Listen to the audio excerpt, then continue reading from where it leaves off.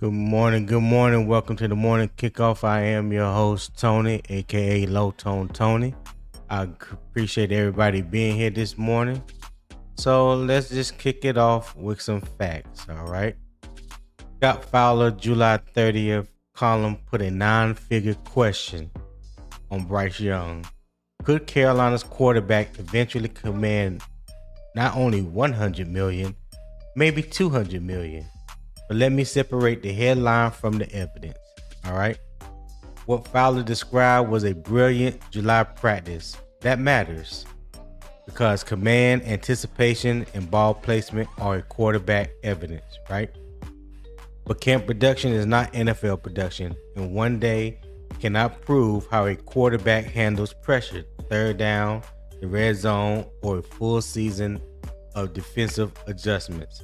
So the debate is, if Bryce breaks out in 2026, should Carolina pay him immediately or make him prove it again before committing franchise quarterback money? All right. So today we are testing the 200 million conversation from three angles: whether practice flash is real breakout evidence, what level of production actually earns the contract, and whether paying after one big season is smart roster building or unnecessary risk. So by the end, you will have a clear proof standard, not a fan reaction, for deciding whether Bryce should be paid or pushed to prove it twice. All right. So real quick, we're going to go to the injury and transaction update. Sadiq Charles was placed on the injury reserve for his calf. The Carolina Panthers re-signed Jake the Snake Curhan in the interior of the offensive line, so I'm glad about seeing that signing. And they also brought back Parker Peterson, undrafted free agent defensive tackle out of Wisconsin. I know he was in camp, I think like last week, and they cut him to make moves, but they brought him back, and I think that roster move was based on the abrupt retiring of LeBron Ray. Okay. So let's get right into it. Practice flash or breakout evidence, right? Practice flash or breakout evidence. So, the practice flash, one brilliant camp session. The breakout evidence is the processing, the anticipation, the accuracy, and the command. All right. So the main debate question will be, did Scott Fowler witness real evidence of a Bryce Young breakout, or did one brilliant July practice create a $200 million conversation that the games have not earned yet? So I'll give you the facts first. Fowler described Young's July 29th session as the best practice he has seen from him. He also mentioned in the article, in his 32 years covering the Panthers training camp, this was the best performance of a quarterback that he has witnessed ever at a Panthers training camp. So I thought that spoke volumes as well. The reported highlights were not just easy completions. They included tight window placement, a deep touchdown to Xavier Legette, another touchdown to T-Mac, and an accurate throw while moving away from pressure. Panthers reporting from the same practice quoted Dave Canales praising Young's ownership and mastery of the concepts, timing, the rhythm, the anticipation, and comfort with the receivers. J.C. Horn said Young was trusting his receivers and giving them chances to make plays. That gives us a legitimate football story. It does not give us a contract report, a completed evaluation, or proof that the same performance will appear every Sunday. All right. The most useful camp evidence is process evidence. Is the quarterback identifying leverage before the snap? Is the ball leaving before the receiver comes out of his break? Is he climbing or sliding in the pocket without losing his base? Is he placing the ball where only his receiver can finish? Now, those details can transfer to games, but camp by itself cannot completely reproduce live contact, disguise pressure from an opponent, that is built specifically to attack Carolina, a hostile road environment, or the fourth quarter consequence of a mistake. Practice can raise the ceiling of the evaluation. Games have to establish the floor, right? All right. So you can make a case that Scott Fowler saw something real, or you can make the case that the headline ran ahead of the evidence. A case can really be made for either or. So that is what today's topic is going to be, because I was presented with that article last night, and I had something else that was on the plate for today, and it triggered something in me, a conversation I tried to have on another podcast, that speaks about the full evaluation, contract evaluations, things that go more into whether you should pay somebody is more than just about statistics or stats. So we're going to talk about that as well. All right. So let me drop the link. So if anybody want to come up and join the conversation for today, I would greatly appreciate it. How's everybody feeling this Hall of Fame game day is what I call it. Football is finally here. Even though it may not be the level of football that we are hoping to have in the regular season, but football is football. Pads gonna be popping. There's gonna be some good plays made, some bad plays made. There's gonna be some evaluation on players that we've been thinking about and talking about, evaluating all off season. Players that we want to see. I mentioned last night that I want to see Zakee Wheatley, because he hasn't been really talked about since he was drafted. So I definitely want to see Zakee Wheatley. And I also want to see what Jimmy Horn is going to do. I saw his interview with Sheena Quick. Looked like he has bulked up, like a lot of people had mentioned to me. So I want to see how that is going to translate, and how is that going to be beneficial for him going into his second season, and could he solidify a roster spot? Can he use special teams as a way to solidify his spot on this team, right? So that's what I'm looking to see from Jimmy Horn and Zakee Wheatley. I just want to see him produce like he did at Penn State. Again, a lot of conversation has been talking about Will Lee, at the corner position, but not much has been talking about Zakee Wheatley, who I like more as an NFL prospect right now over Will Lee. So we're going to get an opportunity to see both of those guys tonight in the Hall of Fame game. I believe both of them will get a lot of run, a lot of reps. Okay. So who are two guys that you guys would like to see? One on the offensive side and one on the defensive side. So you guys let me know in the chat, who y'all would like to see tonight in the Hall of Fame game, and possibly what it is that you are looking for from said players. All right. So real quick, SC Panther Boy said, "What's up, low man?" What's up, low man Tony? What's good, SC? You just won't stop, man. You just won't stop. It's all good. It's all good. I got you later. It's all good. And hit that like button. You guys, make sure y'all hit that like button for me too. There's about 36 people watching right now on both platforms. If you're not subscribed to Unbiased Opinion Sports Talk, go ahead, open up another browser on your phone, on your laptop. Go to YouTube /@UO Sports Talk. Subscribe to the channel. I would greatly appreciate it. And thank you guys also for helping me reach on my first 100. Right now I'm at 112 subscribers. So my next goal is 500. But I couldn't be here or couldn't have accomplished that without you guys help. You guys tuning in every morning. Whether you're going to work, coming to work, in the gym working out.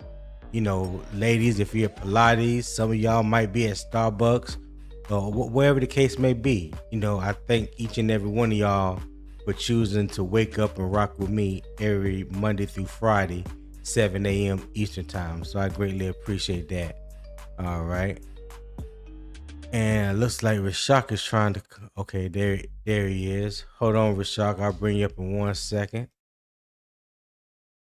All right. Rashak, what's going on? Nope. What's good? Rashak, what's going on?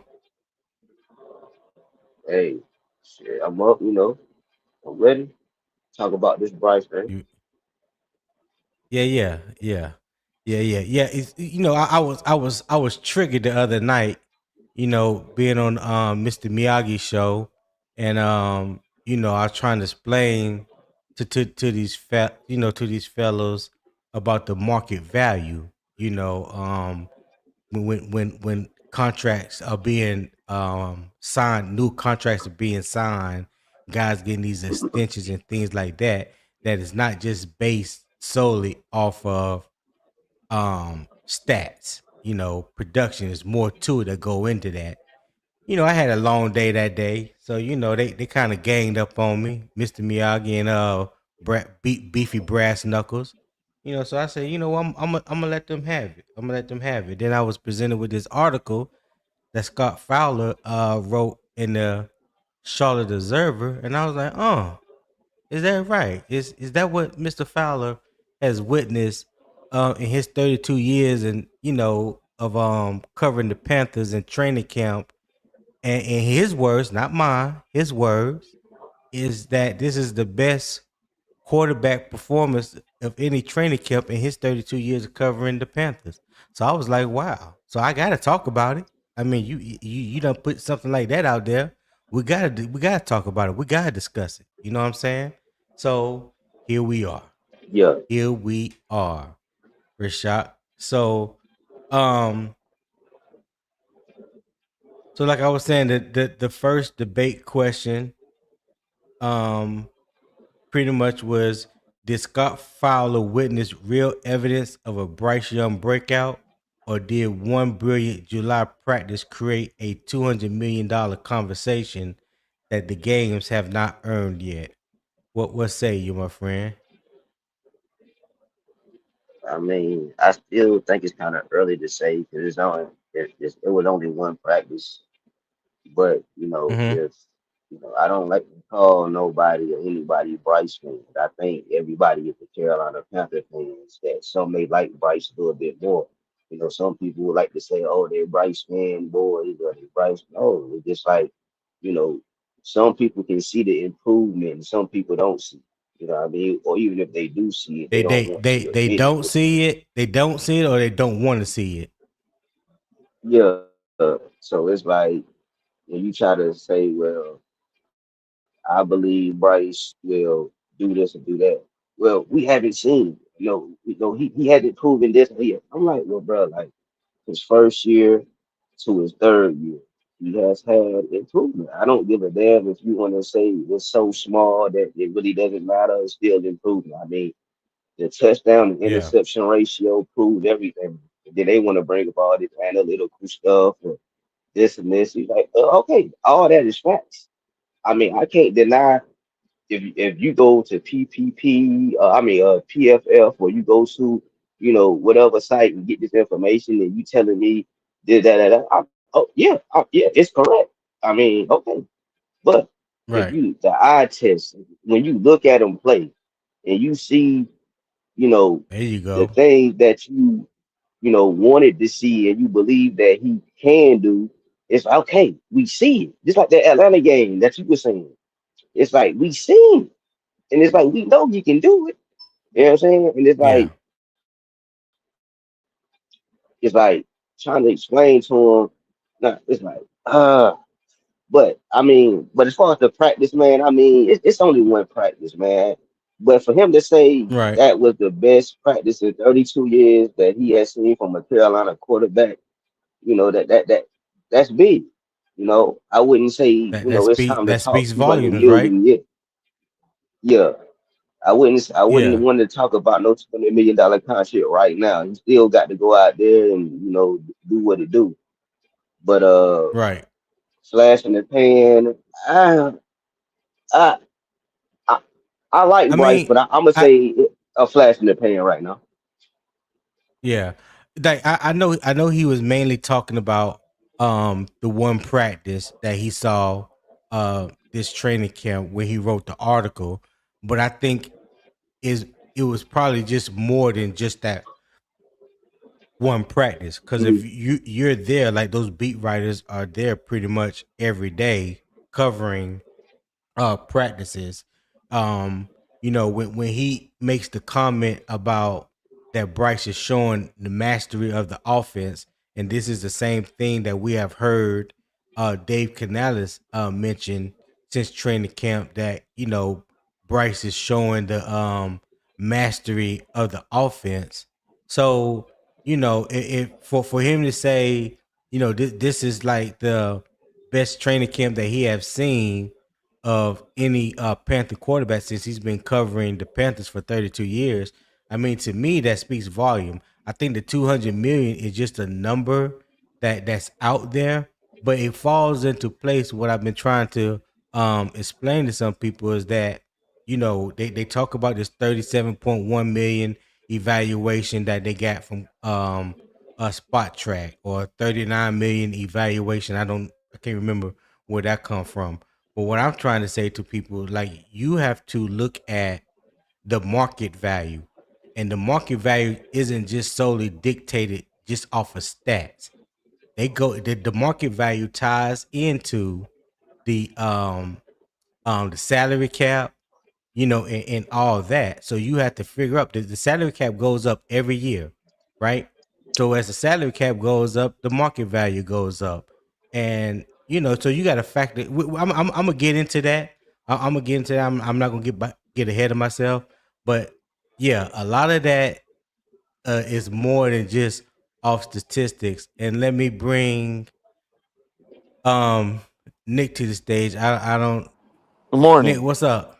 Good morning. Good morning. Oh, that's Tri-State. That's Tri-State. Okay, what's going on? What's going on, Tri-State? Hey, season starts today. Yes, Beautiful sir. Yes, feeling. sir. Welcome Beautiful to feeling. Hall of Fame Thursday is what I'm calling it. Yeah, Hall word. of Fame Word. Thursday. Yeah, I had a few So minutes to Nick, chop it up, Tone. Yeah. What's up, man? okay. So if you've What it been do? listening, you heard Yeah. What up, Ray Shack? What it do? if you heard what the first debate question was, um I'm gonna repeat it for you. Did Scott Yep. Fowler witness real evidence of a Bryce Young breakout, or did one brilliant July practice create a $200 million conversation that the games have not earned yet? What say you? Um, I mean, Scott Fowler is a respected journalist. So Facts. yeah, so he's a well respected journalist. So for him to say that is definitely a step in the right direction. I would say don't pay Bryce yet. Let him prove it. He has to prove it. Right. And I agree. I got faith he will. I definitely got faith he will. From what I'm reading and hearing, he has more command of the offense. He's holding more guys accountable. He's being more vocal. That's the type of things we need from our leaders. Talk So to him, Nick. yeah, Talk to him. that's a step in the right direction for sure. For sure. Yeah. Yeah. And Uh and like I said, I go ahead. Go ahead, Nick. no no no rock out OG. I No, was go good. ahead. Go ahead, man. I wouldn't talk about nothing. Go ahead. I Yeah, just you I go just ahead, think man. with our run game, I think we are still going to absolutely run the ball. I think when we are running the ball effectively and efficiently, we're going to see Daryl Bevel's positivity come in the play action game this year for sure.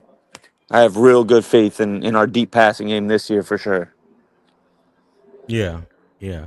Well, hold on. Let me real quick. Let me get through some of these comments real Yes, quick. sir. Tebow C Panther 59 said, "Good morning, good morning, Tebow. Appreciate you for tapping in. Hit that like button for me." Robert Foxworth said, "What's up? What's good, Tony? What's good, Robert? Appreciate you for tapping in, my guy. Hit that like button for me." Uh, SC Ladyboy said Big 74 should have been kept anyways. after he played last season. Makes complete sense to bring him back. I like it. All right, lady boy, we appreciate that. We appreciate that comment. Hit that like button. Hit that like button for me. Yeah.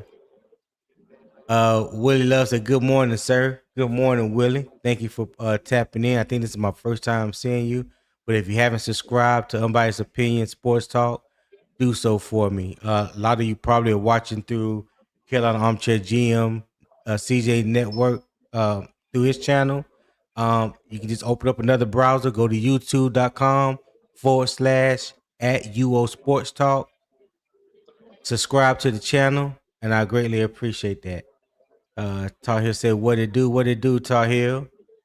What's going on?" Gerald Sticks Jones says, "Good morning, Tony and chat. Good morning, sir. Appreciate you for tapping in." Square Circle Bravo 87 said, "Good morning, my boy. Hey, what's going on, Circle? Appreciate you for tapping in." Jonte said, "Good morning, Tony, from Northern Nevada. What's going on, Jonte? Appreciate you for tapping in as always. You know I'm not about to say that hashtag." Candy Girl said, "Good morning, everyone," with the hand wave. Good morning, Candy Girl. What type of pastry we got this morning? J Hud says some don't like what we had to give up for Bryce. And I get it. I get it. We did have to give up a lot to get him. And you know what we gave up, I believe that the brass, David Tepper, those guys believed at the time that they felt like it was worth it. So I think the jury is still out on that. Because you have to prove a lot to make people feel like that draft capital was worth it. And like right now, we haven't really gotten a return on investment. But I think the trajectory of Bryce Young and where he can possibly be is heading in the right direction. Broski Bear, what's good? He said, "Let's see if Bryce has mastered the offense when the season starts." That's facts. That's I want to see facts. that too. Facts. Poppin, Poppin first said, good morning, my guy. Appreciate you tapping in." Here you go, SC. All right, Tony Bruce Lee Jones. Hey Tone, I'm about to have to pop out, but I had one question for you, man. Have Yeah, you have you have you been go ahead. seeing this kid Casey Washington? He's looking crispy, I man, running haven't. them routes. I'm I eager to see haven't. him tonight. Yeah. I've seen people talk about him. I think we got him off the Falcons practice squad, What's but up, they man? they said that he has been showing improve Man, he run the in hell some of out of a these. route, Tone. Yeah, That boy can yeah. run a I route. haven't I haven't seen him. I haven't We'll seen see him, him but tonight, I do hopefully. definitely. Yeah, I'm gonna have to wake up 4 o'clock in the morning to catch the game. I think I'm gonna do it tonight, just so I can watch the first Hall of Fame game. So I hear yeah, that. so Hey, Tone, you I'll have a good probably be day. Ray back up Shack, watching have the a game. great day. I'll get at you tomorrow, Tone, For sure. for the All recap. right, Nick. Appreciate you All for right, bro. tapping in, my dude. Yes, sir. All right, later. All right, Edgewise said $200 million QB. Wait, hey, don't shoot the messenger, Edge. Hey, listen, don't shoot the messenger. That's what was put out there. Not saying that's what he's going to get, but that just may well be a starting point if Bryce goes out and have the season like a lot of people are hoping he have on a positive spin. Let me say that because some people wish to see his downfall. I don't. He talking about you said it. Yep. I just repeated what I heard and I'm putting it out there. So hey, I guess you're right. I guess you're right. As he said, he played at Fan Fest. Oh, you talking about Casey Washington, SE? Yeah, that's what I heard. That he looked good out there in Fan Fest. But yeah, Ray Shot. Um, let's see. So do you think that Scott Fowler saw something that was actually real, or do you think that the headline, he got ahead of himself and read got ahead of himself and ran with the headlines and not enough evidence. What do you think? I think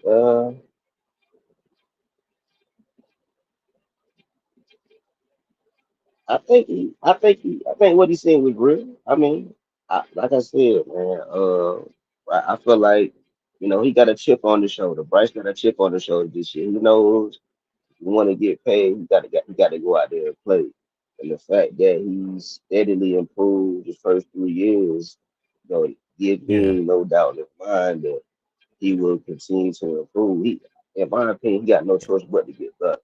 You know what I'm saying? So yeah, the fact that this is third year of the system, you know, he has a new offensive coordinator, which I think is going to give him more freedom to change plays. And you think about you got this is the third year in the system.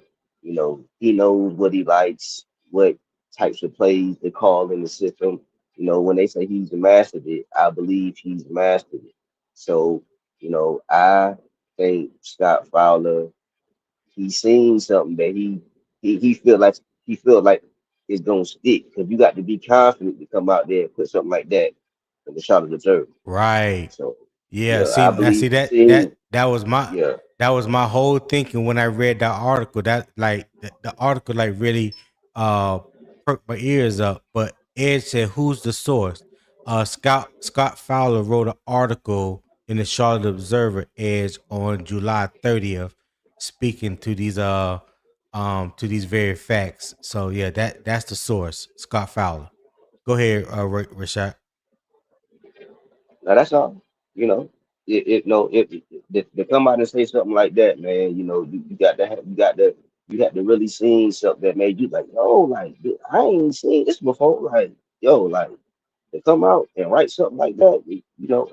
I think he's Yeah. seen something that he ain't just I don't know how that day. It just went like he was just feeling good. Like, oh yeah, no, I'm gonna just put this. No, he seen something, or he has been seeing things, and that day just kept it off, and he just like, yo, I gotta write this.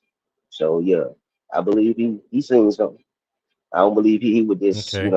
going off the high that one day. I believe he, you know, Right. Right. Tip drill will. What's happening? What's happening? Can you guys hear me? Yeah, we yeah. hear you. Okay, good. So practice flashes or breakout evidence. Love the conversation, Tony. Love the conversation. Yes, sir.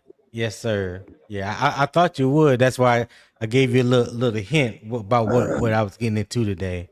Yeah, All right. Yeah. yeah.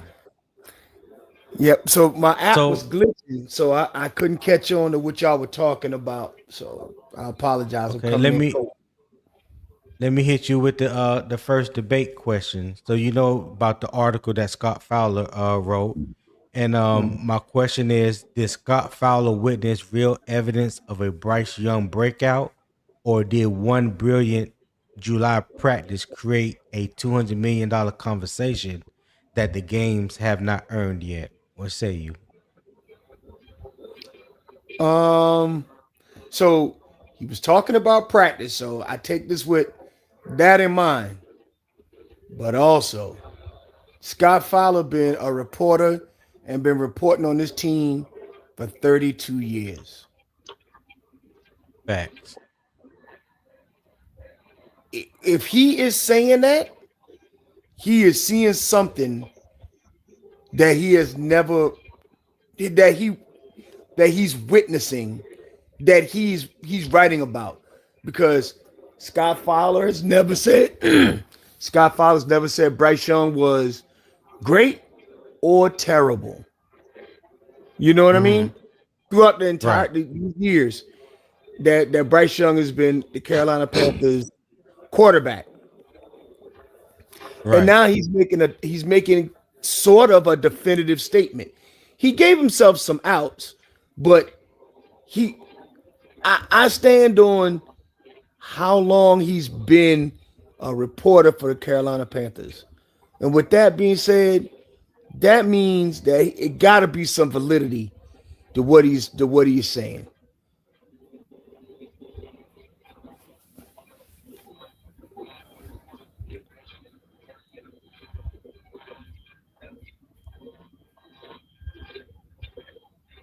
Can you hear me? Yes, Oh, my bad. I'm talking. I had the mic muted. Okay. That was my bad. But yeah, Scott Fowler has never come across to me like a David Newton type reporter, or even like a Joe Person. You know what I'm saying? Like I've never taken him as trying to create an angle and try to come at somebody like greasy, like, you know what I'm saying, just to create a headline. Like, this guy is at practice, just like all the other beat reporters are at practice, and he's been probably covering this team longer than anybody. So for him to say in his 32 years, he have not seen a quarterback for the Panthers um have a practice like he witnessed from Bryce Young, that speaks volume. And so Poppin says, so Scott never saw Cam. Well, I'm gonna have a. I'm specifically going to have a show about our dear Cam Newton. So yeah, I'm gonna leave that alone. I'm not gonna go down that rabbit hole on that one. So yeah, Can I yeah, say something about yeah. it though? Just something Yeah, small. he saw Cam popping. Yeah, go ahead, Will. Scott Fowler isn't saying that Bryce Young is better than Cam. Scott Fowler is purely saying that the practice that he witnessed and the way he was driving that offense, he's never seen it. So Bryce Young is an Hmm. entirely different quarterback than Cam Jarrell Newton. Two different quarterbacks, He two know different that. styles. He Papa know that. Papa know that. He know that. He know exactly what he's trying to do. Look his comment. Go there, Tony.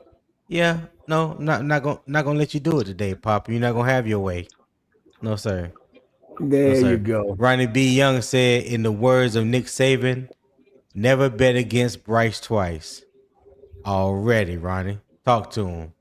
Talk to him, Ronnie. Yeah, But yeah, go popping. ahead, Yeah, Will. My bad. you already bet once. You heard Yeah. that popping. You already Yeah. bet wrong once. Mm-hmm. Climb aboard the mothership, baby. The rocket about to take off. Now we don't want to leave you on the tarmac. Yeah. Yeah. We don't want to leave you on tarmac. You know what I'm saying? Ah, Lord, man, get on board, man. We want you on board. Yeah.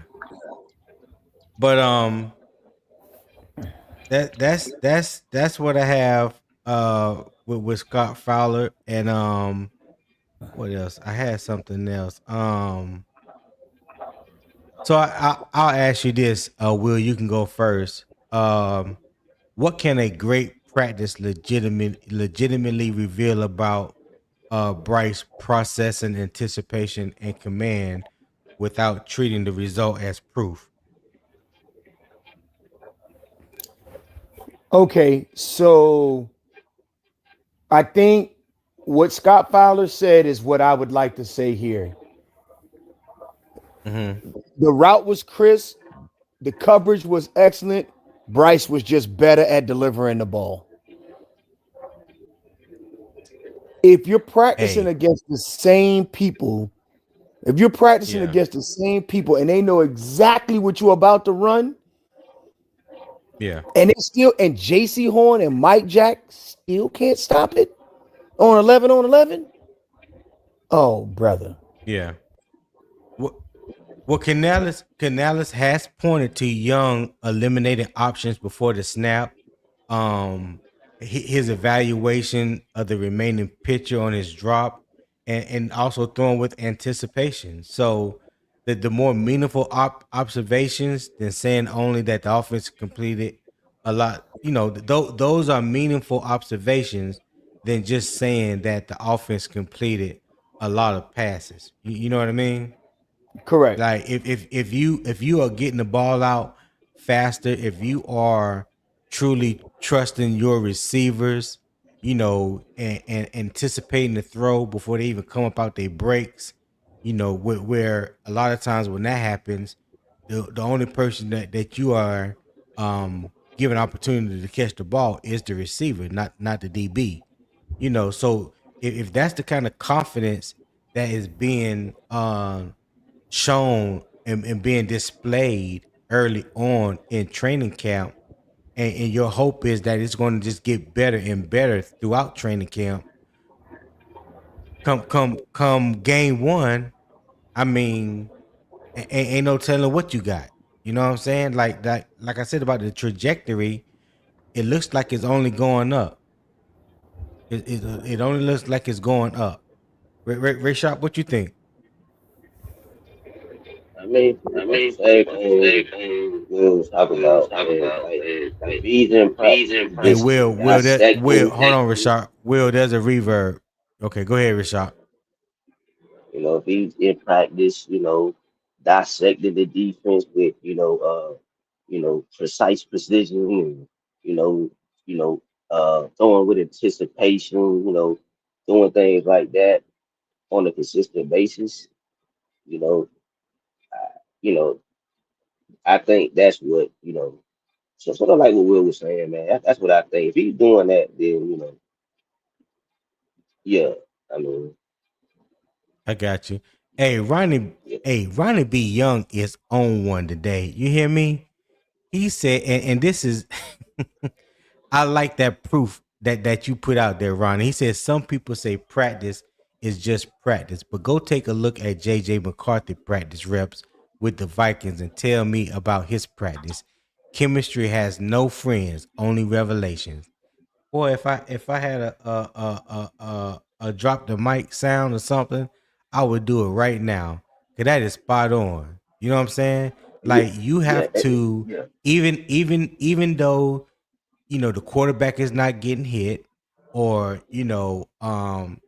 anything like that, just the fact that you see what you got in practice. That's why they have practice. Like we can only speculate from the outside looking in, but these coaches, the offensive coordinators, the defensive coordinators, people like that are in the room, that are witnessing these things each and every day. And then you have like JJ McCarthy, for instance. You have people wondering why he hasn't um took hold of the number one, the QB1 position in Minnesota. Just like I tried to tell people when he was coming out, he is not a first round quarterback. He is not an NFL type quarterback. He wasn't even the best player on offense, let alone his team when he was at Michigan. People wanted to say, nah, Jim Harbaugh's co-signed for him and this and that. I was like, man, that was his former coach. What you think he gonna say? You know what I'm saying? The dude was the quarterback of his national championship team. All you gotta do is watch yeah, the film. So the film said it about JJ McCarthy even before he even got drafted. But I'm gonna digress on that one because he don't play for the Panthers. But hey, Ronnie Young, that was spot on, my guy. That was spot on. Hey, put that on a t-shirt. What'd you say, Will? Put that on a t-shirt.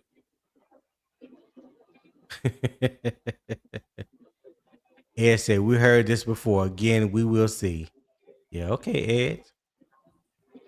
Hey, Papa said speaking of, JJ is trash. Who is surprised? Not me. I Eternal bet said Papa will probably have JJ JJ. trash running. That's why they got Kill Collar pick somebody who is a worth. Okay. Yeah, they do. Yeah. Kyler Murray. I don't know if that's what you was trying to say, Eternal or not. You Yeah, put you he put also goddamn said, JJ Ronnie, in you front of always Bryce. I bet huh? Papa gonna take JJ. Now I said if you in front of put JJ and Bryce together, I bet Papa to choose JJ. yep. He Let me might. see what he gonna say. Eternal Eternal said, Ronnie, you always pick people to compare who suck. And MP Bears said Bryce Young is trash. Okay, Mike Platt. All right. Well, your quarterback ain't too far off if that's the case. Ain't that the truth? Yeah. Hey, just like just like Hey, just turn like in turn our your in our volume up, Will. Turn your hey, volume up. hold on a sec. Hold on a second. Can you hear me better now? Say again. Hold on, let me fix my audio. I'll come back. All right. All right. So Better now? back yeah, we can hear you now. Yeah. Okay, good. All right. Yep. Yeah. So back to So one of the things I was going to say. So since you kind of tipped me to what this conversation was going to be like, I kind of did some digging on, and I'm gonna do some speculation on some beat reporter stuff, right? So one of the mhm. beat reporters said, when you see the ball come off a Bryce Young hand, you know that's an NFL quarterback. When you see the ball come off, Wow. when you see the ball come off of Kenny Pickett hand, that's an NFL quarterback. Yeah. Matt Corral was the worst quarterback that he's ever seen, and that was not even an NFL quarterback. Period. End of sentence. And even Jimmy Clausen. No, he said Matt Corral. One of the beat Hey, reporters said that. He said, I am not a judge of talent, but you could tell when an NFL quarterback throws a ball and when somebody who has no business back there at quarterback trying to throw a ball. Said it's clear. Wow. Yeah. So the reason why I say that is quarterbacks, if you're sitting there as a beat reporter and you can see the difference, there is a big difference. So sitting up there having that JJ McCarthy conversation with Kyler Murray is probably night and day. The problem is that there Facts. is there is a coach that's there that selected that quarterback that is trying to prove himself right or give himself every opportunity to be right before he has to pivot. Yeah. Yeah. Cause you have to you have to see the return on investment, and you have to allow time to see the return on that investment. But sometimes you can see early on that you need to cut your losses. Ain't that It don't necessarily have to take 4 or 5 years. I'm talking about strictly JJ McCarthy. I mean, hell, it for me it was quite evidence from the beginning. I would have never took him in the first round, but that's me. But Broski Bear said, "What trait do you like that Bryce has? Please explain." Well, Broski, I will not explain because we have went over that time and time and time again. So, yeah, I'm not going to indulge you with that explanation, rewind the sir. tape. Rewind the tape. Yeah, that's all you gotta do. hey, Poppers, you know what's funny? You know what's funny? Whenever Will said rewind the tape, yo, y'all remember yesterday when y'all got on read about the fifth flow, yeah. bro? Right. I rewind that shit like 10 times yesterday. Had me rolling, bro. Y'all had me rolling. I rewind this shit like 10 times. That's what they got. Y'all had me rolling, bro. Hey, hey, you Redhead just was close to all the fucked up. elevator. Yeah, the elevator part two Yeah, had me rolling. you I was like, God, Will said, what you gonna push the up button or the down? I'm like, God damn. yeah. You know, in most hotels when you get off the elevator, that first room that's across the hall, that's the handicap room, right? That's the Yeah, bathroom Yeah, it is. with the stand up bars and big shower and everything. Yeah, that's where Red at. He over there. He just waiting to go to the sixth floor. That's all. y'all had me rolling. Oh man. Oh man. uh oh, Poppin said, Ray Shack, why you starting with me? LOL, I will pick Superboy. Okay, who was Superboy? Boy. And Roadmaster said worse than Clausen. Yeah, Well, I I don't don't know. know if it's worse than I don't know if he saw Go ahead, Clausen. Will. He was he was Right. just saying he was just saying that Matt Corral was you could tell Matt Corral had no business in an NFL uniform. Wow. Okay. And Mike Platt, the answer isn't none. The answer is why do we have to explain that to y'all over and over again? Right. Talk to him, Will. You, Talk to you him. you just you just you just want to spiral the conversation to some place where you get to drag somebody down the mud. And nobody trying to get nasty and dirty with you today. We clean over here. I tell I tell you what. I tell you what. This is what I would entertain. You name me 5 things that Caleb Williams has that Bryce Young don't have. Ooh. Show me 5 things that Caleb Yeah. Williams do have that Bryce Young don't have. We can have that conversation. Go and sweep your own front porch. Kosulikins says Superman, Superboy. I don't know what that means. Then Talking he about Bryce said, Young, Superman and Super. "Oh, wow, ooh, Like that. okay, Ooh, yeah." Bryce is less than 6 feet tall. Ooh, the boogeyman coming. As he said, French chips is one. That's crazy. Ah, That's that's wild. that's You crazy. right, SC, but I'm not even gonna go there. I'm gonna keep it football. I'm gonna keep it football. I want to know That's what 5 things Caleb Williams can do that Bryce don't have and can't do. I want them to prove that point to me. Uh Castle Lickens said 2 joules, 100. I don't know what that is. Hey, but I appreciate the super chat. Thank you for chiming in. Thank you for tapping in. I'm sorry. If you haven't subscribed to Unbiased Opinion Sports Talk, go ahead and subscribe for me. You can hit the go to youtube.com/@UO Sports Talk. Subscribe to the channel. I would greatly appreciate it. He hit me with another 2 joules. All right, appreciate that. Appreciate that. Poppin said we already had Superman, and Bryce's favorite word is super, so he's Superboy. Okay, got it.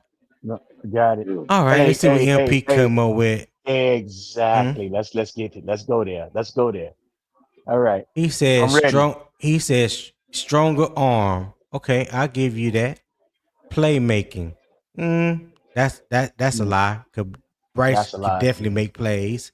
Escapability. You don't want to go there Yeah. neither because Bryce is definitely got escapability. That I mean, like if you can't say that he don't do anything other than prove people that he can escape and move with his feet, then you don't know football and you definitely haven't been watching. So that's also a lie. Less turnover prone. That's debatable. That's definitely debatable. Throwing on the run, that is definitely That's not true. Bryce that's Bryce's Bryce is specialty. arguably better. Bryce arguably is better throwing on the run outside the pocket than he is in the pocket because according to Broski, he can't seal the offensive line, so he has to go outside of the pocket. So that kills your point right there. So you got to come forth with better evidence. And I specifically said 5 things that your quarterback can do that my quarterback can't do, and you have yet to produce those, MP. So go back to the drawing boards. I'll still be here, and I'll look over that list. Now, if you haven't accomplished said goal, I'm not even gonna bring it up. All right? It, can I add something to the Yeah, go stronger ahead, arm? Will. Yeah, go ahead. If you go and look at Bryce Young's throws at 40 yards, they are extremely Mhm. accurate. So Yeah, so what you can I throw know the that. so what you can throw the ball 75 yards. What difference does it make? You ain't gonna have a 75-yard play. You know what I'm saying? It is so rare that you're gonna a 70-yard play is a Hail Mary like that one that he had against Green Bay. Was that Green Bay he had Yeah. that play against? That I is don't remember.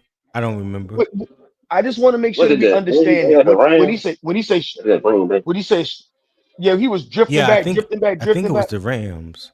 I think it was the The Rams Rams. was the Rams or Yeah, somebody. I He was think it was drifting the back, Rams. drifting back. I'm talking about Caleb Williams. Caleb Williams is a good quarterback. Yeah. So see the difference is in those guys like Mike Platt and those guys. No one is saying that Caleb Williams isn't a good quarterback, but yet you hit our link and try to tell us that our quarterback is trash. Why? Because you scared? Are you nervous? You got bubbly guts or something, broski? Like, what's wrong with you, man? Like, good hit God, hit hit yeah.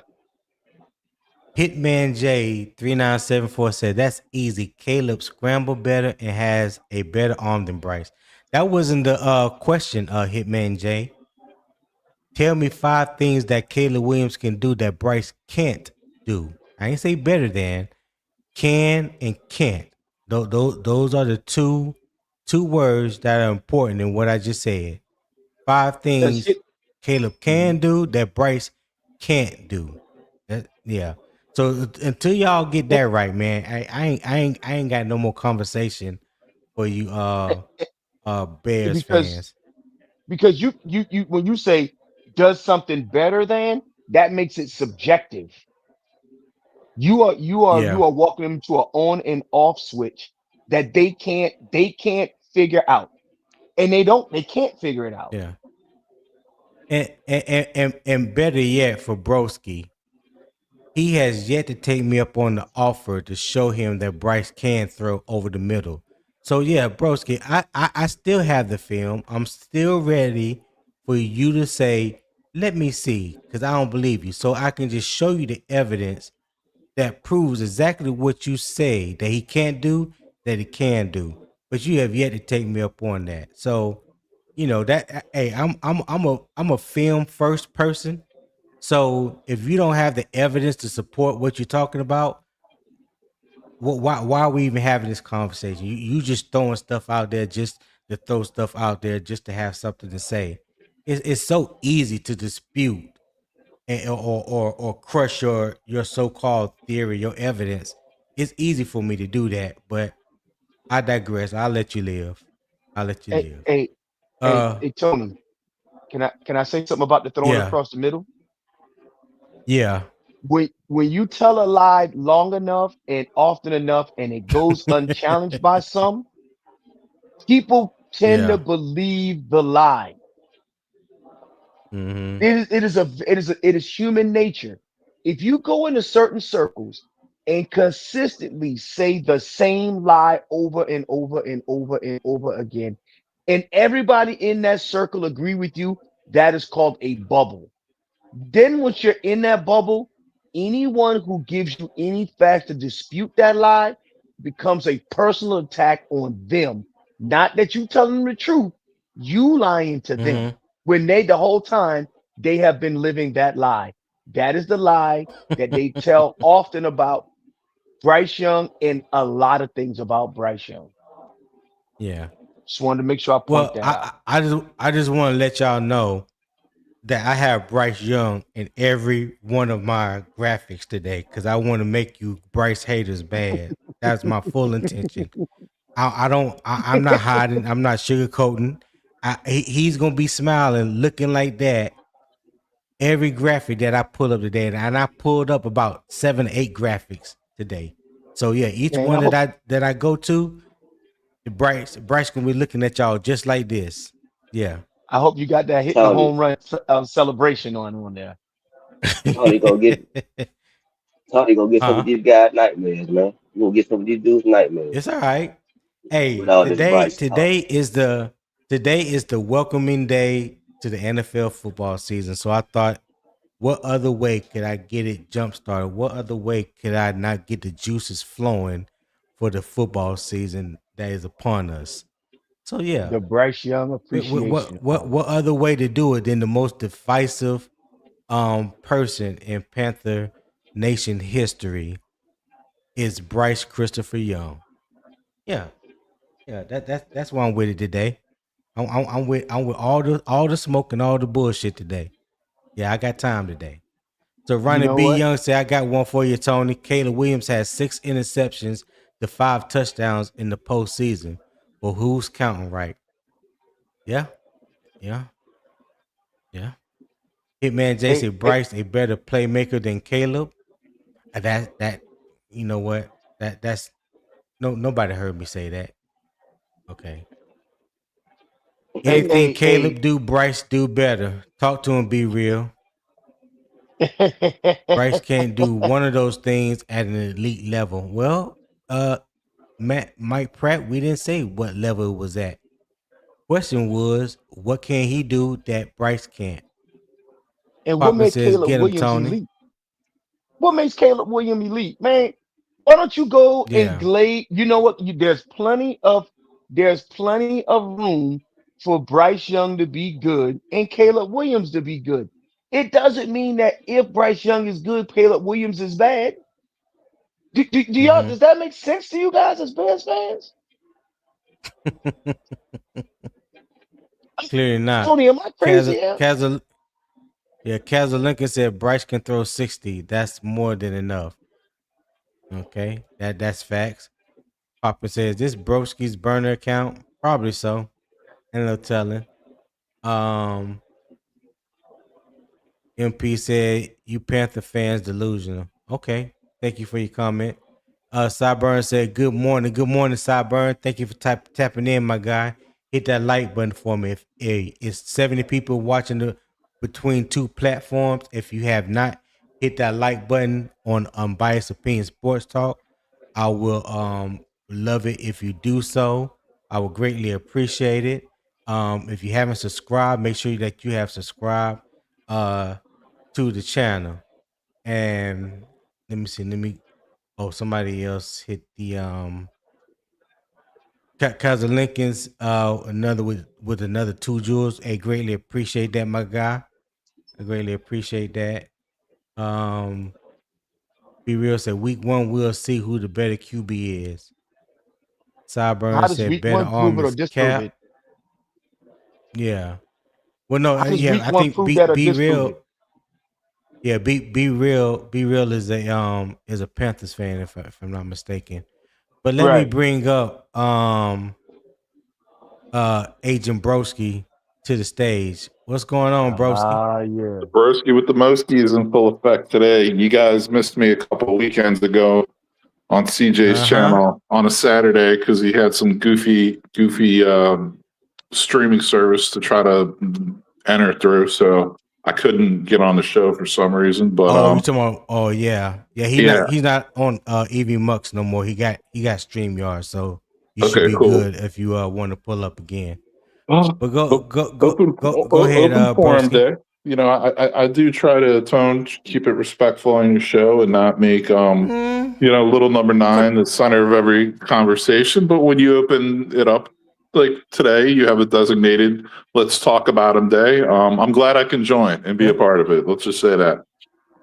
yes, sir. So, What you got? well, I mean, it's just one of those things. Are you going to make Bryce Young a $200 million quarterback or $250 million quarterback? Yeah, I mean, I think anyone Well, who knows anything about football would kind of know. Like, I'm not a fan in general of just paying anyone with 2 years left on their contract. So all these people who are like, are they going to extend them now? I'm like almost for anyone, right? I'm not doing that. mm-hmm, You got 2 years left. It's like, come on, right? And second of all, it's like, it took him 3 years just to barely eclipse 3,000 yards passing. Like you definitely let him go out there in year 4 and prove it. You know what I mean? Like it is what it right. is. Like my thoughts I on agree. Bryce. I just don't think he is an NFL level quarterback. I don't think he has the talent. I don't think he belongs in the NFL. I really don't. I Mm. just don't think he's. I don't think he's good. I don't think he Well, has the arm talent. I think he's too well, small. And he's okay. not Well, very efficient Broski, either. You know what I mean? So all of all of what you are saying right now is credibly disproven because there's an NFL team that says opposite of what you're saying. There's a reason why he's the quarterback of the Carolina Panthers. There's a reason why he was the #1 overall draft pick.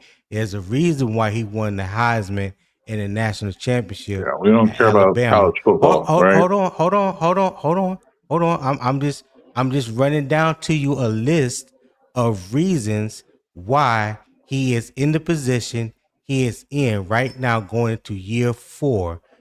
So to dispel everything that you just said, like I said, there's an NFL team that has credibly proven that everything that you said negative about Bryce, they feel is a positive for Bryce. Are Hence, you? that's where he's at right now. So you saying that he don't have enough NFL, or he shouldn't be in the NFL. He don't have no NFL talent.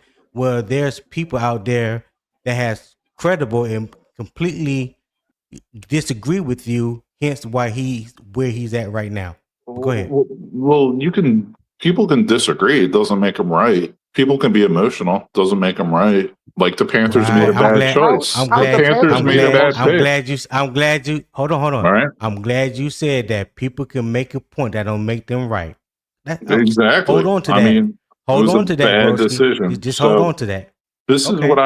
what I like to bring to the table with all the Bryce sexuals like Tip Drill Will and all these guys Hey, who are hold just on, gonna hold on, cheerlead, hold on, right? broski. So this is Hey, what I hold on, want. This broski, is no. broski, I'm not done broski. talking. So this is what I want you You've guys. been running your mouth. You called me out. Oh, Then let me say No. one thing. I haven't even said what I got to say yet, and you're already flipping out and getting emotional on me, Will. well, hold on. Well, hold on. So my thing with the Bryce fans hold on, is this: broski. it's very simple. Broski.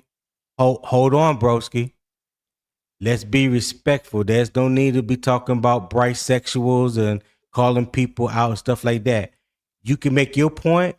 Will can make his point. I can make my point. Whoever else joined the panel can make a point. But what we're not going to do, we're not going to start with this name calling and disrespecting people just to get a point across. That is not what we're going to do.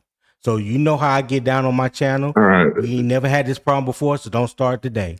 So I know it's a very sensitive topic for people, but what I like to ask Bryce fans is let's keep it about Bryce. Like, don't start. When Bryce fans get a direct Bryce question, they always talk about another player. So my direct question is, what traits do you see in Bryce Young that you think are worthy of the number one pick that he's lived up to, that you see in him that possibly warrant him getting a big contract extension, $250 million? What traits do you see in Bryce that you like, that you think are good? So before you go, Will, like I said before, because this is not the first time you asked that question, broski, whether it's been on my channel or anybody else's channel. I've answered that more than one time. I think there has been enough evidence. I've never asked you directly, so I would like to hear your answer for sure. So okay. If you never heard me say that before or heard me say it, I think Bryce has great anticipation. I think he processes well. I think he's very accurate. I think he has come into his own as far as commanding this offense since this is his third year going into this offense. I like his high level of escapability. I think he's good with his feet. I think he's sometimes better outside the pocket than he is in the pocket. I've witnessed Bryce Young make every throw that you can ask an NFL quarterback to make. So to me, that's what I like about Bryce Young. And then just furthermore, just to prove a point, when Bryce was coming out of college, he's not the quarterback that I wanted. I wanted CJ Stroud. It was on the record that I said it. This was when me and CJ had two fans in the stands. We both said we wanted CJ Stroud over Bryce Young. When Bryce Young was selected, we said, okay, you know what? In our mind, there wasn't much difference between Bryce and Caleb, but the size. The arm strength was the arm strength was evident that CJ Stroud had a better, stronger arm than Bryce. But Bryce threw with better anticipation, in our opinion, than CJ. So just to go all the way back to when he was drafted, he was not our choice, but he's here now. And everything we talk about with Bryce, I've seen have the trajectory for Bryce has gone up each and every year from his rookie year to year 3. That's what I see in Bryce. The question about the $200 million, that came up from the article that Scott Fowler wrote the other day. It wasn't saying that he's going to get $200 million.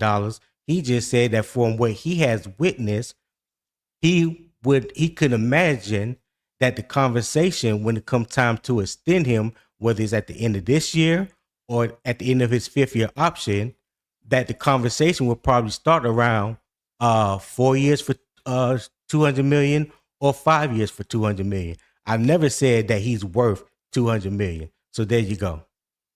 Yeah, and for the Panthers' sake, let's hope they don't decide to give him that contract. But saying that Bryce can make every throw on the field, though, I mean that's just not true. Yeah, I know. But hold on, Will. Come on, man. This guy has a pop gun arm, bro. He's got a paper mache arm. You can say it's not true. That's fine. That's all well and good. Like I've mentioned and said to you before, when you say he can't throw in the middle, He I said I can't. have tape that I said, well, see everything. So now we're past the point of an opinion. So now you were talking about the I've seen belief. the breakdown. Because hold on.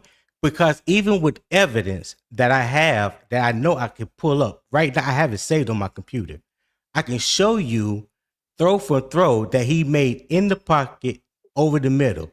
So what it sounds like, Broski, though, is even if I provided you with said evidence, it still wouldn't change your mind. So it's no longer an opinion at Yeah. that time. That's just your belief. I mean, That's just Tony, your belief. I don't know what So you I have mean on film. Do you have every throw he ever that's cool. completed over the middle, or you just cherry pick it? Oh, he completed a pass over the middle this game. Oh, 2 weeks later he completed a pass Hey, over the middle. I'm going to show it to can I So say Brisky. so something, Tony, real quick?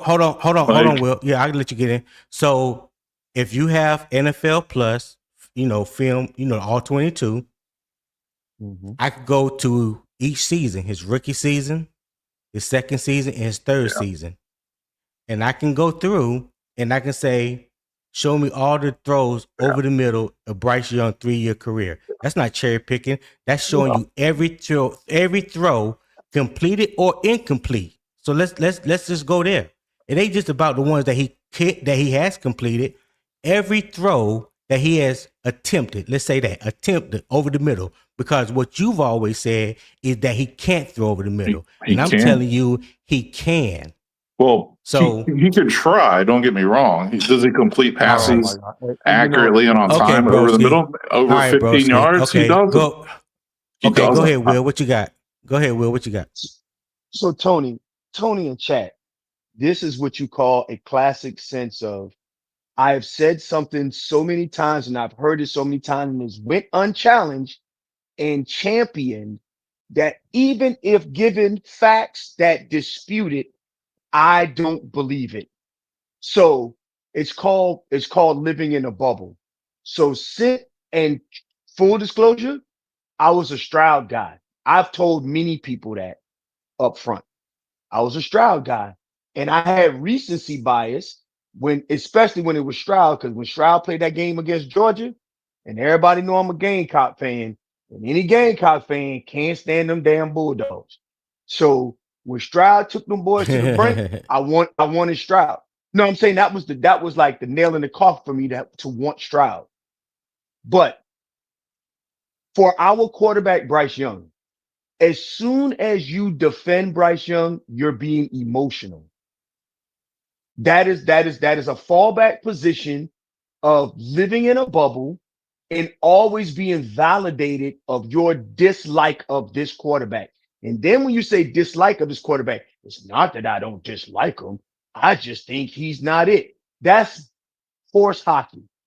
It is No, it's not. all. It's facts. You're Hey, judging him based on listen, his broski, play on the broski, field. broski, Hold broski. on, Brisky. Hold on. Go ahead, Will. Now, let's talk about his play on the field for just a second here. Are you saying anybody, not just you, broski, because we all know where you stand? Are you saying that his rookie season was his fault? Why he didn't throw for so many yards? Are you saying in his second season that he got benched because he needed to clear his head and flush the first season? His fault? Yeah, see, and No, this is the problem. Nothing's hey, hold Bryce's on, broski. fault I'm still either. That's the talking. other problem. He's the Broski, quarterback. let me He's finish. held accountable. Hey, Hold on, hey, broski. bros. Hold on. Now we was quiet and let you talk. Now let Will talk. Go ahead, Now, Will. there is something called resiliency, broski, that you are not accounting for. A lesser quarterback, let me say this to you clearly. A lesser man would have broken under the pressure and the bullshit that Bryce endured over the 3 years of being these 3 seasons of being the Carolina Panther signal caller. If you cannot identify the resiliency of this man and recognize what he has endured and is now as the upswing is coming out of the dark end of this, if you're not willing to admit to any of that, you're just showing that it is just your opinion and you're not willing to change anything in fact of new evidence. So you saying these things like let's talk about his performance on the field. You want to go on and off switch, but you don't even want to freely admit that if someone tell you that he could throw across the middle and I can show you throw across the middle, and you still sit there and say you don't have that evidence. Why? You know why? Because you haven't seen it, and even if you have seen it, but you refuse to believe what you own see because you Yeah. live in a bubble and you're No, used to well, you're people. being Let me finish. ridiculous. Let me He finish. And can't this, do it on I'm a almost done. consistent basis. He can't Let go me deep over finish. the middle. Hold He on, doesn't do it. broski. Hold on, broski. Go ahead, Will. I'm just two more quick sentences. And for that, I say this: you're used to people validating you about Bryce Young. This is not going to be validating for you. If you're telling people that he can't throw across the middle and you've seen it with your own eyes, because if you watch Panther football, you've seen it. You say, oh, that was lucky. Your brain is going to disvalidate it. Any confirmation or affirmation of Bryce Young is almost an attack. You consider it an attack on your football IQ. Liking Bryce Young, validating Bryce Young is an attack on Broski's football IQ. Think about that for a second. Why is Yeah, that? I thought Because we you weren't are going to get used to into being personal validated. stuff, right, Tone? No, So no, what's this? that's not personal. Okay, That's so not you're done personal. now. So here we go. Yeah, so if you have any kind of common sense, any kind of football knowledge, you can watch Bryce Young play for one game and know he's not it. Like the kid has no arm. The kid, he's not efficient. He's not some elite processor. He also got your Avengers coaching staff that everyone was jumping up and down about his rookie season fired. He's on his fourth offensive coordinator now, right? So he got that whole coaching staff, that Frank Wright. He had McCown as a quarterback coach. They had Caldwell as a, special advisor or consultant to the offense. They had all those positional coaches. They had everything. Thomas Brown got them all fired. Right. So, you're supposed to have the best coaching staff ever. So, yeah, that's on Bryce. It's absolutely on Bryce. You're saying it's on Bryce's fault when you're wrong. Yeah, it is. So the quarterback's never going to be held accountable in your eyes, is what you're saying. And I don't really consider 100 and whatever, 130 yards more passing from his rookie year to now, and throwing one more interception this past season. He threw some more touchdowns. Completion percentage got a little better, but let's not act like he's making big strides. And you're talking about resilience. He's not storming the beaches of Normandy, dude. Like you talking about resilience. He's the number one pick.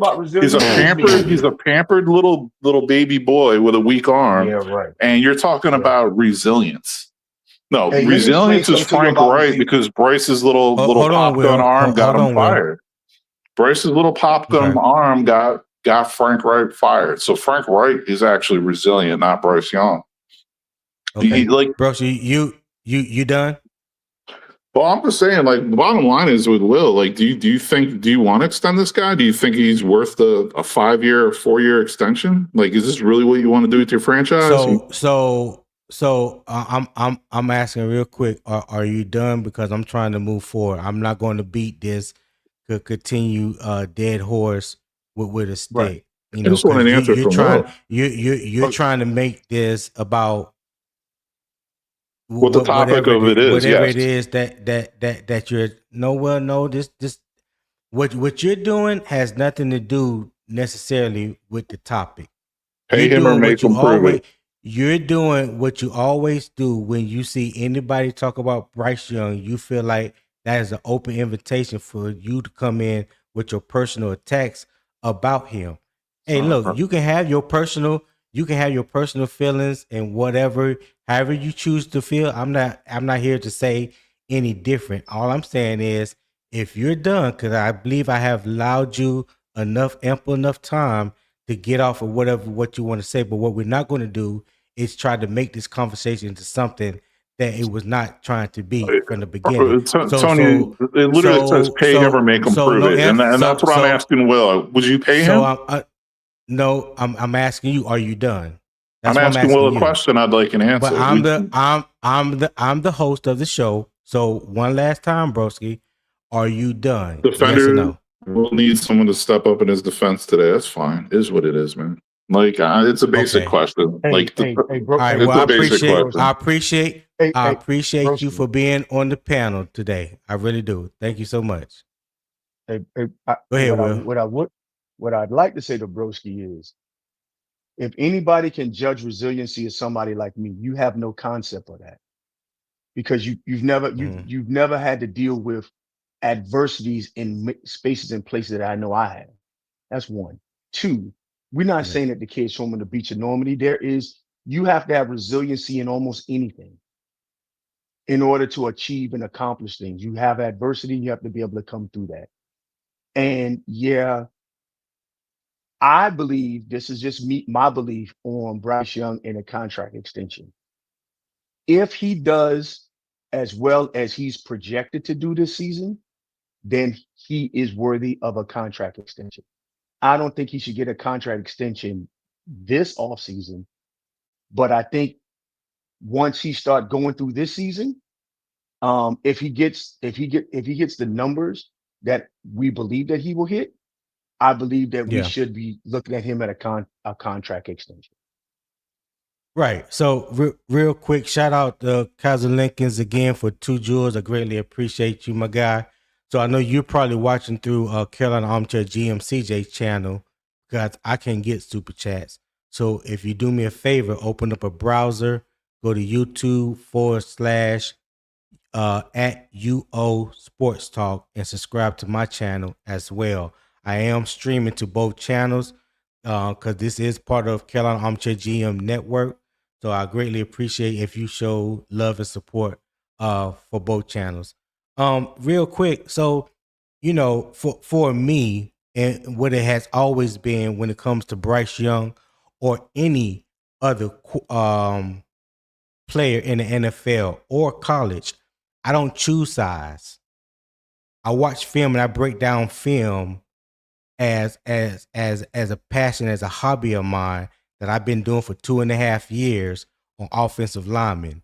I help people from the Division 2 get looked at and get accepted to Division 1 schools. I help people in the transfer portal. I do cut up tapes for some of these offensive linemen.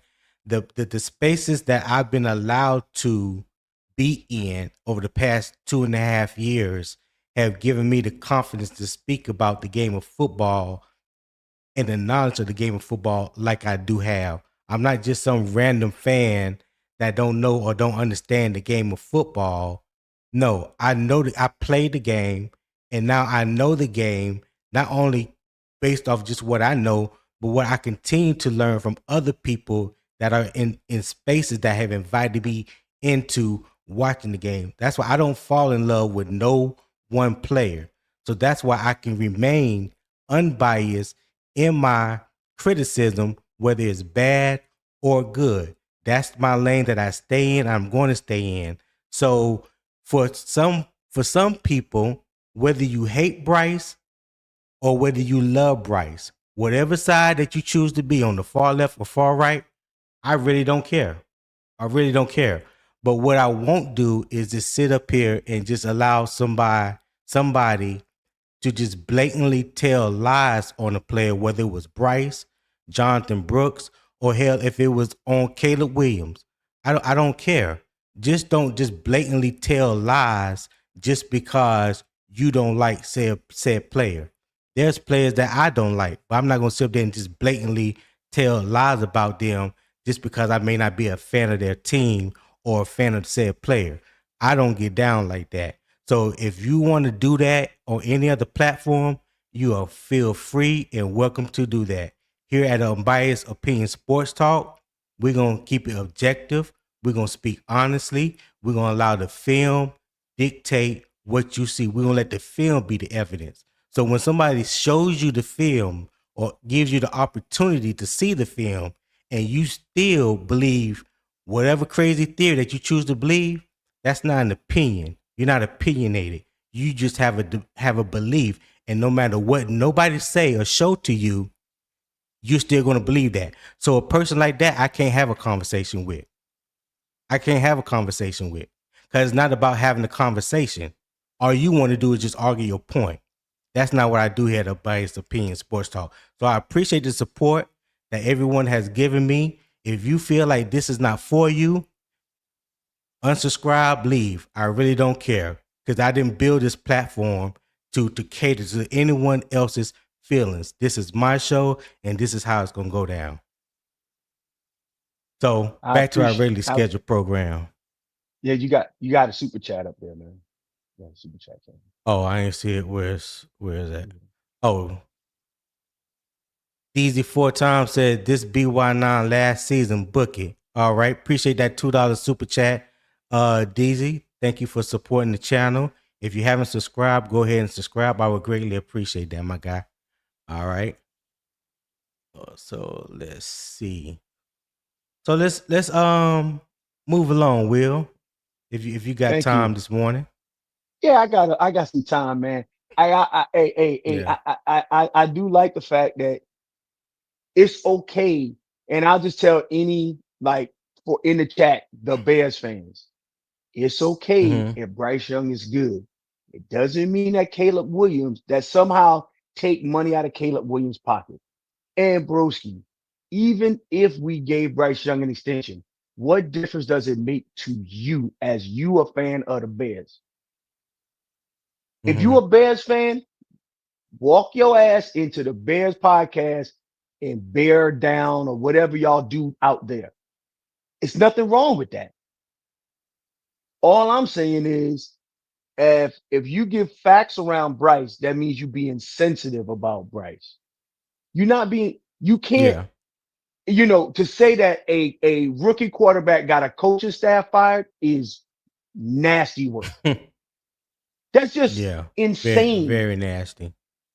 And he talked about this great coaching staff. Where are all them coaches at today? I didn't even want to even get into the fact that the Bears fired their coaching staff Caleb's rookie year. Was that Caleb's fault or was that the Bears coaching staff fault? I just want to. I'm just wondering because the same thing happened. That's why Ben No, no, Johnson no. is How there how, now. how But dare you? How dare you say that?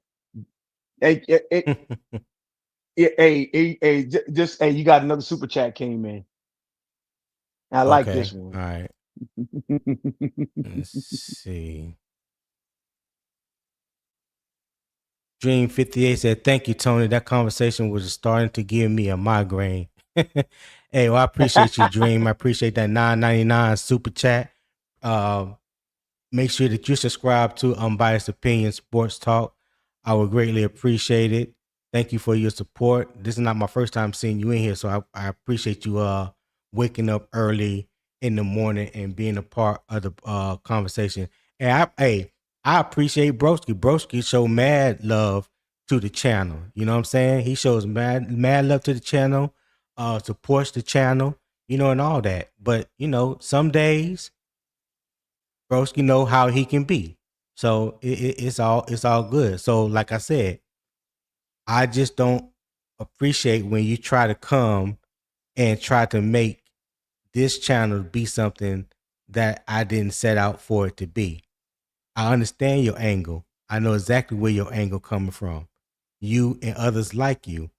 I understand your angle. Most of the time, he's respectful and he joins the conversation, great points and stuff like that.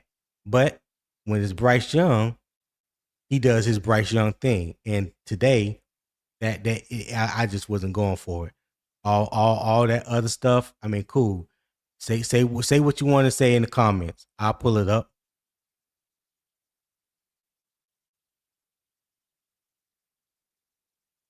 Go ahead, Will. You was about to say something? Yeah, I was just gonna say, as it relates to the last part on this chart, um,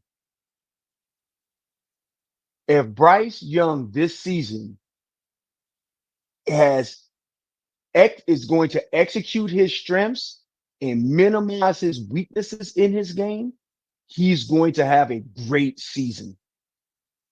Everybody games has Mm-hmm. weaknesses. Whatever his weaknesses are in his game, I hope that he's been working on that. It seems like he has, but of course we haven't seen it with our own eyes. We won't be able to get a clear judge of it until that Sunday night football game. So you'll be able one quarter of the season down. You know what I mean? Um, and then we will be able to see, kind of where we're going in this direction. So, um, I'm excited about it. I think the evidence is there for his breakout. But as people say, it's just camp right now. So we don't know if it's going to translate to Sundays. We hope it does. So that's what I wanted to say.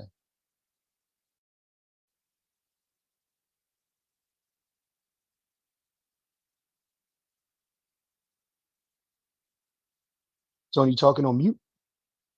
Yep, I'm talking on mute again. Said the whole damn conversation. Hey, we've been here over almost an hour and a half now. There's over 100 people watching between two channels. If you are enjoying the conversation, the debate this morning, the energy, the vibe that the morning kickoff has brought to you on this Hall of Fame game day, hey, show support to the channel. I would greatly appreciate it. I'm going to put a QR code up at the top right. You can scan that QR code, support the show. There's also a pin link in the comment section on YouTube. It's pinned at the top. It's a PayPal link. You can also show your support. That way, I would greatly appreciate it. Whatever your heart leads you to give this morning, I'll always put that to good use and try to improve the show and the quality of the show. I'm here 5 days a week, Monday through Friday, 7 a.m. Eastern time. I haven't missed a beat or I missed a day or a time yet. So I would greatly appreciate it if you guys support the show this morning. My daily goal is $25. So I'm just trying to reach my daily goal for the day. I greatly appreciate it. But yeah, Will. So the next thing we talk about what camp can show and what camp cannot show. What it can show is the processing, the anticipation, the accuracy, and the command. And what it cannot prove is the pressure answers. Third down, red zone, and what the defense adjustments would be. Because those things pretty much take place, and that you can observe in a real game like situation. All right. So just to reset the debate a little bit, again, Scott Fowler gave us a reason to pay attention, but the question is not whether Bryce looked good in July. The question is whether those same answers survive NFL pressure when the defense can hit him and adjust to him. All right. So again, talking about what Scott Fowler mentioned in the article and what Dave Canales has said out of his own mouth, head coach of the Panthers, said Bryce Young looks like he has mastery of the offense. Nobody would know better than Dave Canales. It's his offense, right? So if he got a guy that's running his offense and he said that he looks like he has mastery of the offense right now, I kind of have to lean to what Dave Canales said. Not saying that what he said is the Bible, but I'm take his word on it based off he knows what he's looking at. When he talks about his processing, the anticipation, the accuracy, his command of the offense, his feel right now.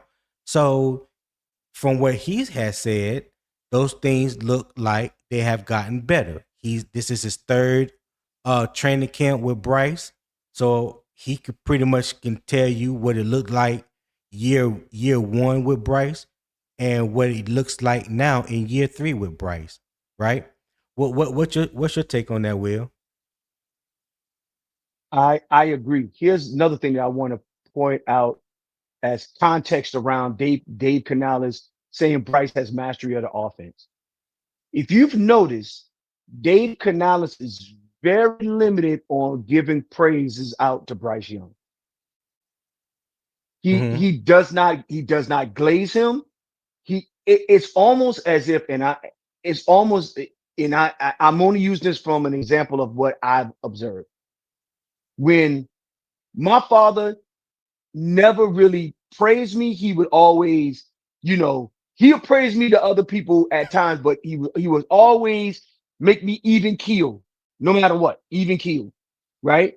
And when Dave Canales says he has mastery of the offense, I tend to take that as fact. Dave Canales Right. benched him. Dave Canales said he wasn't sure if he was going to be the quarterback from week to week, and he said he had to prove it on Monday. When they said Bryce Young would have a good game on Sunday, then they'd be like, "Is he the quarterback going future?" He'd be like, "You got to prove it on Monday." He has to prove it on Monday. So when Dave Canales says this, I tend to agree with him because, first of all, it is his offense, and two, he's been not when you say stingy, he's been very Yeah. honest with us as fans about his analysis of Bryce Young. So Shout that's out to my brother Jermaine Shepard with his black ass. Said, let me shut up then, cause y'all already know my opinion on this. Yeah, you just go ahead and shut the hell up. Go ahead, Will. I just had to get that in on Jermaine. Appreciate that, bro. yeah, Thank you for tapping yeah, in. yeah. And then so as it relates to what camp shows, you're 100% right. Just like he says, he has command of offense. Scott Fowler is saying he's accurate and in participatory processing. I think camp can show that, but I think Yeah, when we go over to the other side, what camp can't prove, pressure answers, he could call out who's the mic. They can lay out protections, but he can't get hit, right? And third downs, yeah, you don't if it's 3rd and 2, you really can't tell in camp if it's 3rd and 2. Did you actually get the 2 yards? Because they just thudding, they ain't popping pads like that. Now, I think that yeah, you'll get better answers. Think you'll get better answers in red zone, defense adjustments, and pressure answers during the joint practices. Because in the joint practices, you'll be able to defenses will adjust. They'll do a lot of red zone work, and you'll see if your pressure protections really was the answer. So, but I know you have super chat, but yeah. that was all I had. That's all I had to add there. All right. Shout out to BY's 804 VA. He said, good morning, all. Appreciate the content as always, gentlemen. Hey, appreciate the 4.99 super chat. BY's, thank you for supporting the channel. Hit the like button if you haven't already, and subscribe to Unbiased Opinion Sports Talk if you haven't done that already as well. And so just to piggyback off what you said, Will, everything that you said it is true. And also what we have always done, because some people believe that, oh, we just don't ever criticize Bryce and it's never his fault. So I know Broski, that is different as much as you've been here on this channel. But I also know that's a talking point on the channel from which you come from. So I understand that as well. So you have heard me say that Bryce needed to be more consistent. You have heard me say Bryce needs to get better at his footwork. And Eternal, when I was talking about Bryce scrambling out of the pocket, showing good footwork, scrambling out of the pocket, is totally different than his footwork when he sets back in a drop back and throws the ball. That is the difference in case you was confused. So I just want to clear that up for Eternal 252. He does need to work on his footwork. I've been on that ever since we drafted him. Me and Goat had a discussion on that the other day on this podcast that I know you was a part of and heard me say that. So talking about the two different things. So like Broski like to say, if you know football and watch football, which I do, shout out, I know what I'm talking about when it comes to those two things. So yes, I criticize Bryce when he plays bad, when he messes up things that he needs to work on, get better at. and I give him praise from the times where he does things, good things. Talked about him his rookie year, being benched the first 2 games of his second year, looked like a deer in headlights. Mentioned that multiple times. So Mm-hmm. when I know you've been in the comments or on the panel when I've said these things, and again, when somebody has evidence to show you different from what you say and you still say those things, that's no longer opinion. That's a delusional belief, since y'all like to throw that word around. So let me just Oh educate the my people God. this morning. I'm trying not to go there, trying to stay, but sometimes enough is enough, and you just have to show people, pop out and show people you know what you really about. So You're gonna yeah, be like I'm old gonna boy stand on Ben that. Raines on Baby Boy. Be like Ben Raines on Baby Boy. What do you do? Remember he was like, "You're trying to be cool, but these niggas," and he started choking. He started choking Jody on Baby Boy. Hmm. Call your mama. Call your mama. Yeah. Cool Kev said, to be honest, we have heard every year he has mastered the offense, then the season shows different. Well, I haven't heard that. I haven't heard that Me either. personally, I have Yeah. not heard that he has mastered the offense every year. Now, I don't know if you heard that from the coaches, Cool Kev, or other fans or podcasters. Me personally, I can tell you I've never heard that up until I've never heard Dave Canales say Canales that. said that a couple days ago. Well, Yeah, he Dave he Canales said said that. that. I'm Yeah, sorry. he Go ahead. said that in the he said that in the presser um a few days ago. Few days ago, I forgot who asked him in that presser. I'll try to go back and find it and send you the YouTube link. So yeah, I actually heard him say it this time, but I never heard him say it any other time. So yeah, um, Cool Kev might be yeah. So that's confusing Dave huh. Canales saying he mastered the offense. Cool Kev might be confusing Dave Canales saying he mastered the offense versus, Yeah, podcasters, streamers, and fans saying that he's mastered the offense. Those are two different things. Because, you yeah, know, yeah. It definitely could be two different things. So real quick, so the 2026 proof points, and I forgot to add another one on here, which is consistency.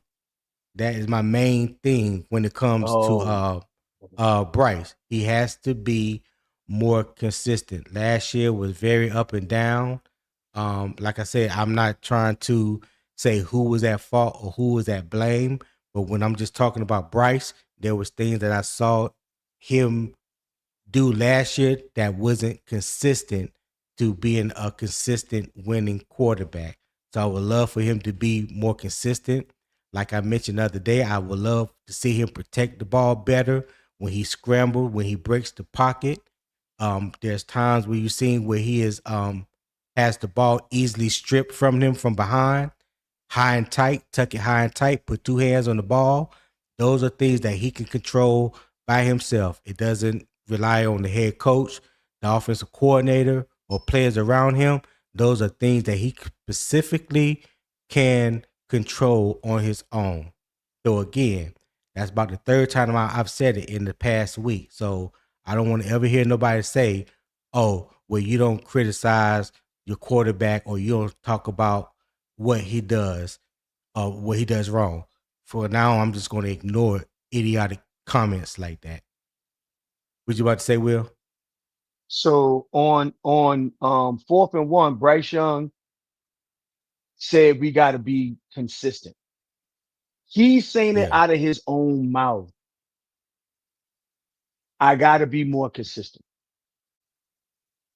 Hmm. And like, I think that red zone got better last season, but we left some points on the field, man. We left some points on the field a lot of That's times. true. That is true. Um, it got better, but we left some points on the field. And that damn third down efficiency, look, that 3 and out has to stop. But with that 3 and out, stopping means that we're being more consistent. I think that identifying pressure, because his hurries and his sack counts has consistently gone down. I want that to get even better, because the better that you are able to identify pressure and block up scheme, the better we're able to get the ball to our playmakers. Um, I also think, Tony, that a proof point is better outlet options for Bryce. So, for example, um, getting the ball to Chuba in space a lot more efficiently, Yeah. using Jonathan Brooks more efficiently, putting pressure on on those cornerbacks, not cornerbacks, on those safeties and linebackers to be able to cover Yeah. instead of just coming downhill. All of those things are going to be important, I think, in proof points in 2026 from an offensive scheme Yeah. perspective. And Bryce must be able to drive this offense and have a consistent product week in and week out. Not a great game, not a 448, a 446 game, which is the zip code around Mercedes-Benz Stadium. 448 is that's that zip code around that Young stadium. If County, anybody, Georgia. Young Young County, County, Georgia. Georgia, right, and then drop a 50 burger on us against Seattle. We cannot have that. We got to have consistency in play. So, Yeah. Yeah. That is the main thing for me is consistency. And I believe if you have that, if you can improve that level of consistency, I think everything else kind of falls in place. You know what I'm saying? I believe the third mhm. down efficiency can get better. I believe the red zone efficiency can get better. I believe the pressure rate will go down a little bit. You know, because Bryce does have a tendency of holding the ball too long. I think that is like a natural instinct when he breaks the pocket and he scrambles to the outside. He's trying to make a play. But sometimes you just got to get that ball out your hand, throw it away, throw it in the dirt and just live to see another day. You know what I'm saying? So yeah, when it comes to that, he definitely has a fault into that. Breaking the pocket too early and running into sacks, that's not the offensive line fault. That was his fault. You know what I'm saying? Cause not trusting his offensive line or bailing too quick. You know what I mean? So Mm. yeah, I I'm definitely sorry. put those. Go ahead. No, I'm sorry. I was laughing at Shep comment. My Oh bad. yeah, jerk. That dude's a jerk. That's my boy though. That's funny. That dude's a dirt. Yeah. All right. Let's see what. Okay. He ain't talking about shit. So Yeah. yeah, when it comes to the 2026 proof points, those are the type of things that I believe all those things can be corrected when you up the consistency of your game. And I want to see him be consistently good at the things that he does well. You know what I'm saying? Whatever that may be, whatever you may think he does okay at or he's all right at, be better. Be better and be consistent at that. Don't be consistent at, you know, fumbling the ball or holding on the ball too Mm, long. That mm, ain't what I'm talking about. I want you to be consistently good at the things that you are already good at. Improve upon those things, get better at those things. And if, like Dave Canales has said, or what Scott Fowler said he has witnessed, the mastery of the offense, trusting his receivers, getting the ball out quicker with anticipation, hitting receivers even before they break at the top of their routes. If all those things are true, then I feel like, he may be heading in the right direction. Because to me, there's no other way that you can honestly look at it based off that information that has been given to you not only by the beat reporter who watches practice every day, but the coach whose offense it is that he's running every day. You know what I mean? So for me, that's good enough for me to hang my hat on on hope, if you will. Or at least identifying what you believe the trajectory could possibly be coming into the season. I mean, it sets up perfectly for a week one contest because we all know the Bears secondary is sus. Yeah. So the Bears secondary is Do they sus. still do they still have Kevin Byard? I Oh, no, Kevin Byard went to the Titans, didn't I think so. And then they safety. he? Mm-hmm. So there's plenty of things for Bears fans to focus on. Because you'll notice that the only time we talk about the Bears is when we spotlight our opponent. Yeah, okay. And I know, Yeah. yeah, spotlighting the opponent, but I think that it sets up perfectly for the week one contest. To see to do it, it's a barometer check to see where he's at. Okay. Star Ski say if Panthers mess up the parlay week one, don't go missing. Who you I talking don't to, know. Will? You talking to somebody in the How chat? do he might be because there's Okay. yeah All because right. Okay. we got a you got a podcast. I join whenever I can. So Yeah. I don't I don't think I ever yeah, duck smoke a day in my life, so I don't know nothing about that. yeah, I know. Brad said I still saw where the receivers were having to come back to the ball. That shows one of Bryce's weaknesses in his arm. Okay. I've never argued about I've never argued against that point about him not having a strong arm. I'm yeah, I've never argued against that. It's Matter of fact, I've said it so myself. He don't have the strongest arm. He don't have a strong arm. Okay. right. So yeah, What and does that mean in the grand scheme of things? Let me ask you that, yeah, Brad. Well, what does that mean in the scheme of things? Did Peyton Manning have a strong arm? I don't believe no, so. Um, did Joe Montana have a strong arm? Did Tom Brady have a strong arm? Did Drew nope, Brees have a strong nope, arm? nope. I don't think so. But yeah. Somehow those guys are Hall of Famers. Somehow those guys played 10, 12 plus years in the NFL. So What's the people kill what was the people kill me. People kill me with that conversation about arm strength. Like you got to have a howitzer on the end of your arm to be an NFL quarterback. You if you don't have no accuracy with the arm strength, if you don't know how to throw, a level one, level two, a level three ball with that arm strength, if you don't know how to throw with anticipation with that arm strength, like having an arm strength don't mean absolutely nothing. Tim Tebow Absolutely had a nothing. cannon.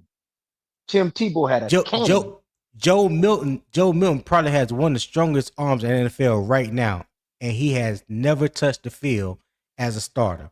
When Joe Milton was coming out of Tennessee, all people talked about he got a cannon for arm. He could throw 100 yards. What has that got him? Where has that got him right now? Good Nowhere. facts. So So I so I so to I have that, I'm sorry, I didn't go mean to ahead. cut you off. No. No, you good. I You good. I so just they make it seem like the NFL quarterback with the strongest arm is the best quarterback. That isn't true. You have to have enough to be able to deliver. We've seen Bryce put the ball out 40, 45 yards on time, on target. That's what is necessary in an NFL style offense. So to say, oh, he doesn't have a strong arm, those are all talking points that y'all gonna have to get over.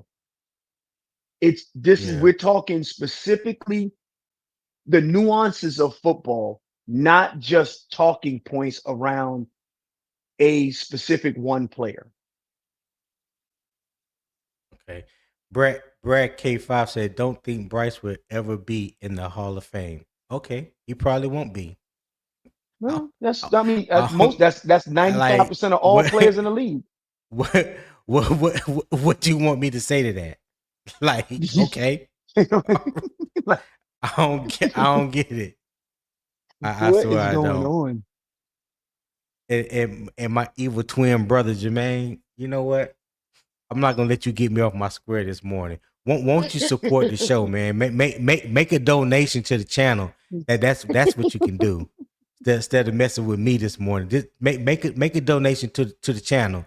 You like to throw it around on other channels. Show your brother some love this morning. I'm about to Oh say something, man. but I say Shep, I'm not gonna hey, let him Shep get me on there. one, man. Shep on Yeah, one yeah, he today, on dog. one. Yeah, he on one. Uh, yeah, he Oh on man. one. Jay Live say you must be accurate with the football coupled with the high football IQ. That's facts, Jay Live. I ain't even gonna mess with you Uh-huh. this morning since you are speaking good sense. Kenny with the emojis. All right. So we're gonna move on to my next one here. And so top 15 starter or top 10 difference maker. All right.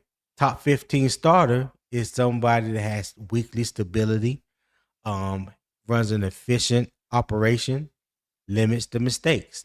Now, top 10 difference maker, you could say is someone that creates explosives, that has answers for the pressure, and elevates the offense. So when I excuse me, when I bring that up to you, Will, like a top 15 starter, because let me like I need some water.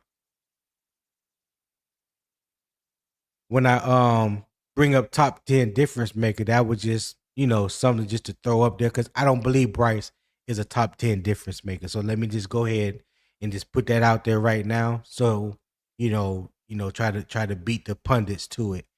But I think he does have the opportunity to be a top 15 starter in this league. I do believe he has the ability if he do everything that we talked about earlier, um, starting with his consistency and how that can make everything else better.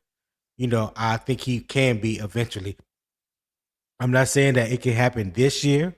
I'm just saying like maybe 2 3 years from now, where the case may be, he could be a potentially a top 15 starter. When you think of a top 15 starter, Will, what you think of? So I'm gonna be a little more bullish than you on the top 15 starter. Okay. I think he could be a top 15 starter this season. This season. Okay. Weekly stability, All right. third down efficiency, and limit the mistakes. If he do those things, he's a top Yeah. 15 starter. I think he could do that this season. This season. Because most people got him hovering around 22. Some people got him 21. There are people who got him ranked 32 and stuff like that, but I don't Excuse me. I find those as outliers. Um, However, I believe that Bryce Young being a top 15 starter is within the art of the possible this season. Third year in the Okay. offensive system, the Yeah. coaches, the architect of the offense saying that he's mastery of it. Beat writes are saying that Right. he's throwing with anticipation. Can that come to life on Sunday? If all that come to life on Sunday, what makes him not a top 15 starter in this league? That would be my question to the chat in general. But you Okay. got super chat up there, Well, bro. yeah, I see it. I'm gonna get Okay. to Eternal real. Well, let me go ahead and get to it. Eternal 252 with the 4.99 super chat. I appreciate it, my boy. He say, "Hey Bears fans, didn't Jaden Daniels beat y'all with a Hail Mary? I know y'all remember that arm, but we need plays 1 through 5 to get upfield and not 10 to 15." All right. Hey, Eternal, appreciate that super chat, man. Thank you for always supporting the content and tapping in. I greatly appreciate that. So that was to Bears fans. All right. But Will, let me just so I guess you could say playing a little devil's advocate about it. Mm-hmm. Um do you feel like being a top 15 starter or getting to that point, he has to elevate the offense and get them out of that rut that I call the bottom of being ranked in the bottom um have in the NFL as far as offense, where we have been consistently being for the past 3 to 4 years. I don't think we've been no higher than like 22, maybe 23 or something like that. So if he Mm-hmm. becomes a top 15 starter, would that not also mean that he's elevating the offense and get them top 20 or better? So yes, he would be elevating the offense, but not elevating the Mm. offense to the makes of a top 10, top 7, top 5 QB. I think that those are two different things. I think Okay. he would be elevating the floor of the offense, not necessarily elevating the ceiling of the offense. If he's able to do these things to become a top 15 starter, I believe when you're a difference maker, you are Mm-hmm. not, the floor is set. The floor is going to be what the floor is hard. It's hardened, but no one knows where that ceiling could be for your offense if the right tools are there and everything is working correctly. And I Got and you. I, I'll just use an example of Josh Allen for the Bills. The floor of the Bills offense is set. The ceiling could be a Super Bowl if Right, Josh Allen right. has I get all what of you're the saying. tools and resources around. That's what makes him a difference maker. What I am saying is a top 15 starter is where I think he could get to this season. Right. I got you. I got what you're saying. So let's move over what creates contract value. So this my halftime report is what actually earns 200 million. All right. Mhm. What actually earns 200 million? All right, so facts first. Young's 2025 career highs were 3,011 passing yards, 23 passing touchdowns, 11 interceptions, a 63.6% completion rate, 6.3 yards per attempt, and an 87.8 rating in 16 starts. He produced genuine high leverage value. 6 of Carolina 8 wins included a young leg game winning drive, and his rating of 156.3 on fourth down passing rating led qualifying NFL quarterbacks. The overall profile was not top of market production. Carolina passing game remained low volume, and the weekly swings went too large. A 200 million total contract is also incomplete information. 4 years at 20 million means $50 million average. 5 years means $40 million average. The 2026 NFL salary cap is 301 million per club, up 22 million from 2025. So those averages equal roughly 16.6% and 13.3% of the current cap. Both contract structure changes the yearly cap charges, right? So the context, Carolina should pay for repeatable responsibilities.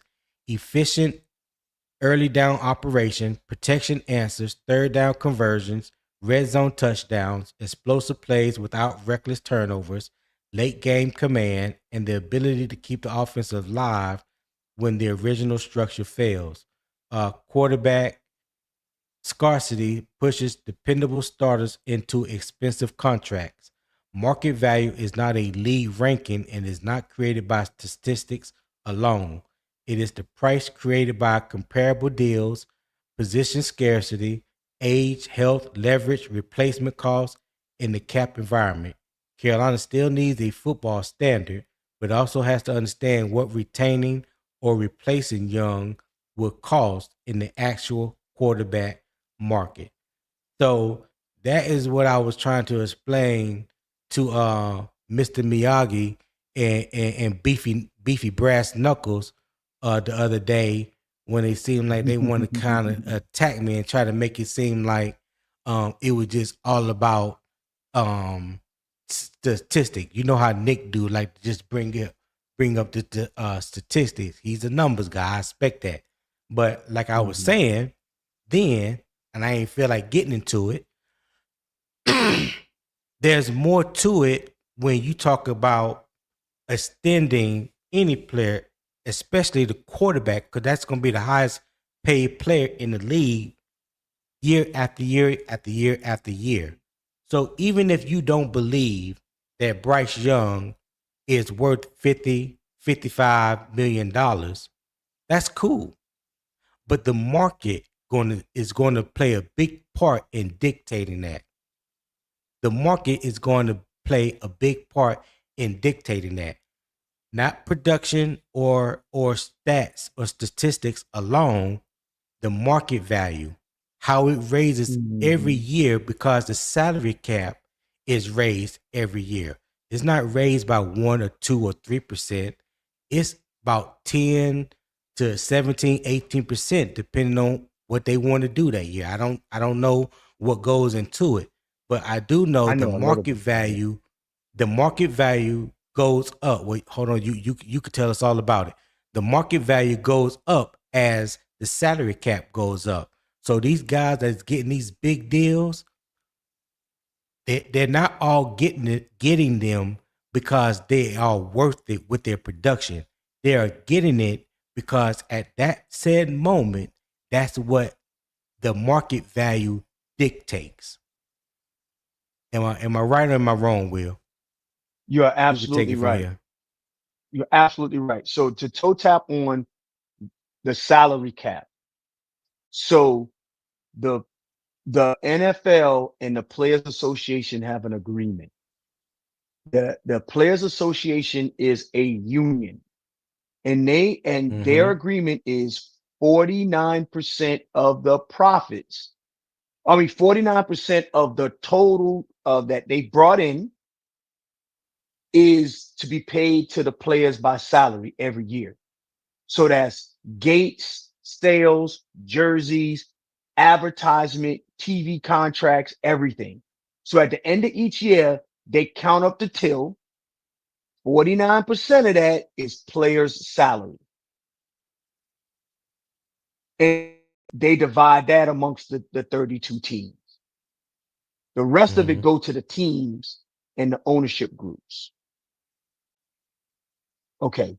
So Right. that's kind of how they determine the salary cap. So because NFL football is so popular, we buy all the merch, we go to all the games. I know I will. I'm always in there buying a dang on $18 glizzy from David Tepper at the stadium, et cetera, et cetera. Right now, to this point of, and I'm gonna just use this as an example of quarterback market and the scarcity of quarterbacks. So it's supply and demand. Why are certain vehicles more expensive than other vehicles? It is because they make those The in limited markup. quantities. They make them in Mm-hmm. limited quantities and they can mark up the price because of what they do. For example, if there was a Hellcat on if there was 50 Hellcats on every car lot, the price of Hellcats will fall through the floor. because everybody would be able to get a Hellcat. Hellcats are there are scarcities.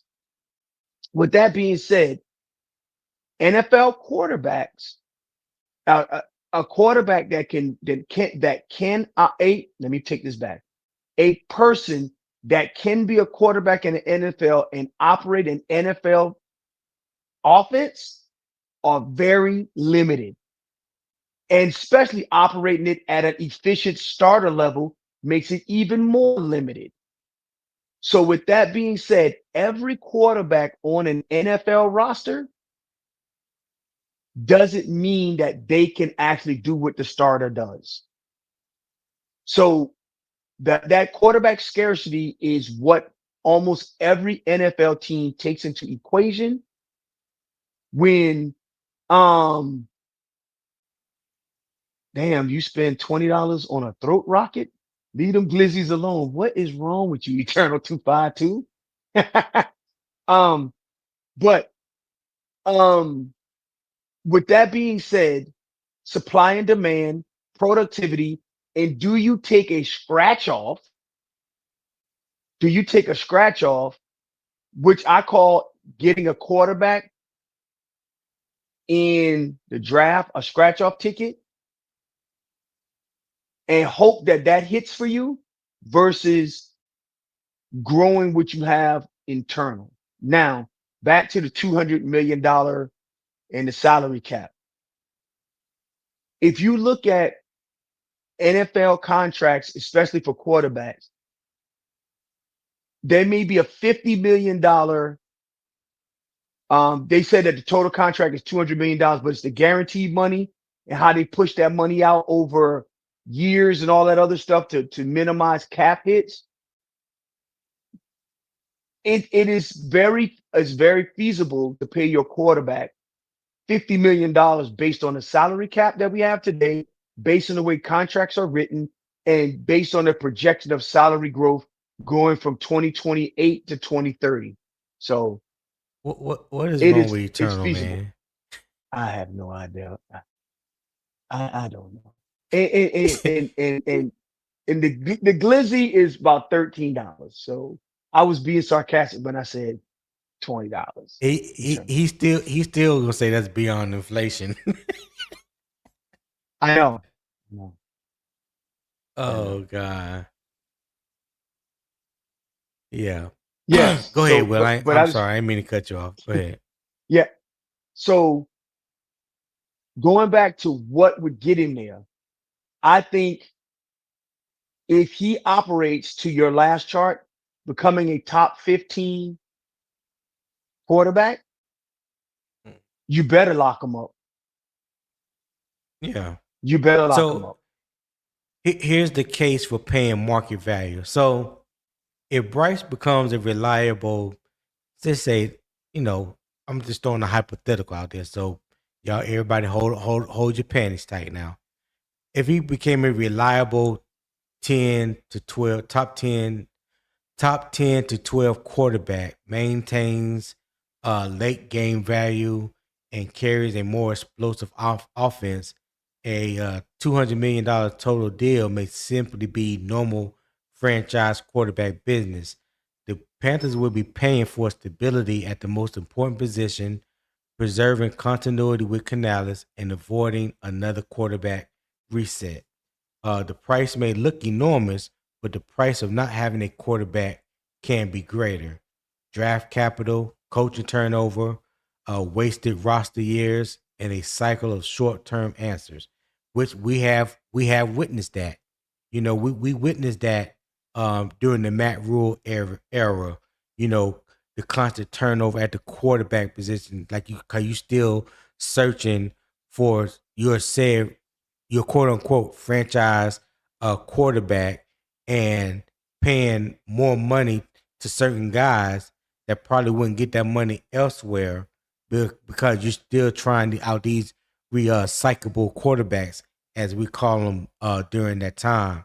So when you finally get one and you your head coach or your offensive coordinator has built has built that continuity with that quarterback, they're not going to be so easy to so ready to get rid of, say, a quarterback and start out over again, because when you start over, you don't know what you're getting with the next quarterback. That's an unknown. You can assume, or think what you may be getting, but you don't know exactly what you're getting. And if you believe in the quarterback that you have right now, why would you give up? Why would you give up and put yourself back into a reset market? Because now you're telling the team, I don't believe in this quarterback. I think it's time to move up. Let's blow it up and basically start all over again. Because that's basically what you'll be doing. You have some people that would say, well, the foundation is set to bring another quarterback in. Let me remind people that we thought that the year when Bryce was drafted. Y'all remember when Scott Fitterer said, "Oh, we just a quarterback away to getting this thing right." So then they brought in a head coach, an offensive coordinator that completely changed the scheme, because he came with his own scheme, rightfully so. But he made changes that not only just affect the quarterback, but it affected the whole offense, right? So it ain't as easy as people make it out to be. And even if Dave Canales was to stay next year, say hypothetically they got rid of Bryce after this year, and they say, you know what, we want to save some money. Let's go out and draft one of these rookie quarterbacks that's coming out, because 2026, the 2027 draft class supposed to be so strong and so deep. So now we're gonna take our chance on one of these quarterbacks. Now, say said quarterback don't come in and work out. Who's to say that said quarterback is going to be any better than the quarterback that you had the previous year? You don't know that, sir. You just don't How know. dare you? How dare you? You know what I'm saying? How dare you add facts bearing to the problem? So, just like there's a case for the market value, there's also a case against paying for hope, right? So one good season after 3 uneven years would not erase the volatility. So if Carolina pays Bryce Young because it is afraid to start over, the organization could turn a developing quarterback into a cap ceiling. The right question is not, can the Panthers survive with Bryce? A major extension asks whether they can build a championship level offense around his contract, and whether he can create answers when cheaper quarterbacks would need more help, right? So, like, the Panthers control the next 2 years of Bryce, this year and 2027. There is no rush for them to extend Bryce right now before the season, like some have put out there, and some people, I just say just put out there. I don't know if they really believe that. I'm under the belief that it will be after the season if they extend them. But let's just say they don't extend them after this season, and they say they need more proof, so we're gonna let them play out the 5th-year option. They can do that. But what also happens in that case is each year that you continue to wait, the market value goes up every year. And eventually you're going to have to end up paying the market value. So whether you do at the end of 2026 or at the end of 2027, there's going to be a price difference, especially if he continues to improve and his numbers reflect that at this year and next year. That creates better leverage for Bryce. You know what I'm saying? That creates better leverage for him when he go to the negotiating table. Now, if the opposite Mhm. was to happen, then that would create more leverage for the team. But still, if you can sign, let's just throw a number out there. Say you can sign him for $40 million right now. I'm just throwing a number out there. Would you like to gamble and take the opportunity and say, okay, we could sign him for $40 million per year right now, or wait next year when that number may become $50 million, or the year after the 5th year option year, wait till after that year. Now that number probably is more like $60 million. So there's a risk and reward in waiting or doing it early. You know what I'm saying? But one Mhm. thing that's not Mhm. going to change is the market value, because each year a quarterback is going to come in and reset the market. A wide receiver is going to come in and reset the market. We just seen Bijan Robinson reset the running back market just 3 to 5 years ago. The running backs looked like they couldn't even get more than 10 or $11 million. Now Bijan getting 25 million. Saquon Barkley getting 20 million.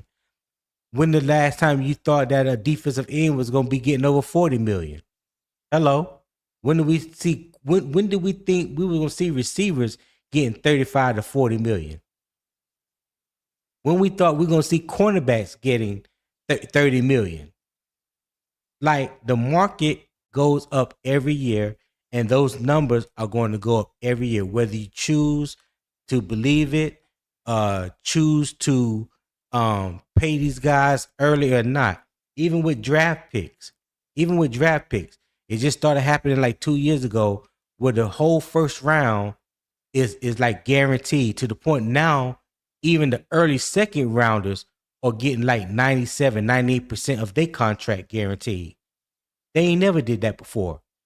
The market value and the salary cap dictates all of that happening. When the league makes more money, the players are going to make more money. Did I tell a lie, And it, Will? you ain't tell a lie. And thanks to us as fans, because we the one paying for all of this. We're the ones paying for all of this. So how do you think YouTube is able to afford to have dang the Sunday ticket? That's generating Yeah. revenue. I know I got Sunday Yep. ticket because I want to be able to watch all the games. Um, Right. and then the other thing that you got to understand, when you go and you do a quarterback reset, you think JC Horn want to stick around for a quarterback reset? Think Derek Brown want to stick around for a quarterback reset? You think Jalen Phillips want to stick Yeah. around with that? Tedderall McMillan is Right. going. Then none of these guys are going to want to do that. So just because you don't think that the quarterback is the one that you like, or the one you think is the one that should be there, they believe, and I'm talking about the Carolina Panthers, believe that Right. they have what they need in order to accomplish what they want to accomplish. So I get it. Everybody has their preference. I mean, my preference was Stroud, but Right. I can literally see the value of having Bryce Young be your signal caller. I know, like, what's the guy named, the Nepo baby that be on, Peacock, um, Phil The Nepo Simpson, baby. Chris Um, Sims. Chris Chris Sims. Sims. He's a Yeah. Nepo baby, right? So Oh, Chris the Nepo Sims, baby. I mean, he is. I mean, I but know. Phil You Sims, go ahead. Phil Sims has no respect for Bryce Young at all. None. Zero. None. Zero. None. And it shows in everything that he says about Bryce Young. That's fine. That's the reason why he's not a scout. That's the reason why he wanted to be a scout. He wanted to be a GM. He wanted to be all these things. He couldn't even be a quarterback. He couldn't even be a quarterback coach because he is a prognosticator, not somebody who analyzes NFL talent. So with that being Right. said, does a team, to your point, to try to land this plane, does a team go in the draft for a scratch off ticket, or do they go with the stock that they have in the market today? So to your point about salaries and salary cap, yesterday's prices won't be today's price. Facts. Talk to him, Everybody, Will. everybody lost their marbles at a $50 million quarterback. $50 million is now the average. You can get it for a little less, Now the average. may, maybe a little more. 2 years from now, $50 million won't be the average. Now you And trying let me to let me I'm sorry. let, Go let, ahead. let me Go let ahead. me let me just no, I didn't mean to cut you off, but let me just be clear about something because I saw somebody earlier in the comments said that well the lowest starting quarterback is getting around 20 million. I don't know who that is, and it may be true, but when you talking about and I'm not putting Bryce Young on anybody's level. I'm using the fact that he was the first overall pick because that has value. Whether people choose to believe it or not, it has value. First overall pick. He's looking to get a contract extension with the same team that drafted him, not the third team that he's played for or the fourth team that he's played for. That is totally different. So when people try to lump it in and compare him to Baker Mayfield or what Sam Darnold is doing, that is completely different because none of those guys got a contract extension with the team that drafted them. They got the contract that they got with the current team that they're playing for. Right? Took Sam Darnold a number of years to get to where he's at right now. Took Baker Mayfield, even though he had some success early on at Cleveland. For whatever reason, Cleveland didn't want to give him a contract extension, so they got rid of him. Mm-hmm.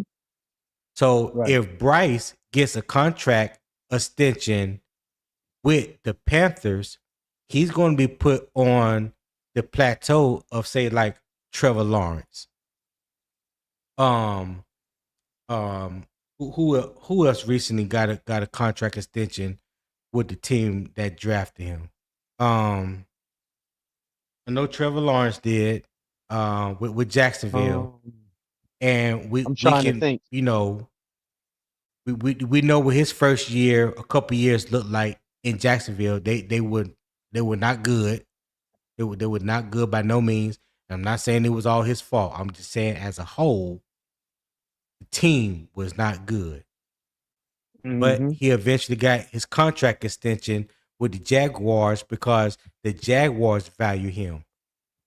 They don't care nothing about what the other 31 teams feel about you as a quarterback.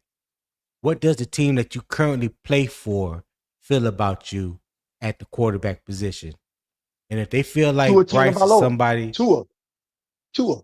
yeah, Tua Tagovailoa. Tua got that, yeah, Tua got that one with Miami. Miami drafted Right. him, but it wasn't long after that till they was able to get out of the contract, and it wouldn't hurt them cap wise.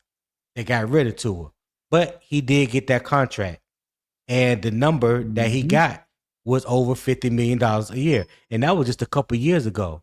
So just imagine when Bryce do um, get that contract extension if it's with the Panthers. Just say it's with the Panthers. That's why I believe Scott Fowler put that number out there at 200 million, whether it be 4 years or 5 years. It's going to be and that's just a starting point. That's not the Right. max of what he could possibly get. That will probably be the starting point. So when people say, "Oh, well, Spot Track says 37.1," okay, cool. Spot Track can say that, but I promise you, that's not what the NFL or the Panthers are thinking. Or Yeah, what go ahead, Bryce Young Will. was signed for. Or what Bryce Young would even sign for. Yeah, So, yeah. but I mean, this is a very important conversation for us to have as a fan base prior to the start of the season. because this sets up what he's playing for. Mm-hmm. Now, I will tell you, the Carolina Panthers want to give him that. He's going to have to show them that he's worth that money. I hope that makes sense to Yeah. everybody when I say that, because the Carolina Panthers need Bryce Young to work out. The way they have set up the offense, Yeah. the way they have Yeah. invested in the defense, they need it to work. Okay. 336 says, Tony, you're right about this being his draft team, but the problem is, Will, his value right now isn't 50. So that, yeah, we're not saying that's what it is. 336, you probably came in late. We talked, the whole reason of today's discussion was based off the article that Scott Fowler wrote back on the 30th of July, when he was talking about what he witnessed from Bryce in training camp thus far, and how he felt like in his 32 years of covering the team, it's the best that he has seen from a quarterback for the Panthers. And he was talking about when it is time for the contract extension, um, based, like I said earlier, based on the current market value and the salary cap continuing to rise, whether you may feel or I feel or will feel that he's worth 50, that don't mean anything, because a lot of that a lot of damn, a lot of that is going to be based on the current market value, not just production, not just based off statistic. That's going to play a part too, but the market value and the salary cap, all that is going to play a part. Um, other things will as well that we mentioned, we talked about earlier. But yeah, you probably are right in saying that Bryce ain't worth $50 million right now. You get no argument from me about that. But the salary cap and the market value is going to determine what he's actually worth. And the longer you continue to wait to sign him to a contract extension, the market value is going to continue to go up year after year, just like the salary cap continues to go up year after year. As much money as the league makes, the players will make. So you can say that a player is not worth XYZ. The market will always say otherwise. Trust and believe. They will always say otherwise. Right. Go ahead, Will. And I just want to use this analogy. And 336, he's right. Should he get $50 million? That's not the right question to ask. The question to ask is this: you need to buy this car, and and it doesn't matter the color, but you need this car, this make, this model, plus or minus 1 year. So you need a 2025 or 2026 BMW 5 Series, plus or minus 1 year. That's it. That's all you can buy. Yeah. The market value is the market value. I don't care where you look at across the United States. And oh, by the way, if you wait until 2027, now you need 27, 26, and the value went up. Just because you offer them people $35,000 for the car, when they say the car is worth 50, it doesn't matter what you think it's worth. It is what it is worth to the market. Right. That's what Right. we got to think about as Panther fans, unfortunately. And then it's also based on how you structure the contract. Do you load void years in there? Is it incentive laden? There's so Protection. many other. Yeah. for protection. There's outs in the contract. There's a lot of things that you would have to Right. look at as you're walking through that. And I think that, and the Carolina Panthers hasn't made, with this current front office staff, hasn't made bad money decisions as of yet. Right. So this is the conversation that has to be had. Yeah. And And and so I know. go So ahead. the last My thing I want to bad. say My about bad. the Tua thing, one last thing, I see a comment about the Tua thing, 1 year of production, yada yada yada. Couple of things with the Tua Yeah. production piece. I believe that Miami had an opportunity if they had continued to build the team correctly. I think that we're a better Mm-hmm. built team than Miami Dolphins built around Tua. And I'm talking about offense and defensively. I think that we're better. However, also you have to also take in account that if you do a quarterback reset, everybody's going to want to jump off the ship and go other places. People demanding trades. You got this going on. You got people not wanting to renew, want to test the open market, all kinds of stuff. You are then That's true. resetting your entire franchise based off of the core working out. So that's the reason why the Carolina Panthers really require this quarterback to work out, because they have invested so much in this particular nucleus, and he's the centerpiece of that nucleus. Yeah. Yeah, that's true. Um, Jeff R6599 said, "Good morning, fellas." Said Tony, I think the issue is that the organization is 100% sure that Bryce is the guy. They aren't convinced. What y'all think? Issue that I'm sorry, that the organization isn't 100% sure that Bryce is the guy. They aren't convinced. What y'all think? Go ahead, Will. I'll let you answer that one first.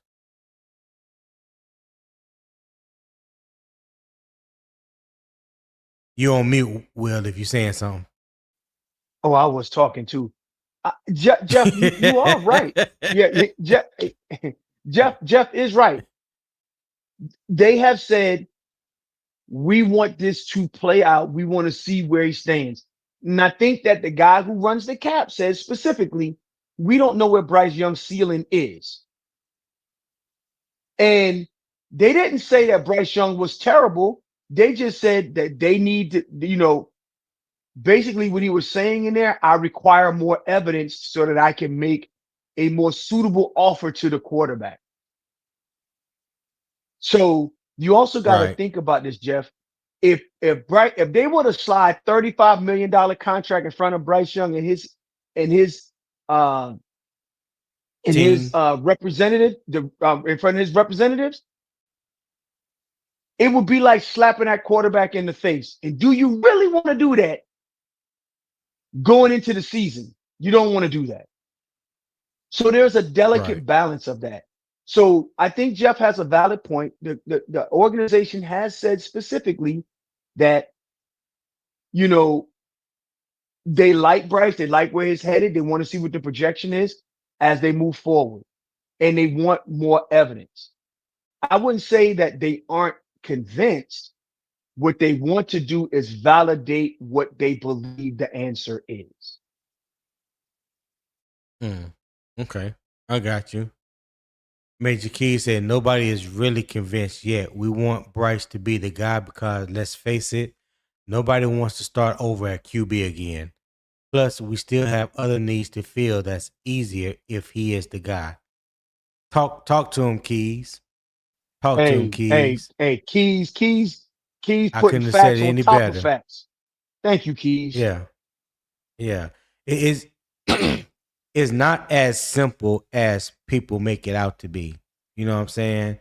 And you can chalk it up to just saying that they don't know the ins and outs or understand the ins and out. I mean, that's cool. That's all well and good. Um, I try to give people as much information to help them out. I don't know everything. I go and I research information every day. Because I'm not gonna sit here and act like I know everything, but I like to get as much information as possible to help, give me a better informed, make better informed decisions when I do talk about things. You know what I'm saying? But what you just said, Keys, that I mean that's spot on. To put it in a nutshell, that is spot on. Cause you gotta look at, and Will has said this multiple times today. You have to look at the trickle down effect that it will that the Panthers um have to deal with if they got rid of Bryce. You know what I'm saying? You're gonna have people wanting to jump ship, trade it, people, possible free agents not wanting to come and play for Carolina because it's gonna be looked at as you're not stable as an organization. When you don't have a franchise quarterback or a quarterback that you believe in, period, you would tend to be looked at as if your organization is either not stable or they're not serious about trying to win. And these older veterans like Devin Lloyd, Jalen Phillips, Derek Brown, Taylor Moton, guys like that, these vets, they want to win. They want to win. So they want to be around an organization that has a quarterback that they feel like gives them an opportunity to win. Yeah. So yeah, again, it's not as easy as people think. But Eternal said if he get 50 or plus, everyone going to want his agent for their contract negotiation.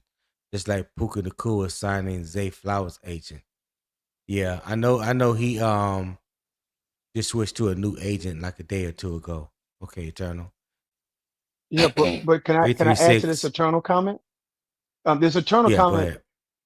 50 plus is the league average. That's the point. That's the part that we all got to wrap our brain around.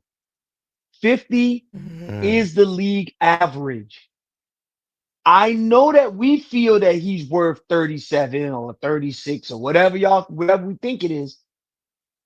You got to start thinking about the market price for a starting NFL quarterback.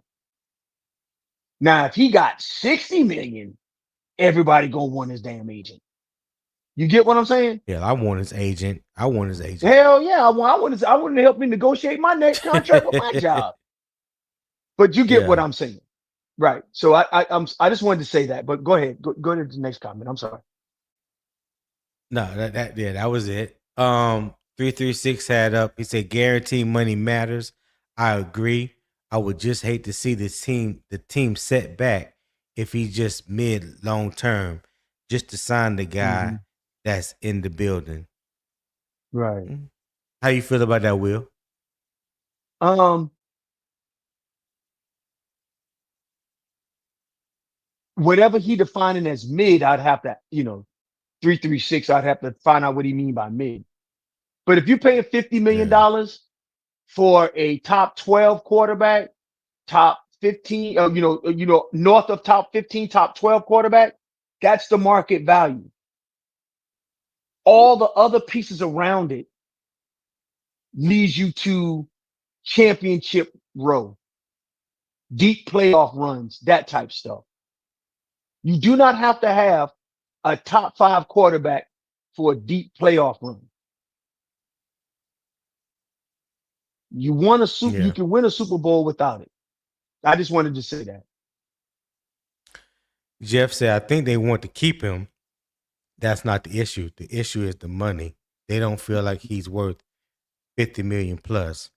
Well, I can't say they feel like that because I haven't heard anyone say that he's not worth X amount of dollars. I don't. Matter of fact, it's not. I don't think. I have not heard Dave Canales, Dan Morgan, Brent Tillis, or Brad is anybody to come out in the Panther organization and say that he's not worth X amount of dollars. So yeah, you you want to respond, Will?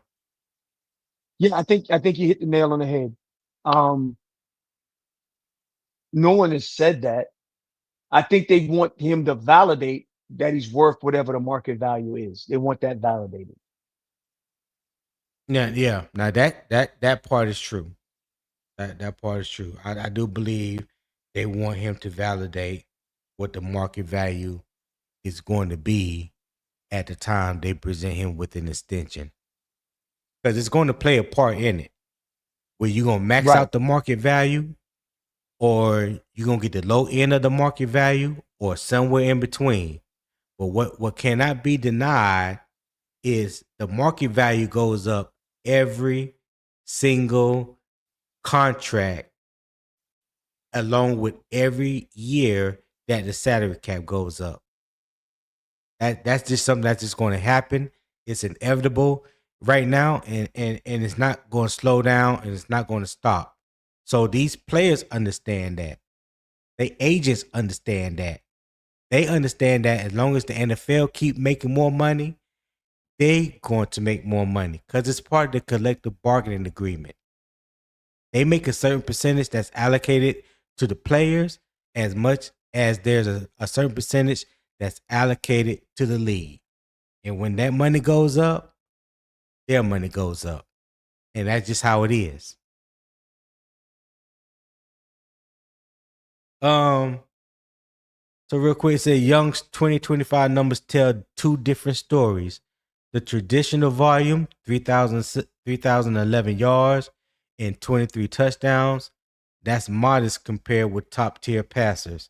The situational value, 6 game winning drives and league leading fourth down efficiency. That's much stronger. So, see, when you just talk about those two things, that's how leverage changes hands. That's how leverage changes hands. That's how leverage can either benefit you Uh, or hurt you. You know what I'm saying? yep. Yeah. You may say, well, I want to give you 35 million based on you only threw 3,000 yards and 23 touchdowns. But then on the other hand, you could say, aha, I think I'm worth 45, because how many quarterbacks um leading in fourth down efficiency and had 6 game winning drives? So now you got 35 or 45. So that there's a balance. So now you got to try to find somewhere to meet in the middle based on Hmm. those two numbers that was thrown out. It's called negotiating. And then they start Negotiating your throwing, and then price. exactly, and then I can throw in two examples for either other side that is not directly related to Bryce's numbers. The Carolina Panthers can say, hey, so we haven't seen the consistency out of you, but one season, and then Bryce Young team can go back and say, yeah, you're right, you haven't seen the consistency out of me, but also I played with the league's worst NFL run defensive team, so I had barely had time to be on the field in one of those years. And then, oh, by the way, in my game, I had to gain one, but we couldn't stop a drive. My quarterback had to gain one. You couldn't stop a drive. Mm-hmm. So these are all of the delicate dances that are happening behind the scenes. And this is the reason why players allow their representatives to talk to the team, and then the contract gets hammered out because feelings get hurt in negotiations. If you've ever had to negotiate your own salary about your value and what you think you value yourself at and Yeah. what people think you value yourself at, you are going to have, it's going to get chippy and feelings are going to get bruised. Yeah. Hey, Yeah, it Will, happens. Hmm. explain this to 3336. He said, "Are you required to pay market value if the player is under league average as far as production?" Um, I so, I'm gonna let you have that one. okay. So the answer to the question is twofold. We've already talked about QB scarcity, which is considered the market inventory. How many quarterbacks are out there that can actually do this work? Whether the production is slightly below average or slightly above average, it's the QB scarcity of the market. So the answer to that question is if you believe that that quarterback can operate your offense and you don't believe that the productivity was there, the lowest the best that you can hope for as a team is if you want to pay that player is the low end of the market value. It would be like buying a car with a lot of miles on it. You bought the same year. You bought the year that you wanted it in. You bought the car you wanted, but you had to get the car with high miles. So you paid a little less money than everybody else paid. So yes, the answer to that question, unfortunately, in business, the answer to that question, 336, is yes. Yeah. Hey, I dropped the link. So 336, if you want to come on up and have a conversation about it, you're more than welcome to hit the panel. Anybody else that feel like they want to hit the link and join the conversation, the link is definitely in the chat. Okay. Let's see what time. I mean, my lamb and black eyed peas for tonight. I'm ready. I want to see Will leads the key and these trash ass linebackers. Okay. All Yeah. right. Well, what about So yeah, development, man. Eternal? So we've been saying for the past 20 or 30 minutes, we're not saying exactly what the market value is. We're not saying that Bryce Young is going to get exactly what the market value is because we don't know what exactly the market value is. I think the starting point, what we have alluded to since we've been talking about this, is based on what the last five quarterbacks that I have seen get an extension. It's had Mm-hmm. at least been 50 million or better. And we're talking about teams, quarterbacks that are getting these extensions from the teams that drafted them, right? Teams that they have Mm-hmm. been with for so long, or whatever the case may be, whatever the case may be. Just like any other position in the league, whether you have been with that team 4 years or 10 years, the market value goes up for each position every year. Right. Every year. Every time Mm-hmm. somebody signs a new contract or extension, they are resetting the market in some way, shape, form, or fashion. Again, whether you believe that player is worth X amount of dollars doesn't mean that they're not going to get more than what you believe that they are worth. Again, I don't believe Bryce Young is worth $50 million right now. Does that mean he's not going to get that? Absolutely not. There Because you go. There you go. what I may think or what I believe has nothing to do with the market value and what the Panthers are willing to pay. I can There sit you here all day long and say I don't think he's worth $50 million. That don't mean nothing. That don't mean nothing. That is a as you say, Will, that's like empty calories. You know what I'm right. saying? I'm just trying to get people to understand why the NFL and why these owners and why these teams make the decisions that they make and what they base it off of. It's not my own opinion. Mm-hmm. It's not Will's own opinion. We just understand how the business is done on the other side. That's all it is. Right. And to Yeah. Poppin's point, he said it's messed up, Will, if that's the fact. Well, I'm sorry, business is the way it is. And I've said this is the third day in business. If you want a friend, get a fucking dog. Get a dog. If you want, I am sorry, it is business. And so you ever heard players when players be saying that stuff all the time, man, it's a business. Just like Mike Jack said, you think, I mean, I want Mike Jack here in Carolina uniform. He wants to be here in the Carolina uniform. But just like Mike Jack said, Look. look who popped in. Will, Mr. Who? Miyagi himself, Mr. 2020. I want to let him Oh know he is shit! the reason. He is the reason for today's conversation. Him and Hey, Beefy Brass Knuckles try to get at me the other night. You know what I'm saying? Try to tell me market value don't mean nothing.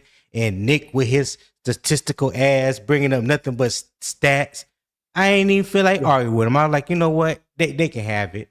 But yeah, right. this conversation was sparked just for you, 2020, and your bodyguard, Nick Gaskins. I was hoping Hey, his ass would pop up today too. I'm gonna let hey, him hey, have it hey, too. hey, hey, hey, ease Yeah. up off my boy. That's my dog right there. That's my I dog. will And you, not. hey, hey, I will hey, hey, not. He would try. he can't, Hey, Will. he can't, huh? He was trying. He was trying to start shit with me the other night, and I ain't feel like arguing. You know what I'm saying? So I was like, you know what? I'm gonna let him Nick have it. That's okay. That's all Hey, right. hey, But I hey, had hey, something for their ass hey, today though. you can't, your uncle can do no wrong in my wife's eyes. So I got to stand down, dog. I got to stand down. I had to stand down. Hey, Hey, but, but go ahead. Hey, appreciate you. but, Appreciate you for tapping in, my dude. Hit that like button yeah. too while you at it, since you ain't bringing nigga no coffee this morning. Don't think I ain't forgot. Go ahead. But I'm glad that we're having this nuanced conversations around the business around quarterbacking in the NFL. This conversation is half about the business of paying a quarterback and half about the productivity of the quarterback. Mm-hmm. It's a very it's a very common thing that gets missed, I think, in the NFL. And 336 just based off of production, that is not the only factors in building out a person's salary. Yeah. It just doesn't He work he that way. he he 336 knows that. He know that. He basically Yeah. just trolling because he ain't got shit else to do at work right now. I He know know. that. I know. Instead of him, he click He know clacking on that. his keyboard instead of earning his stripes at work. Here I Yeah. am taking a day. I'm off this week talking shit to 336 while that man working. Yeah. What did he say? Um. He said Bryce getting 50 plus right now changes the QB market to me. Well, again, like I don't believe that he's going to get extended before the season. I've never believed that. I do believe that he has a strong possibility that it will happen after this season.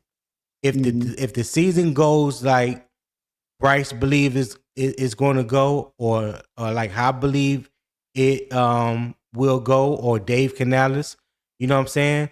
You can easily see the value going up. And like again, Right.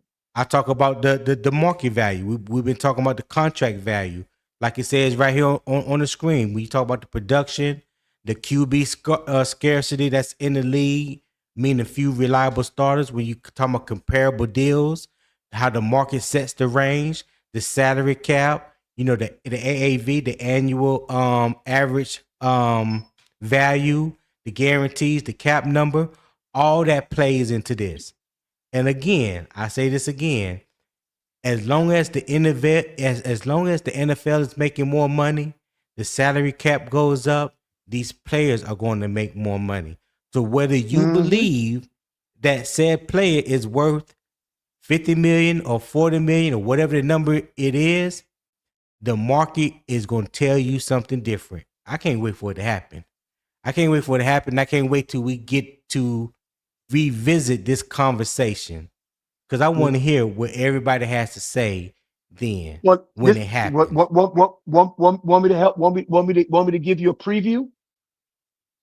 Yeah, We're never gonna win anything. We're gonna have to cut players. The worst thing in the world has happened. The sky is yeah. falling. All of that stuff gonna happen. Right. And and I believe, and I think that, and I think that, um, oh, what's the salary cap guy name? Oh Or my Brent gosh, Tillis? Brent Brent Tillis. Tillis.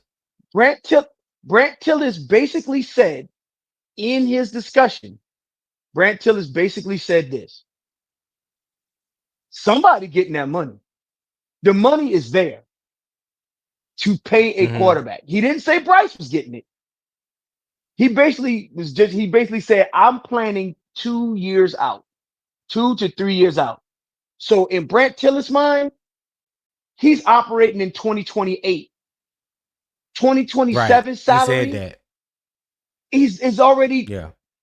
configured. So Yeah. and I believe that's where a lot of NFL teams, when when we only had our GM managing the salary cap, that was bad recipe for us. We was in Right. cap hell because we had a non-financial analytic emotional guy analyzing everything. So Dave David Tepper put into place to have Dan Morgan not only be able to make decisions on talent, but have a cap guy help him understand what he need to be paying for talent. And if he pay this, here's the second, third order effects down the line years later. As he walked through this, those are the decisions that he has to make. That's what makes sense to him. I Yeah. believe that whatever the money to pay a quarterback, whether it's Bryce Young or not, is available in the 2027 salary cap budget. So Papa says, Will, Brett may not even be here next year, but I do agree with you on that. They have the money. It's already been stashed for QB. All right. Correct, correct. Yeah. But So the let's only thing I go. would say to you, Oh, go Poppin, ahead. only thing I would say to you, Poppin, is Brent Tillis is what you call future ops. So Brent Tillis has already planned out the Mm-hmm. salary cap from to 2028 to 2029. So Yeah. with that being said, if he was to get a job as a GM at the end of this season and he goes somewhere else, the format of how they are going to manage the cap and the numbers are already set in stone for 2028 Yeah. and 2029. Yeah. We just have to find somebody to pick up that mantle. So let me ask everybody in the chat, all right, real quick. Um, would you pay 200 million for a top 15 quarterback play? Or does that price require top 10 proof? That's a good point. Yeah. Would you pay 200 million for top 15 quarterback play? Or does that price require top 10 proof? So y'all answer that for me in the chat. And look, we've been here 3 hours now. There's 104, 105 people watching between two platforms and Twitter. I appreciate the love and support. And thank you guys for tuning in. If you are enjoying the debate, the conversation, enjoying the vibes and the energy that the morning kickoff has brought to you this morning, I would greatly appreciate it if you would show love to the show. The QR code here is in the top right. You can scan that QR code, show support to the show. There's also a pinned comment in the YouTube chat at the top that has my PayPal link. So again, my daily goal is $25. I would greatly appreciate it. Not trying to pay rent or a car note or whatever. Just the $25 that will go a long way into helping me improve the channel and continue to bring you guys a great show each and every morning, which is Monday through Friday, 7 a.m. Eastern time. I greatly appreciate it. And if you do leave something through the PayPal, make sure you let me know in the chat so I can properly shout you out. I'm not going to announce your full government name on the channel. So if you do leave something through PayPal, once again, just let me know in the chat, and I will definitely shout you out for that. I appreciate it. Go ahead, Will. Would you even say something? No, I wasn't going to say anything. I was just reading some of the comments on your question to the chat. Okay. I'll pay, if you would pay $200 million for a top 15 versus a top 10 guy. I'll just read some of the Let's comments. see what they say. Uh Papa said, absolutely will. That was his clone up there talking to us. LOL, he's already 2 years ahead. he talking about he talking about Brent Tillis. Yeah, you're right, Gerald Poppy. Sticks Jones said, yep, show him the money. All right, Jones. I mean Gerald, appreciate that. Uh AJ Brooks 9086 said, you think Brent is going to be the highest paid cap guy? You are crazy. No, nobody said that. Tepper will not let him leave without an offer that is greater than what is on the table. I believe that. Tepper got the money to keep him. He already when he hired him the first time gave him a higher position, I guess you could say, as far as um what's the word I'm looking for? A title, that he didn't have in Kansas City. So I mean, Yeah, to lure him away from Kansas City to bring him to Carolina, and when they are beginning to rebuild, yeah, I would not put it past David Tepper to pay whatever it needs to be paid to get his guy. So whatever he has to do, I wouldn't be tripping. the only Blackout way said, that he will be leaving, the only way he'll be leaving is if he become a GM somewhere. okay. Eternal said, I'll pay 200 million for top 10, not 15. Okay, Eternal. Charles Xavier said top 10 gets 200 million, not number 20 to 15. Bryce Young. All right, Charles. Appreciate that. Tar Heel said Bryce gonna be a top 10 this year. All right, appreciate that, Tar Heel. Papa said, are you saying Brent, who's already got money, won't leave to be the man of his own team is impossible? Yeah, he's talking to AJ Brooks. Roadmaster say if he ain't top 10 with all these weapons, he just ain't got it. All right, Roadmaster. 336 says Tepper can enter a bidding war with anyone in the league. That is facts. That That is is fact. absolutely facts. Panthros 7496 said I'd like to pay 940 million now and be able to afford a good defense for the next 5 years. We wait now will cost 50 to 60 per year because he will ball this year. Well, that's a strong possibility. That That's is the definitely a risk you strong take. possibility. That's the risk. Exactly. That's the risk you take. Uh, so every last one of you in in the chat will pay because Bryce will win 12 games and he throws 4K and 30 plus tutties. Hey, from your mouth to Ooh. God ears. Hey, From your hey, mouth to God I promise ears. you, 336. Oh my dissertation Popping. for you will be terrible. You Oh, might as well throw Popping in there too. I think Popping needs to get in on that bet. no, no, no, no. I It- three three or just six. 336 specifically. 336 is like my kid brother. That you gonna prove him Yeah. wrong. We've been eating cereal at the breakfast table every morning, and he been talking shit every morning at the breakfast table. And my dad getting ready to get us dressed to go to school. But y'all say, boy, when we get in this class, when we get in this hallway, I'm gonna eat your goddamn lunch. But daddy been watching. Cause ooh, I can't wait.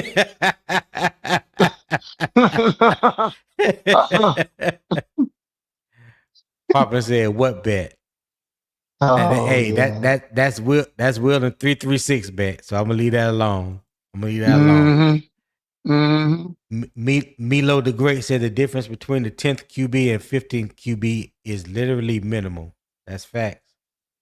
That is true. Eternal said Bryce throws for 4K, Poppin and Charlie going to be pissed. Yeah, they're gonna be upset. I'll And that would bet be Bryce crazy. don't throw for 4K. Okay, Rollmaster. Yeah. What you say, Will? Yeah. I mean, the thing about it is this. If he is successful this season, the way we think he'll be successful, I mean, if you're upset about it, if you open your mouth and say, well, you got to prove it to me again, nobody don't want to hear your mouth. Nobody Right. gives a damn what Right. you say. So go ahead and save that. Do it next year, and then I'll see. Ain't nobody got time for you, dog. Get somewhere and sit down. Yeah. I just want to go ahead. I just want to go ahead and say that right now. Okay. All right. Let's see what I still don't know what these damn jewels mean. At 313 Martin with the super chat gift with the 1,000 jewels air travel.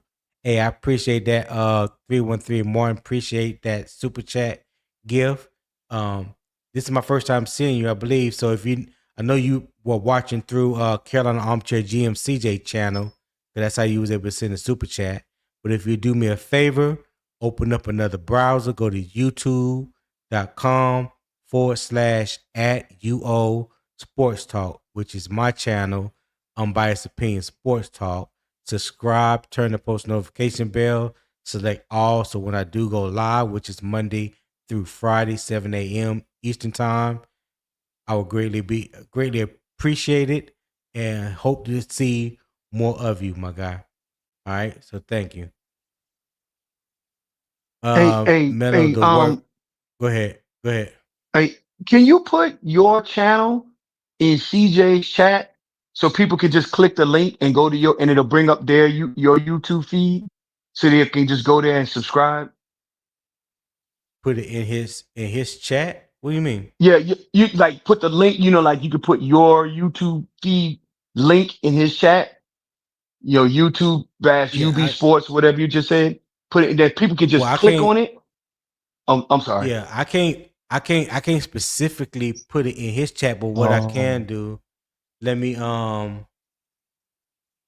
put the link in the I could put it in the StreamYard chat. So everybody that's watching through StreamYard, you should be able to access it from my channel or from CJ channel. So I just put the okay. link to my YouTube There it channel is. uh on in the chat. So if you haven't, again, if you haven't already subscribed, do me a favor and subscribe to the channel. Turn the post notification bell, select all, so you'll be made aware again when I do go live. And it's 5 days a week, 7 a.m. Eastern time. I would greatly appreciate that. So now we're talking about pay after 2026 or use the option year. So pay after 2026, I mean this upcoming season, you beat the market and there's a price certainty, right? But if you use the 2027 option and wait till after that season and you going to demand repeat proof. So whatever he does this year and you hope that it's better than last year, you want to see it again, right? Hmm. Performance certainty as well when it comes to that. But again, like we've been talking about, the longer you wait, and if his trajectory continues to go up, that's more leverage for him, and then the price goes higher. So those are the options that the Panthers are going to face by waiting, after this year, or then if they wait again after 2027. So these are answers. These are things that's going to come up. That's going to be talked about. I'm willing to bet that after this year, they're gonna have maybe some type of conversation with Bryce and his team about what they think the direction of the team is going, how they feel about him. Bryce is probably going to let them know how he feels about the team, the coaching, the city, whatever. I don't know exactly, but I believe just some type of conversation is going to be had more or less after the 2026 season. And I hope something gets done after this year as opposed to waiting after 2027 because that's his 5th-year option. Now they can franchise tag him and they can get him for a 3rd year. You know what I'm saying? That's another option. But Will, what you think? What you think about after 2026 or use the option year? So you, it's best if he, okay, yes, pay him after the 2026 season. And here's why. If Okay. you, the 2027 year is only benefits Bryce Young. It only benefits Bryce Young. And here's the reason why. You've already picked it up. So he's already going to get that 20 some odd $1 million guaranteed, whatever that number is. He's going to get that anyway. Period. Right? Mm-hmm. Let's say Bryce Young doesn't do well in 2026. You got to make him, you got it for 2027 anyway. So he's going to have to Right. repeat it. If he does well in 2026 and you don't pay him and then he does better or the same in 2027, now you're going to pay him more than if you didn't pay him in 2026. You would be negotiating against yourself if you're the Carolina Panthers. Yeah. And then you would be Yeah. then if you use the franchise tag, you'll be entering Jerry Jones stupidity-esque territory. How did I know you was gonna bring that up? Because that's exactly what you would be doing. Yeah. So Yeah. if you are smart about this and he shows you what you need to see, you cut the you validate, you build the salary, you give him the salary, you continue to move on. And watch Mm-hmm. 336 of them guys crash out.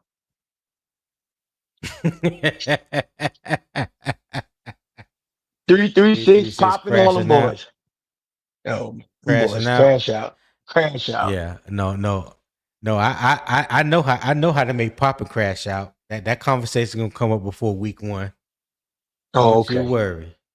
Okay. All Don't you right. worry. Well, okay.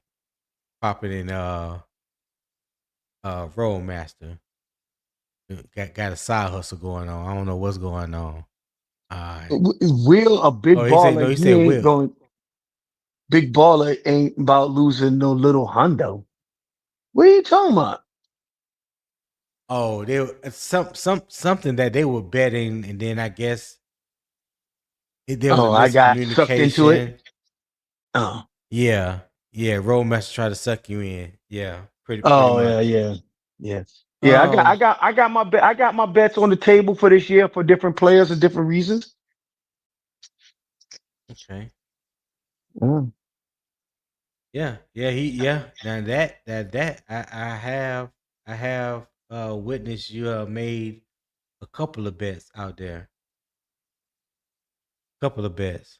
All right. So Man, Commander 336, you um. ain't got no patience of Job. You get somewhere and sit down. Running my light bill up with that bullshit, man. Oh man. Oh man.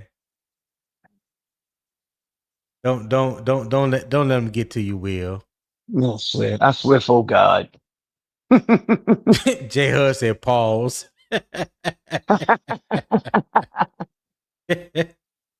Oh man.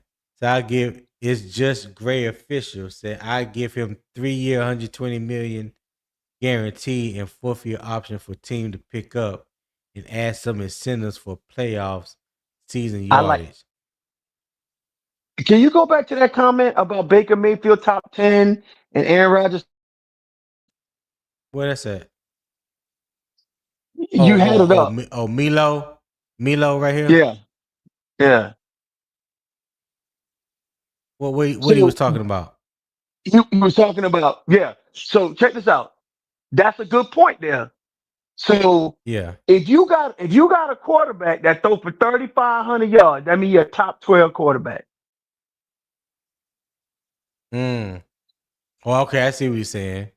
I see what you're saying. Yeah. That's an important point. So So I just wanted to throw that out. I just wanted that's people to see the numbers. And that's in yeah. your passing yards. That's just in the passing yards category. Yeah. So what do you think about all the people that say that Bryce need to at least throw for 3,800 or 4,000 yards before they can take him serious or feel any different about him than what they feel right now? When you just said like 36, almost 3,700 yards has Baker 10th in the league, because you know a lot of people they base it on off of how many yards the quarterback has thrown. So if You don't have to Bryce do that. Mm-hmm. throws for 36, if he throws for 3,600 yards, does that make him a top 10 quarterback? Um, I say this is that is one of the metrics that would make him a top 10 quarterback or whatever the case may be. There's other things that would go Yeah. into that. But what I will say is this is that just go to show when you put the numbers, you say you have to throw for 4,000 yards. They make it seem like 4,000 yards is the average. That goes to show you that Mm-hmm. they actually don't look at stats. They place unrealistic expectations. I tell you what, get your lazy fat ass out there and run an 8-minute mile. Damn, Will. Every average human should be able to do that, right? Oh, you know they can't do that, Will. Come on now. What's happening? Hey. What's happening? The real HHT Entertainment. I think this Yeah, is I this just is read. first time. This Yeah, your yeah, first it's my time first being time up on on the this panel, show. right? Yeah, yeah, Okay, yeah. But okay. I be listening to your show every morning though. I appreciate that, my guy. I appreciate that. What's on Yeah, your yeah, yeah. mind? Talk to me. Oh no, since y'all was talking about the with the yards, I think there's like some context with that. Like, I mean, I don't think he got to Okay. throw for no 38, 4,000 yards. You know, if he throws for 35, but the touchdowns is like 30, that's a very good season. You know what I'm saying? But if you're throwing for I like agree. 31, 3,200 yards and you only throwing 22, 23 touchdowns, then, you know, that's a different story. So I think what people want to see is more. I know 31, what would he do? 3,011 yards. Jumping to Yeah. 4,000 to me is not realistic. It's just, I mean, if it happened, hey, Right. great. Me neither. But but if you can get to 35, you know, and let's say you go from 23 touchdowns to 28, 29, that's some significant, you know, improvement. So that's kind of where I see it. But when people say 4,000 yards, I'm like, come on, man, that's not happening. It'd be great, but the offense would have to completely change Right. for that. Will, what you think about what HHT said? I absolutely agree. I absolutely agree. And that goes to you're placing your expectations in the reality column and not, what I love for him to throw for 4,000 yards, man, you wouldn't be able to smack a smile off my face if he did that. However, if he throw for 3,500 yards and 28 touchdowns, 28 tutties, Yeah. and less than half of that less than 15 interceptions, let's say he throw for interceptions or something like that, what's that is that's a different story. And you better cut the line right there and pay that man what is the market value right now, because it only goes north from there. Yeah. Yeah. That is true. That is true. That both of you guys brought up excellent points. Well, HHT, you definitely brought up a good point, and I co-sign with both you and Will said. Yeah, I definitely agree on that.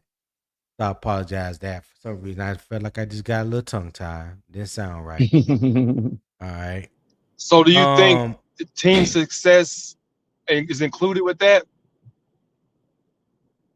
Because quarterbacks can it have good years can. and not win. Yeah, and see, and that's the unfortunate part of it, because it seems like not all QBs get measured on the same scale. You know what I mean? Um, you know, for the quarterback, they, in my opinion, unfairly get judged based off of just wins and losses. Because it's like if they win, they gonna get the credit, but if they lose, they gonna get the credit. It's like nobody says no. It's like nobody realizes that football is the ultimate team sport, right? So you got to have offense, special teams, and offense, defense, and special team factors into that. But because the quarterback plays such a polarizing position, in the most demanding position in all of sports, rightfully so, they get held to a different standard. They are expected to do more than than any other position. But I don't think like they should just be solely judged based on their numbers. Let's just go back just a few years ago when Joe Burrow threw for over 5,000 yards and like 40 something touchdowns, and the Bengals only went 5-12. But you didn't hear too many people saying that the Bengals went 5-12. They just talked about how good of a year that Joe Brady had. You know what I'm saying? So are you a team first guy and look at everybody's stats, or are you just a me first guy and just look at individual stats, and you just going to reward the quarterback based off individual stats? So it's different ways that I think people look at it for each team, because not all 32 teams evaluate their quarterback position the same. Now I'm not speaking like I know, because I don't know, but I would go out on a limb and say everybody evaluation is just a little bit different. It's not one all be all evaluation type thing, if that answers your question.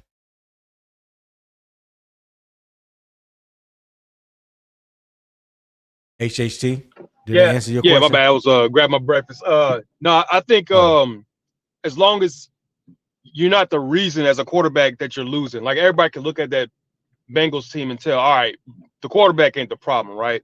But when you look at like Jameis right, Winston when he's with the Bucks, yeah, he was throwing for 5,000 yards, but he was also throwing for 30 interceptions, right? So they knew the quarterback was the right. issue. That's why they switched him out. Tom Brady goes there, Okay. they start winning, right? So if he comes out and has the numbers, but the wins are not really there, that means there's got to be another reason, right? So you really can't put the blame on him. So it just depends. But like you said, every team values their quarterback differently. So I agree with Popping you on that one. 336 for blame. Popping 336 for blame, Bryce. You better believe that. No, I Yeah. mean, no, I mean, yeah, it's like, yeah, look at the games, like, right? If we like remember that year Teddy Bridgewater was the quarterback, and Uh-huh. we only won 5 games, but we like lost all those games by like single digits, and like we were in all of those Mm-hmm. games. You really couldn't sit there and be like, all right, we got a problem finishing, but you know the team isn't as bad as what the record is. You just got to kind of look at it that way. Yeah, you're right. Well, let me ask you this, HHT. Just looking back off of Bryce season last year. So Hmm. we finished with, so the games he played, he was 8-8, right? So Yeah, that one game against Buffalo, that's Andy Dalton's. they don't count. But Yeah, just yeah, yeah. Bryce, yeah, just Bryce 8-8. So when you just look at his record, how would you judge him based off his record alone as the quarterback? Would you say that the games that we lost was on him, or Hmm. the game? How many games did the Panthers lose last year? Would you say was on Bryce, and how many games did they win last year? Would you say was on Bryce? Well, I could just name I can't think of the number off the top of my head, but like I can name a few Right, games. Obviously, the first two, Bryce did not play well. Like his play led to those losses. Yeah, in that Cardinals game, kind of picked it up in the second half, but I would think he was like the kind of almost like the sole reason, but a good reason why we lost that game. Obviously, that 49ers Okay. game, the defense played, great. We just didn't score any points. But I would say some of the losses, like, the one that was in New Orleans, um, we played well enough to win that game, but I felt like we just didn't separate ourselves in that second half. That could be the play calling, those dumb penalties or whatever like that. But I think his record basically meshes up with his numbers. His numbers were average to, slightly below average. His record was average. So, I mean, I'm not really shocked there. Okay. All right. All right. Well, what you think, Will? I never asked that question to anyone before. That just popped up. But Yeah. what would you say the number of wins to the number of losses you feel like Bryce contributed to? Um. So I agree with everything HHT said. I'd like to add Mm-hmm. about the New Orleans game. We had that game won in New Orleans, and I don't know what it was that called. I mean, we had that game won, and we let it slip away. I will always say this about the Tampa game in Tampa. We left it into the officials' hands. We didn't lose that game. That Hey, Will, game, I completely Mm-hmm. agree with you right there. Mm. right. That game still sticks into my claw because you have people right now saying, "Oh, they won, they 8-9, they won." If we would have just been fairly refereed, we would be a 9-8 team, and we would have won that game. That would have been a hats and t-shirts game in Tampa. Right. Period. We would have swept Tampa. I mean, so I say that, still going back to your point that you said in the middle of the pod, Bryce's consistency, the offense consistency will lead to better productivity, which will lead to more wins. Because to HHT point, that game that we lost to Arizona, if they would have came out and played like they played in the first half, the second half, they played in the first, it wouldn't have been, we would have won that game. Period. We would have beat New Mm. Orleans in New Orleans handily if we was more consistent. And if we were more consistent, we would have never left it to the umpires and the officiating hands the game that we lost in Tampa. And I'm still upset about it because I will tell you this, the Tampa fans was laughing because they was like, they are trying to the NFC South. Oh, yeah, a real fan. Yeah, they saw it. They was laughing. They was laughing. They was like, "Hey, man, because I was telling the guy sitting next to me, I was like, yeah, I love coming to Tampa because I love getting Cuban sandwiches." He was like, "Hey, man, go Mm-hmm. get you a Cubana, man. Go get you a Cubana. Hey, go down to Ybor City and smoke you a Cuban, baby. Y'all gonna lose this game. The rest is the fix is in, baby. The fix is in." I was like, "Oh, boy, I was so mad." Oh, you couldn't, you know how much I'm a fanboy, Tony. Good God. But you know what? Yeah. Well, I think Oh, that goes to. Oh, my bad. hold on 1 second, HHT. No, you good, but hold on 1 second. Quantum, what is happening, my brother? What's up, Tony? Good morning. How you guys feeling? Man, hey, I So can't call it. Try and shake a little honey from the tree today. That's all. I What's feel going you. on with I'm you? on the right podcast for that. Nothing much, man. Just chilling, listening to the show as always. What's up, Will? What's up, HH? What y'all guys got going on? I hear the conversation. Yeah. Yeah. Go ahead and let go ahead, HHT. Go ahead and finish your thought.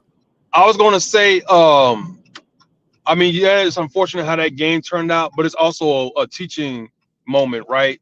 All right, hey, we got to play, certain games. We're going to have to just come out here perfect, or close to it. We can't allow it to be into the refs' hands, like, Will said, because when you play those close games, the refs will intervene, unfortunately, because, the NFL wants those ratings. That's why that, week 18 game with the Saints and Falcons meant a lot because we would have won. Who cares about that game? But we're still a young team, and it's a teaching moment. And hopefully next year, we'll go into a game thinking, all right, we can't leave into the refs' hands. Right.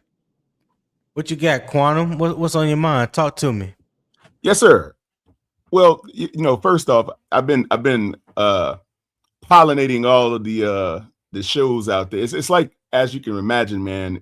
This past week has been like a marathon of Bryce hate, and I've had to fight everybody on almost every podcast. HH knows all too well what I'm talking about. And it's like the more the excuses, the more that Bryce accomplishes, the more the excuses barrier starts to be pushed back farther and farther. And I'm just watching this in real time, and it's just it's comical to me. It's like what Will just said a moment ago about those yards. I said to him, well, if he accomplishes that, they're going to say 4,300 the average after that. He's never going to quite make it in their mind as to where he should be. And he's never going to be justified the numbers that the team is willing to pay him. They're never going to see it. It's always going to be another barrier that he has to cross in order to accomplish whatever they're going to say. So it's going to be some fun times when he does what he's going to do this year. I believe so. I believe so. Yeah. Go ahead, HHT. There he is. No, I'm not. See, Quantum, I'm one of those where I'm not truly in favor of Bryce, but if he shuts me up, I'm not going to sit here and make excuses, right? Because what's going to happen. Oh, he's got to do it, the next year. But if he makes I won't say a drastic increase, but it has to be more than marginal, right? He makes a good increase. I can't argue that, I just can't. Yeah. You be crazy. Why they on your neck in the chat, man? Why 336 and popping on your neck, man? I told you, it's like this everywhere. It's been like this. It's been really ratcheted up the past because I've been giving everybody a hard time about this. No one can debunk my point. That's what it is. They're nervous in the service, man. They get nervous in the U.S. Army. Will, that's what it is. Yeah. Go ahead, Will. They get nervous in the service, and just like I said, in 336 about the Tampa Bay game, we left it to the officiating hands, and we need to separate ourselves, and we can't do that. Every team in the NFL has that story. I'm singing the same thing he's saying. He just doesn't want to hear it, and they see. You know what? I shot Bryce. Carolina Panthers shot an azimuth, and that motherfucker's at 160. We doing 180 degrees, and it said 400 yards that way at a run. And he's on his. Yeah, you cut out, Will. You cut out. They scared. I'm sorry. They scared he's going to hit that marker, and I wouldn't say scared. They don't want to. They don't want to have this discussion. And and when he does hit the marks that he needs to hit, I talked about that kid's resiliency. That's why Broski said he didn't storm the beaches of Normandy. And that's the point. So you mean to tell me you got to be? In other words, the definition of resiliency is Saving Private Ryan now. You get what I'm saying? I told you. You're gonna move the bar, man. Stop it. Just stop it, y'all. As a fan base, organization, as a franchise, need this quarterback to work out. If he doesn't work out, then we move on. But if he does work out, just accept the win. Thank you. You know what? It's okay to be wrong. Yeah, if you ask my wife, I'm wrong every day. My wife, Will, but that's the problem these days. Every day.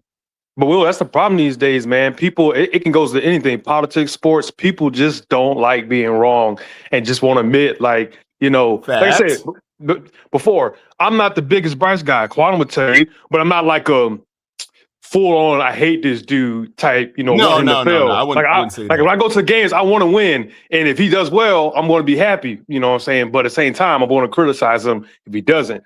He goes back to him being consistent. I can't stand that you do this one game and you do this another game. we All lost right, AJ. HH, we lost you there, dog. Hey, Tony. You know how I would categorize HH? I would categorize HH as optimistically pessimistic. That's what I would call optimistically pessimistic. Optimistic. Yeah. Explain that, Quantum. Explain that, please. If y'all can hear me. Yeah. Because it's exactly what you said. Shit. Every time I talk to you, it's not that you hate the guy. It's almost like you're one of those guys that you want to see even his negatives go through so you can have a reason to justify why you should actually uphold his stature or why you should pay him and all this. I get the way you come at it. So you're optimistically pessimistic, in my opinion. The other people that I talk to, they just I've had guys tell me flat out they just don't want him. I said, what if he throws for 4,032 touchdowns? I don't care. I want him gone. I'm like, good God. The brother can't have a superb season and still stay. That right there is that's complicit hate right there. That's like a hate from the 40s at the lunch counters of all of the places. Kicking truth to the young youth, baby. Tell me about it, Will. Like Will. We both military servicemen. Tony's a military serviceman. All of us on here, even HH, military servicemen. We all understand what it takes in order to breach the barriers of high level aptitude, et cetera, right? I think Bryce exudes a lot of that. The guy has the right attitude.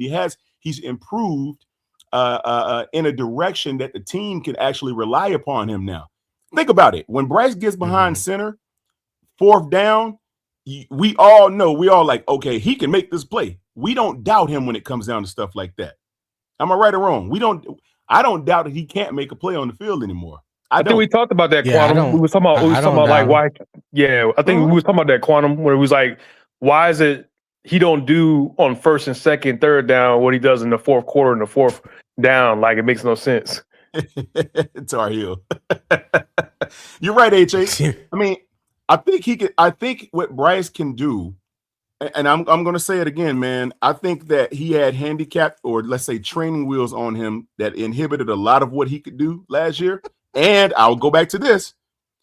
When the season started, a week before the season began, this dude had his full receiver core intact. Now, he couldn't depend on Tet because Tet was obviously a rookie. He didn't know what he was going to get out of Tet. He probably had high hopes for him, but he didn't know the production, the overall outlet of production that Tet would display. So he didn't really, you can't really count on that. But he had Adam Thielen. Hold that thought, Quantum. Who said Bryce would throw for 4,500 yards? I don't think nobody up here said. Yeah, I don't think nobody up here said he's gonna throw for 4,500 yards. See what I'm saying? And that's how they changed it. They're going to do. And what happened is they'll go to their handlers. We haven't had a quarterback in Panthers history that did that before.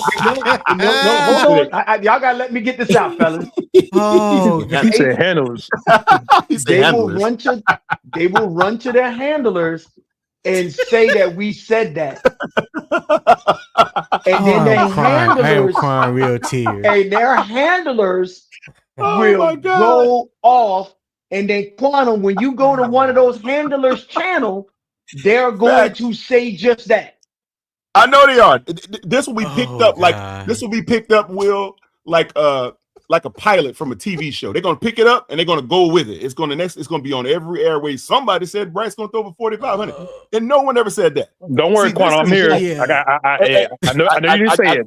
Hey, plausible deniability. I have HH here to undermine exactly the commentary that's been displayed here today. It's not been said. Number two, when Bryce came into into this past season, Adam Thielen was there, Jalen Coker was there, but when the season started a week before, those guys were injured or either gone. That's a huge hole in your production outlets where you could throw the ball. So yeah, he's gonna throw for 3,011 yards. That's another 400 or 500 missing. He would have had 3,500 had those guys still been there. Tell me I'm wrong. We missed Jalen Coker for 7-8 weeks. No Adam Thielen. How dare you provide nuance to the conversation, sir? How dare you? No, but hey, Will, they will tell you these guys will have you believe that that's all Bryce is capable of is 3,000. Oh, he barely got 3,000. Like, come on. Let's be real. We know why. He missed one game. He didn't have his weapon. Yeah. None of that nuances matter. None of that Now, matters. can you go back and say that 54 burger that he dropped on us is unacceptable? Absolutely. So two things can be right. Well, Will, I've already debunked that too. See, everybody wants to point to this 54-yard game. They like that's when I nail them down, Will, in each corner they can't go anywhere, they'll go to that. 54 yards. Okay, well, how about this? There was another outstanding quarterback that actually played a sub 100-yard game. Matter of fact, it happened to be in an AFC championship. Who was that guy? Hold on now, Quantum. Hold on. Nobody said a word of it. Notice how that slid under the radar. Nobody ever talks about it. Hold on now. What was the I'm not listen. What was the context of that AFC championship? What happened in that game? It was a blizzard. You ain't about. I don't give a crap. It's football. You can, look, man. So you mean to tell me a blizzard? Why do they play the ball? Why do they play the game outdoors? Because those things are the elements and inclement weather is expected. I agree with Will when he said, like, you can't excuse that. It happened.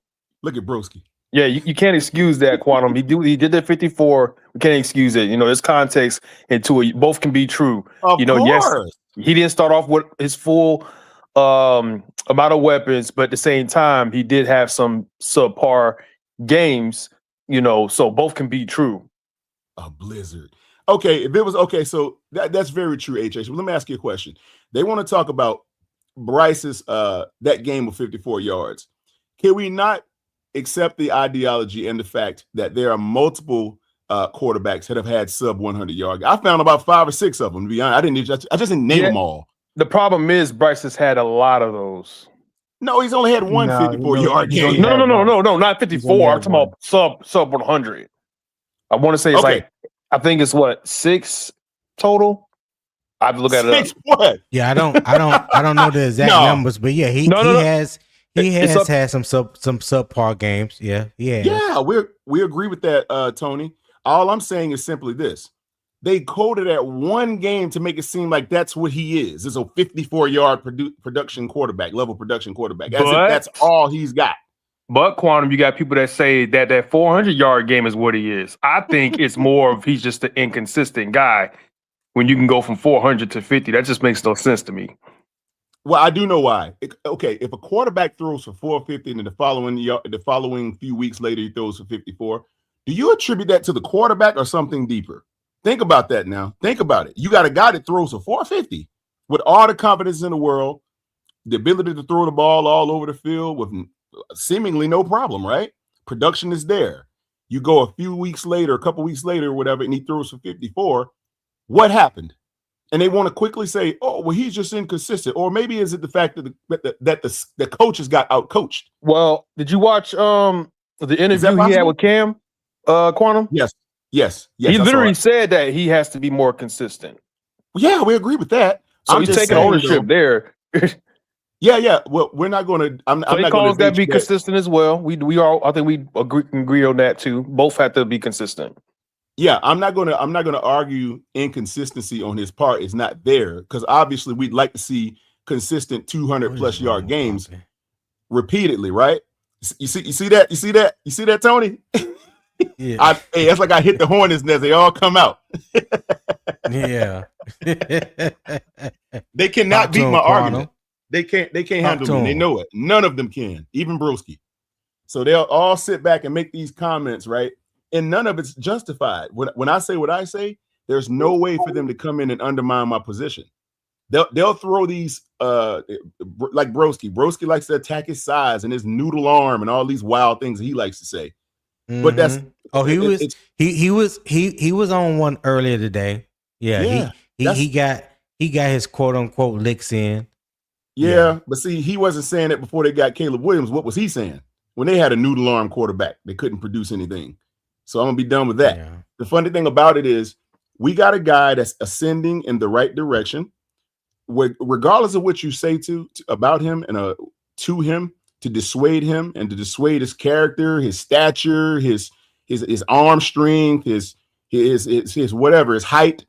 None of that really matters because the guy every season has produced. But they'll say, "Oh, it's marginal production." Well, the increases are there. He's trending the right direction. Is what you want to see. I keep telling people Bryce is a mutual fund. He's going to grow better and better over time. That's what he is. He's not one of these stocks that go up high and crash the next day and stay down for 5 years and come back. No, he's a consistent growth. His numbers are getting better. They're going to continuously get better. And as long as he's got the weapons, start week 1 throughout the season, no one gets hurt or injured, he's going to have wonderful production. Hold on real quick, Quantum. Bloody, I do not really want to get started with you today. Oh boy. We had such a good conversation last night, Bloody. Don't do that. Don't do that. Cause if the shoe was on the other foot talking about Mullins, you'd be ready to crash out. So don't do that. Hey, don't dish out what you ain't willing to take. Hey, please leave Mullins out of this conversation. Well, leave no, I will not. I will not. Absolutely, I will not.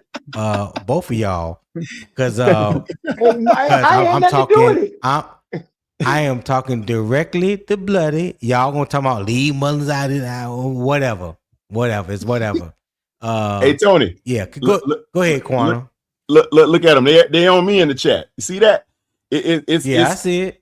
Hey, Will, you see what happens when the truth comes out, right? It's like a truth serum. No one wants to tell the truth, so they run from it. Hey, it makes everybody face the fact. Somebody gonna be wrong this season. You cut the grass and the snakes will show. You know what I mean? Yeah, facts. So hold on. She nice. I never seen her before. Say that's the problem. You act as if Bryce Young cannot receive any criticism. All number 1 draft picks are held to a certain standard, but for some reason, Bryce Young is baby fight and cuddled. Okay. She nice. Thank you for tapping in, watching the show. I don't know exactly who you are, but on this show, we have criticized whoever deserves the criticism. Today topic about Bryce, it wasn't even about criticizing his good or bad. Just for people that's coming in late, they don't understand where the topic of the day come from. It was based off an article that Scott Fowler wrote on July 30th, saying that what he has witnessed in his 32 years of covering the Panthers is that he witnessed Bryce Young performance on this particular day is the best that he has seen from a Panthers quarterback since he had been following the team for the past 32 years. And in that article, he was just throwing out the fact that possibly if what he witnessed carries over to the season and the Panthers benefit from that, then it could be possible that Bryce Young could be asking for at least $200 million, and that would be the starting point. So it's not about criticizing him or whatever, because I've done my fair share of that. It's on record. We've talked about that. So I'm not even gonna go down that road, because if that remark was directed towards me, it would be false. But today's discussion was basically talking about whether should the Panthers extend him after 2026 or the 2027, which is his 5th-year option year. So that's what the discussion is about him.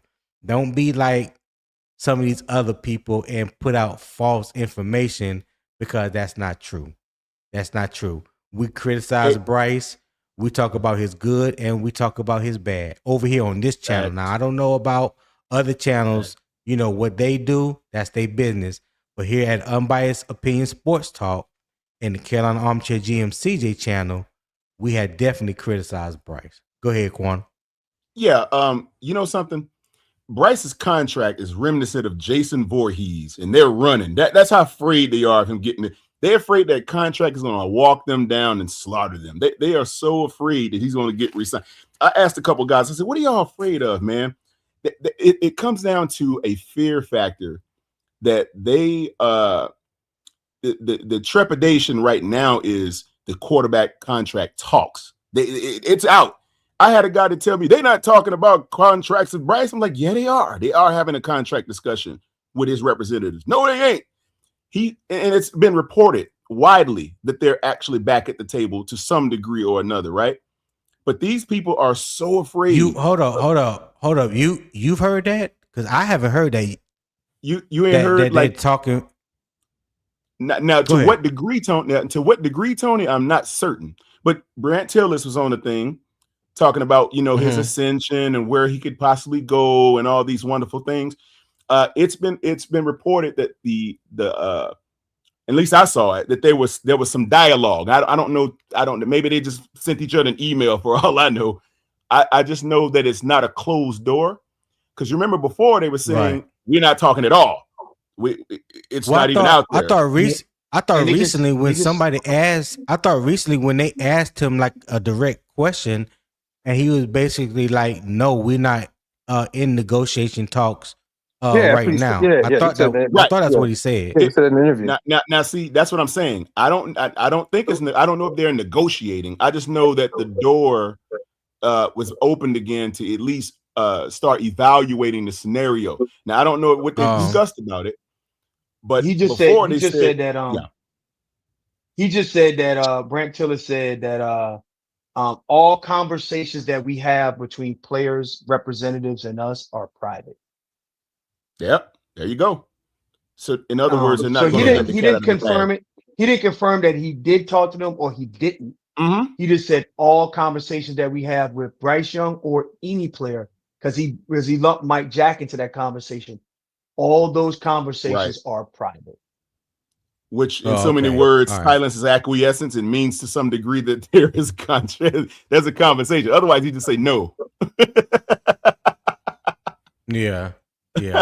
Right. I mean, I think it's always a conversation, though. I mean, that doesn't mean. I mean, it's always going to be some kind of dialogue. Like, hey, what does this look like? What do I got to do to get this? Mm-hmm. Doesn't mean you have an extensive contract talks. No. I think he already knows what he has to do to get whatever number his agent is thinking. Facts. And that's just trying to see if that aligns with what the Panthers are willing to pay.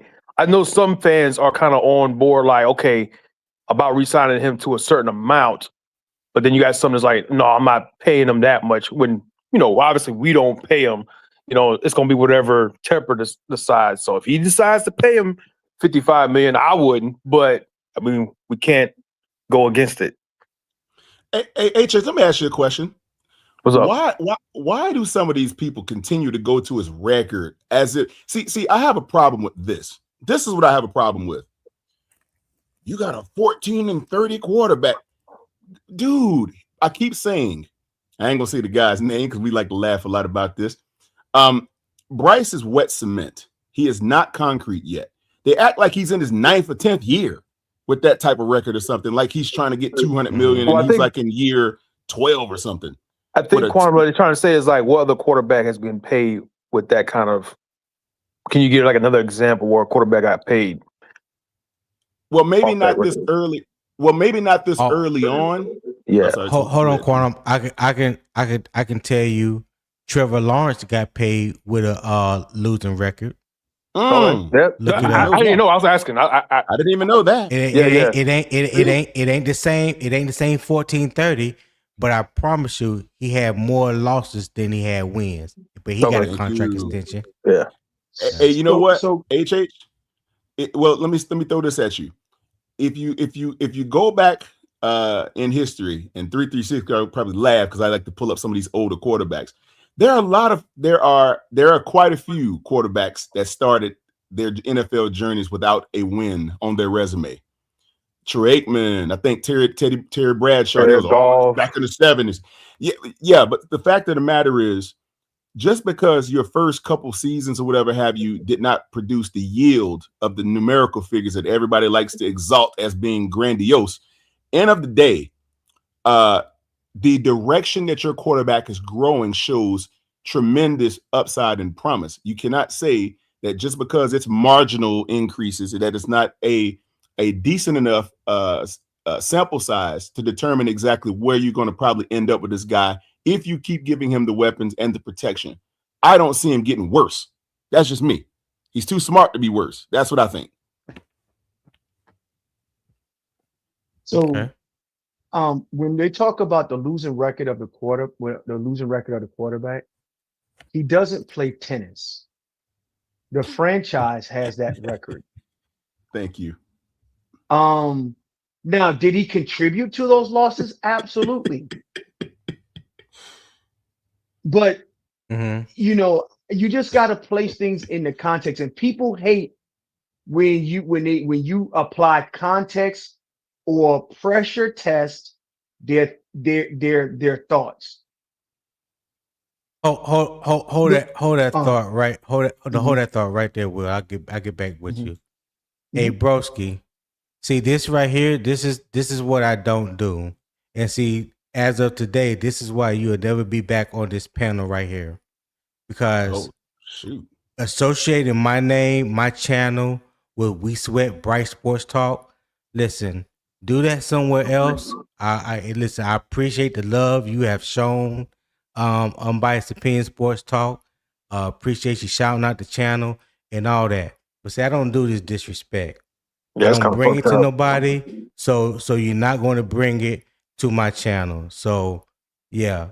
Hey, whether you want to do or say whatever you want to do in the chat, but I just want to let you know so it ain't no secret. Whenever you hit the link and you don't come up on the panel, this is why right here, because I don't play these games.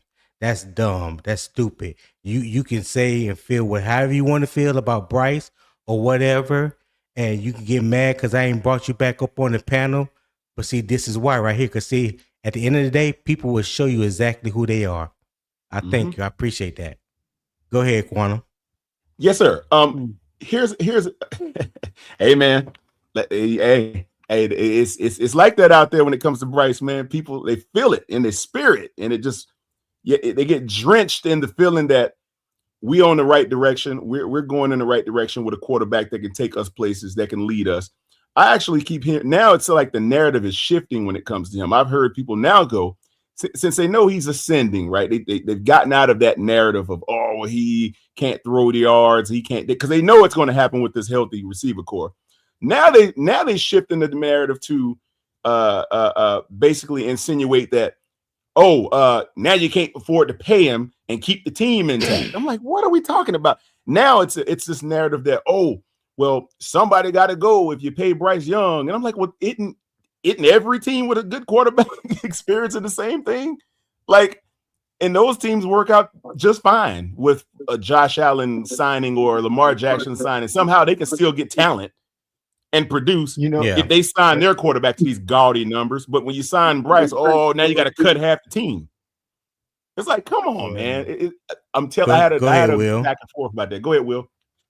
Yeah. So, just to kind of toe tap on that, right? You cannot say. I'm gonna give you a great example.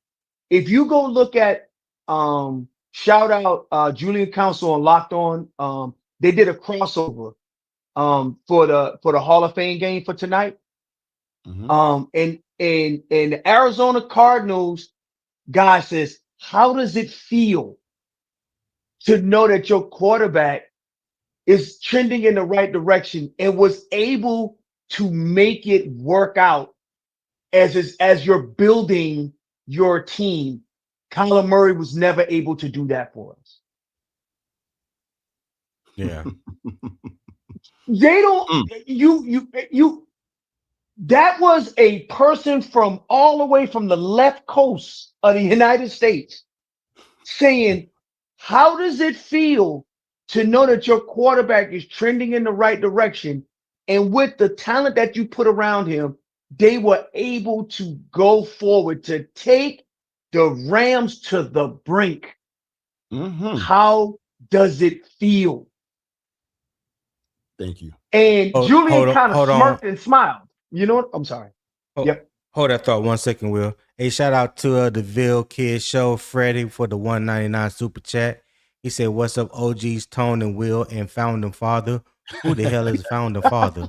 Who you talking to? Oh, dang. He called me that because I was the first subscriber to his channel, and I that's okay. dope. Okay. Shout out That's to the dope. founding What's up, father. Freddie? What's up, young Hey, Freddie? Freddie, appreciate that $1.99 super chat, my guy. Make sure you hit that like button. Go ahead, Will. Yeah, so I just want to just say, like, Bryce is by no way a finished product. Thank you, Tony. Thank you, Will. But the arrow is pointing in the right direction. And for you to say he's not a finished product and the arrow is pointing in the right direction, mean that you're glazing him, that go to show me right there that you're just biased. Because no one has said that Bryce Young is going to be a Hall of Famer. People have said that in this chat. Oh, y'all saying Bryce Young will be a Hall of Famer. Y'all say Bryce Young will throw for 4,500 yards. No one on this panel said that. It's the simple fact that they are triggered when you give Bryce credit for what he has accomplished and give him admonishment for what he has failed to accomplish. Yes, sir. Very Giving well him said, a fair Will. analysis, giving him a fair analysis means that you've glazed him. Yeah. And you can't glaze him, Will. Now that's the thing. Krispy Kreme, you only can get double glaze one time. That's the thing. And if 2 or 3 people do it, oh man, they're gonna shut down the whole donut factory, boy. They're gonna kick you out. Hey, broski, Oh, my you can go run goodness. to your hand. Hey, broski and Mike Platt, go run to your handlers on that one, dog. Go run to your handlers. He killing with the handlers comment. Damn. I have to use that, Will. I'm gonna have to use that because it's like they all got a handler somewhere, and they congregate in these little back alleys and have these discussions. No. We know who their handlers are. I know. I know exactly who they are. They not. So go. Hey, run, go tell that. You know what I'm saying? Hey, Will. They're gonna be. And Will, check this out. They're gonna be over there when I get there too. I already know. Hey, all I'm saying is, as we start talking about Bryce Young and what we think he can accomplish, it's a positive. It's okay to be positive and to be bullish on the kid. I mean, okay, I'm gonna use a perfect example. Everybody, almost 90% of the prognosticators was out on Josh Allen until they wasn't. Y'all remember how they was talking bad about Josh Allen? Oh my God. He throws too many interceptions. He's not the leader of the franchise. Blah, blah, blah. Oh my God. Now what? Until hey, Will, you see they starting to go after your boy, Herbert? He's starting to get because he got the money, he ain't won no playoff game. They starting to go after him now. So exactly. They'll turn on you. Exactly. So hey, Will. Yes, sir. Can I ask you? I'm sorry. Go ahead, brother. I didn't mean to interrupt your point. No, go right ahead. Go right ahead. I'm sorry. Let me ask you something. Now, the Rams, a vaunted team last season, correct, my brother? Didn't they win a couple games last year? They won a couple, didn't they? I think so. They won quite a few. Made the NFC Championship. Yeah. Now, they won a few. For a trash, quote unquote, 54-yard producing quarterback, right? For a 54-yard guy to beat you handily one time and practically take you to the brink of the same fate a second time. What say you there, brother? What does that mean to you? That means that the kid got moxie. Thank you. He has the ingredients. It is inconsistent. He got to put it together. And when he put it together, Tony, you know how I am. You're going to have to pull me off the ledge. Because I am going to jump off the deep end. I'm going to get ridiculous with it. Yeah. Because it's separable. Look who has popped up backstage. Hey, HHT, if you don't mind, I'm a No, you good, man. You good. No, you good. Okay. All right. Okay. Let me pull this young man up real quick. Will, here's your little brother right here. I think he want to holler at you. 336, what's happening? Oh, What's going on, hey, man? Oh brother. snap! What's up, fellas? What's up, 3-3? Hey, man. I brought a little bit of insulin with me. It's about to be a sugar overdose in here. Gotta calm y'all down. Oh my God! Here we Hey, go. What is It's, Here that? we go. you and Popping are crazy, dog. y'all boys Y'all need are some crazy. Yo, 336 and Popping. I'm talking when I say when it cutting the food ain't even a right word to describe them, dog. I had to text Popping like you are showing your natural ass. He is. Yeah. You better be lucky he can't come up It here is too. going You better be off. lucky he can't get Make up no here, mistake, we Tony. follow quantum. Quantum we catching follow all quantum. kind of strays. We follow quantum Hey, everywhere. hey, Will. This But is how I guess Yes, this is sir. how it feel running from a marksman in the army, an army ranger marksman or something. This is what it's like It- getting shot at by the or Hey, a guys. hey, just sniper. just just Or a run, sniper, yeah. run in a zigzag. Just run in a zigzag. That's Yeah. the best I can tell you. Well, hey, listen. If you don't know how to adjust that 3-prong scope, you ain't sniping nothing. But go ahead. That's correct. 336. What's good? What's on your What's going mind, on, brother? Hey, man, I'm just Man, I listening to can't y'all call talk. it. Glad you hit the panel. Oh, yeah, just listening to you fellas talk, going over Bryce. Ain't nothing too much. Not too much Yeah. at all. What All right. So yeah, 336? Oh, go I'm ahead, sorry. Quantum. Go ahead. No, I was just gonna throw a question at him, but go ahead, brother. It's your floor. You got it. I'm gonna follow behind No, you. I would just say because I don't know how long he been following line. So like I said earlier, the topic of this conversation today was based off the Scott Fowler column that he dropped on the 30th, talking about how he has what he has witnessed from Bryce thus far in training camp and him covering the Panthers for 32 years. This is the best quarterback that he has seen in those 32 years, and he threw out the number about being a $200 million quarterback when it's time for his extension if he can carry over what he has seen thus far in camp. So that was the premise of me bringing up the conversation and trying to explain to guys that, like, I think you was on the live when I was live on Unk channel when I was trying to tell them about the market value and Mr. Miyagi and Brass and Knuckles, they kind of jumped on me. You know what I'm saying? So yeah. so they That's kind of good, Tony. jumped on me. So I said, you know what? Let me go and research this a little bit more. So I have a fighting chance. And me, I'm just always trying to bring value and nuance to the conversation. So that's what the show was predicated on today. I never said that Bryce is guaranteed 200 million or he's worth 50 million or none of that. That You was just a said number that 4,500, Scott. Tony. You said What's up, 4,500 yards. yeah. So yeah, that's where the premise of this conversation has started. 336. That's just a quick catch up for you, my brother. Go ahead. Right. So I guess you kind of got a point, and I guess it can go both ways because you it's kind of like we had this conversation about Brian Burns too. He didn't necessarily have that $30 million production, and it's strange because another team valued him more than the team that actually drafted him. Tony, we weren't willing to give him, the amount of money he was willing to, he thought he was worth, but another team Mm-hmm. valued him more. So I guess it can kind of go both ways. Usually, I guess it's Right. the team that drafts you that values you the most. Right. And, So and I was when you think of the market value, so the market value is not a set number, right? right, Because the value can range from say 40 to 50 million or 35 to 50 million.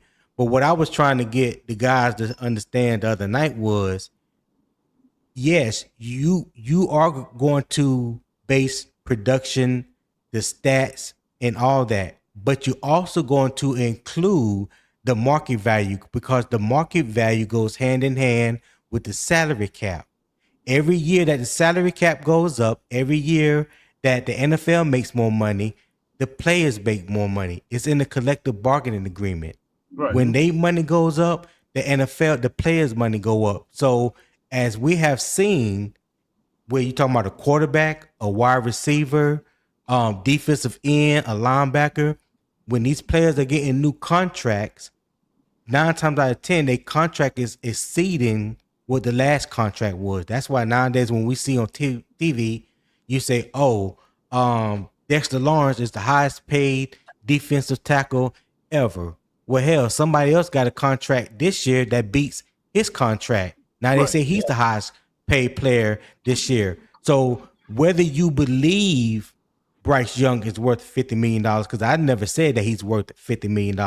But whether you believe he's worth that or not, the market is going to help dictate that based on the current quarterbacks that got paid before him and who might get paid the same year with him. So let's just take Bryce and CJ Stroud. They came in the year at the same time, number 1, number 2 pick. They both got their 5th year options picked up. You can say that CJ Stroud has had a better career thus far than Bryce. All right. So if Bryce and his team are smart enough, which I think they are, they wouldn't go out there and sign an extension first. They would let CJ go and sign the extension first and let him set the market. And maybe he will get a little less. Maybe he'll match it. Maybe he'll get more. We don't know. But the market value will typically is set by whoever is hot at that time. And right now, in my mind, CJ would need to set the market, and then Bryce can capitalize off of that. Hey, Tony, can I ask you something, brother? Yeah, what's up, Quantum? You seem to be a man of high level intelligence and work and numbers and so forth and so on. I try to be. Now, reciprocal effect. When you look at Bryce versus CJ, this is exactly what's happening. I don't care what anybody's going to say with the numbers and blah blah blah. Reciprocal effect is happening between these two quarterbacks. One is trending upward. Hold that thought 1 second, Wick. I think I missed. I'm sorry. Go ahead. Freddie, appreciate that 199 super chat. Freddie said, "Here we go, 336 and Will," and he sent another one, 499 super chat. Appreciate that, Freddie. He said, "I'm showing love to OG Tone and my brothers, even the resident villain of the Panthers community." I guess he's talking about 336. Hey, appreciate the super chats, Freddie. I greatly appreciate it. Hey, you need to hit the panel one day. I ain't seen you in a while, so we can chop it up also. But go ahead, Quantum, finish your thought. Yes, sir. Yes, sir. I was just referring to the reciprocal effect that's taking shape with these two quarterbacks that you just mentioned. CJ is going one direction and Bryce is going the other. When a couple years ago, it was highly touted that it would be the other way around, and it's just not showing that. Now, with that being the case, Tony, numerically, where do you see this actually playing out? If, let's say, for instance, since we know that CJ, his numbers have been on a downward trajectory ever since he came in. But if he's the guy that's going to if he's going to be the guy that sets the benchmark in terms of resetting the market and what quarterbacks of that ire are going to be paid, where does Bryce fit into that? Even though his numbers have not been as gaudy, but he's going the other direction. How do you see that equilibrium playing out at the contract table in Dan Morgan's office? That's a good question. That's a good question because I mean, when like I said before, I forgot who I had this discussion with. When CJ came into the league, he came into the league red hot. You know what I'm saying? Like he came in the league on fire, and Bryce was the opposite. CJ was at the top, Bryce was at the bottom of the bottom. Right? We talk about their rookie year, and each year, even though the Texans has made the playoffs in all 3 years that CJ has played, his statistics alone, we talking about passing yard, touchdowns, if I'm not mistaken, the passing completion percentage, like those things have trended down. You know what I'm saying? Bryce, his statistics, whether you like him or agree with him or what have you, but from his rookie year to his last year has projected up. So the trajectory is up, right?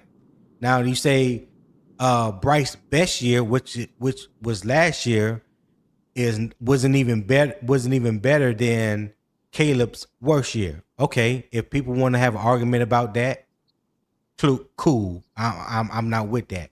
But one is going down, one is going up. Now, the thing about it, in my opinion, is how their prospective teams feel about them. Right. You know what I'm saying? It's not about what 31 other teams feel about Bryce or 31 other teams feel about CJ. No, what do the Texans feel about CJ, and what do they see they value with him going forward is the same thing that Carolina's going to do with Bryce. What is his value currently with the team, and how do they see his value fitting in with the team going forward? Now, who comes out at the top, when it comes to getting their contract extensions, I have no idea, because it's not like one person makes that decision for both players. It's two separate teams. Can I ask you one more question, Tony? Here's another one I want to throw at you. It's sophomore campaign week 1. Oh, I'm sorry, no, week 2. Bryce Young sophomore campaign, right? That was this Chargers game. What is right? No, I'm laughing at Eternal. Hold on, I'm laughing at Eternal. You said I can't send 199 super chats. It only let me send 599. Ain't that some shit? I'm being held to a standard. Hey, Eternal. Hey, that is not my fault. You are on CJ's channel. I don't even have super chats on my channel. I'm not monetized. So you're gonna have to take that up with CJ. That is armchair Carolina armchair GM CJ. You take that up with him. I got nothing to do with that. Hey, Tony, governor on this. I think YouTube know Eternal got it. That's why. I think they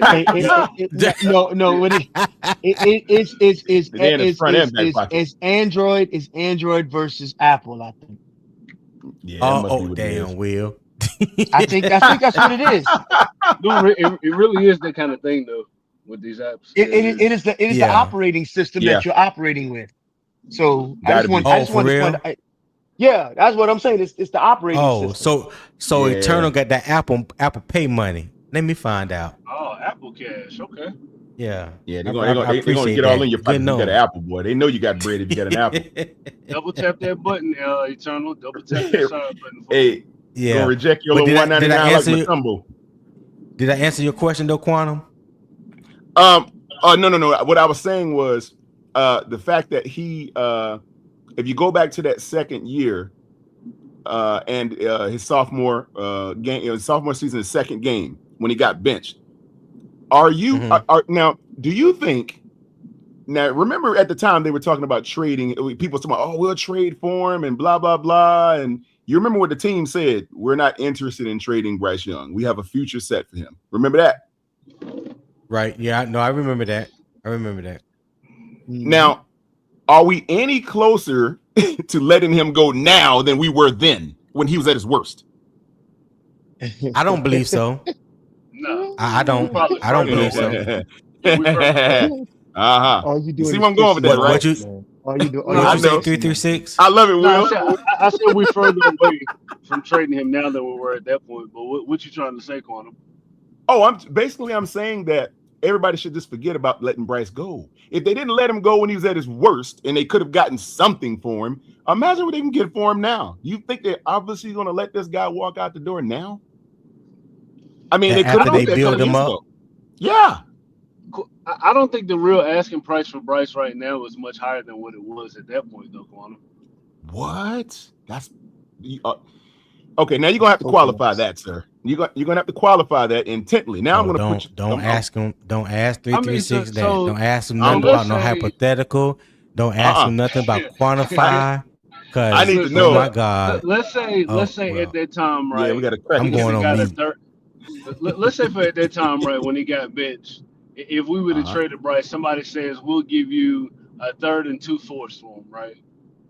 So I think after last year, maybe that changes from a 3rd and 2 fourths to maybe a 2nd and a 3rd and a 4th.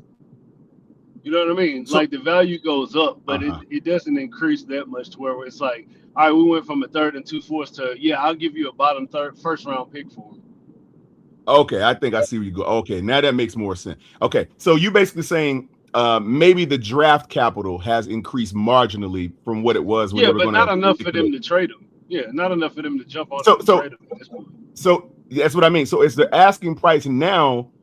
Would it be too much for a team to come in and say we want to take Bryce Young off your hands? And do you think the team is willing to let him go? I would probably say no to both sides. I think everybody would rather wait and see this play out before anybody makes a move on anything. Yeah. That's my point exactly. The only way you're going to see Bryce Young not on this team any longer is if he gets, well, I ain't going to say the word. Let's say something goes where he can't perform anymore, pup list type stuff, or they can't reach, he just bottoms out and can't do anything, even nowhere close to his rookie year. Okay, that would probably justify them moving on. But I just don't see it.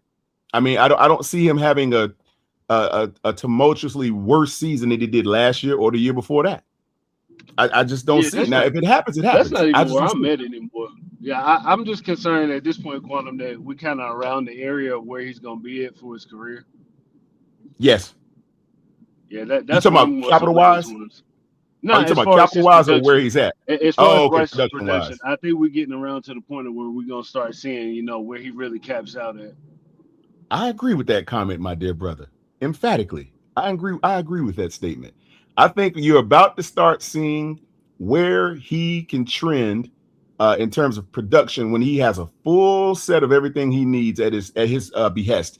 He has the wide receiver room, finally, competent wide receivers that were there all season long, all off season long, some last year, OTAs. He has camaraderie with those guys. We have an improving looking XL, which is going to be monumental. And then you add in the fact that he's in the same system. And prayerfully, everybody still remains healthy on the defensive side of the ball to get him more opportunities with the ball back. Yeah. That's gonna increase his production.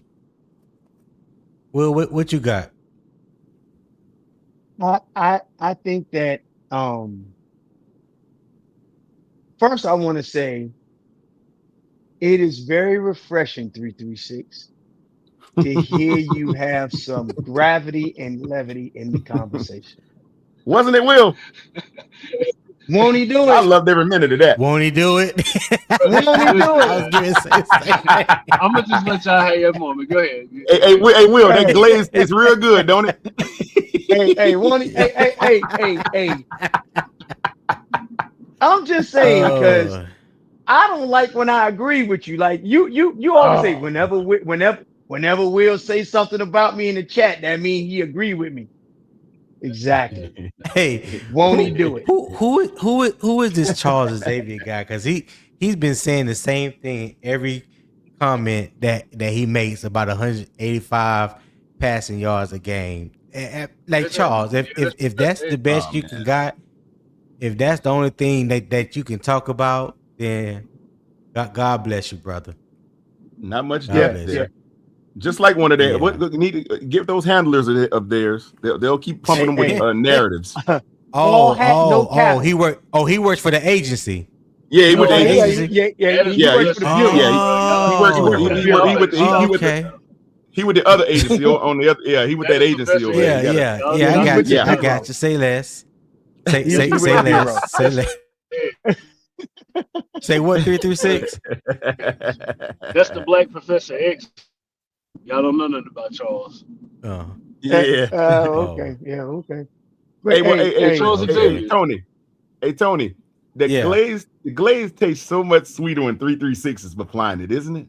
Isn't it that much sweeter when he put it on the donuts? He applies it evenly. He he does. He let it coat just right. Yeah, he do. Then when he get it right, he clicked the hot light on. Fresh hot light. Mm-hmm. Yeah. This will happen. But we say 336. This is what happens when you be honest. Yeah, that's right. That's right. So 336. The other thing that I wanted to mention to you, and I think Poppin had kind of alluded to it. It's not about like the price tag of what the quarterback market is. What I will tell you is Bryce Young has not performed in a way where he's a market setting quarterback. That is not a thing. Right. Neither has Correct. CJ Stroud done that Correct. at Right. all. Correct. What I will say is the market ban for paying paying your quarterback, where does he fit in that band? He definitely isn't a $60 million a market setting quarterback. That doesn't exist in the No. Bryce Young market. Right. But Right.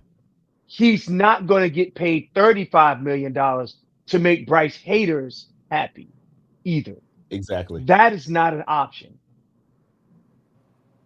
When you Yeah. start talking about where does he fit in the market, you have to think about that band of that 45 to $52 million band. That's where does he fit in that band if they're going to pay him? I agree with that. Because that's what the market dictates. And that's just what we got to understand as a franchise. So Mm-hmm. I hope that people when they think about this, the people who are or that don't Oh support my Bryce, God. I hope they think about that in the future. Hey, So Will, look at this guy right here on the screen. Look what he just said. You see, who, this is what we Charles? have to deal with. What did he say? Look, read what he's saying on the screen. This is what we have to deal with every day. He said Yeah. quantum Bryce trade Oh value is man. still low. He's a mid to late day 3 pick at best. Well, at least Starsky Ski gave him much props than the Broski. Broski say he don't even belong in the NFL. He is not an Right. NFL starting caliber quarterback. So And See, and this is and what I'm then and talking then about, and, man. and then when you say, hey, you provide nuance and context to the conversation, then you being biased. Come on, man. See, for them to make a comment like he's a third round pick and all that. Okay, so these experts, these No, quote day unquote, three pick. No, yeah, day three pick, which a means he's day a three pick, a fourth or fifth, to right? seventh, fourth, Oh fifth my to God, seventh. fourth, Yeah, fifth round. Yeah, that's what I meant yeah. to say. You know what, man? I love these experts that come on these in these chats, man, because that would mean that the coaching staff's direction, or let's say the executive team's direction in terms of the scouting department, should all be fired. They should all be fired today, if that's the case. And I keep telling people, the guy is one of 32. There are 32 coveted jobs in this world, and he has one of them, and they're mad about it. Be mad.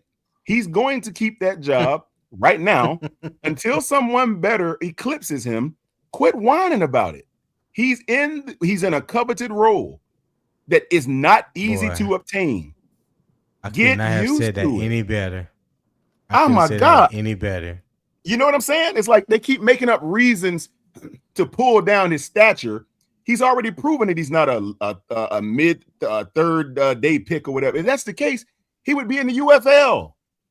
And if he's what y'all say he is, why isn't he there now, starting for the Roughnecks or whatever? Why isn't he not there? Why is he still a starting quarterback in the NFL if that is the case?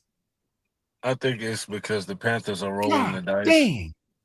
I think it's a No, good chance, Quantum, no. that after year two, it might have been on any other team. He might not be starting anymore.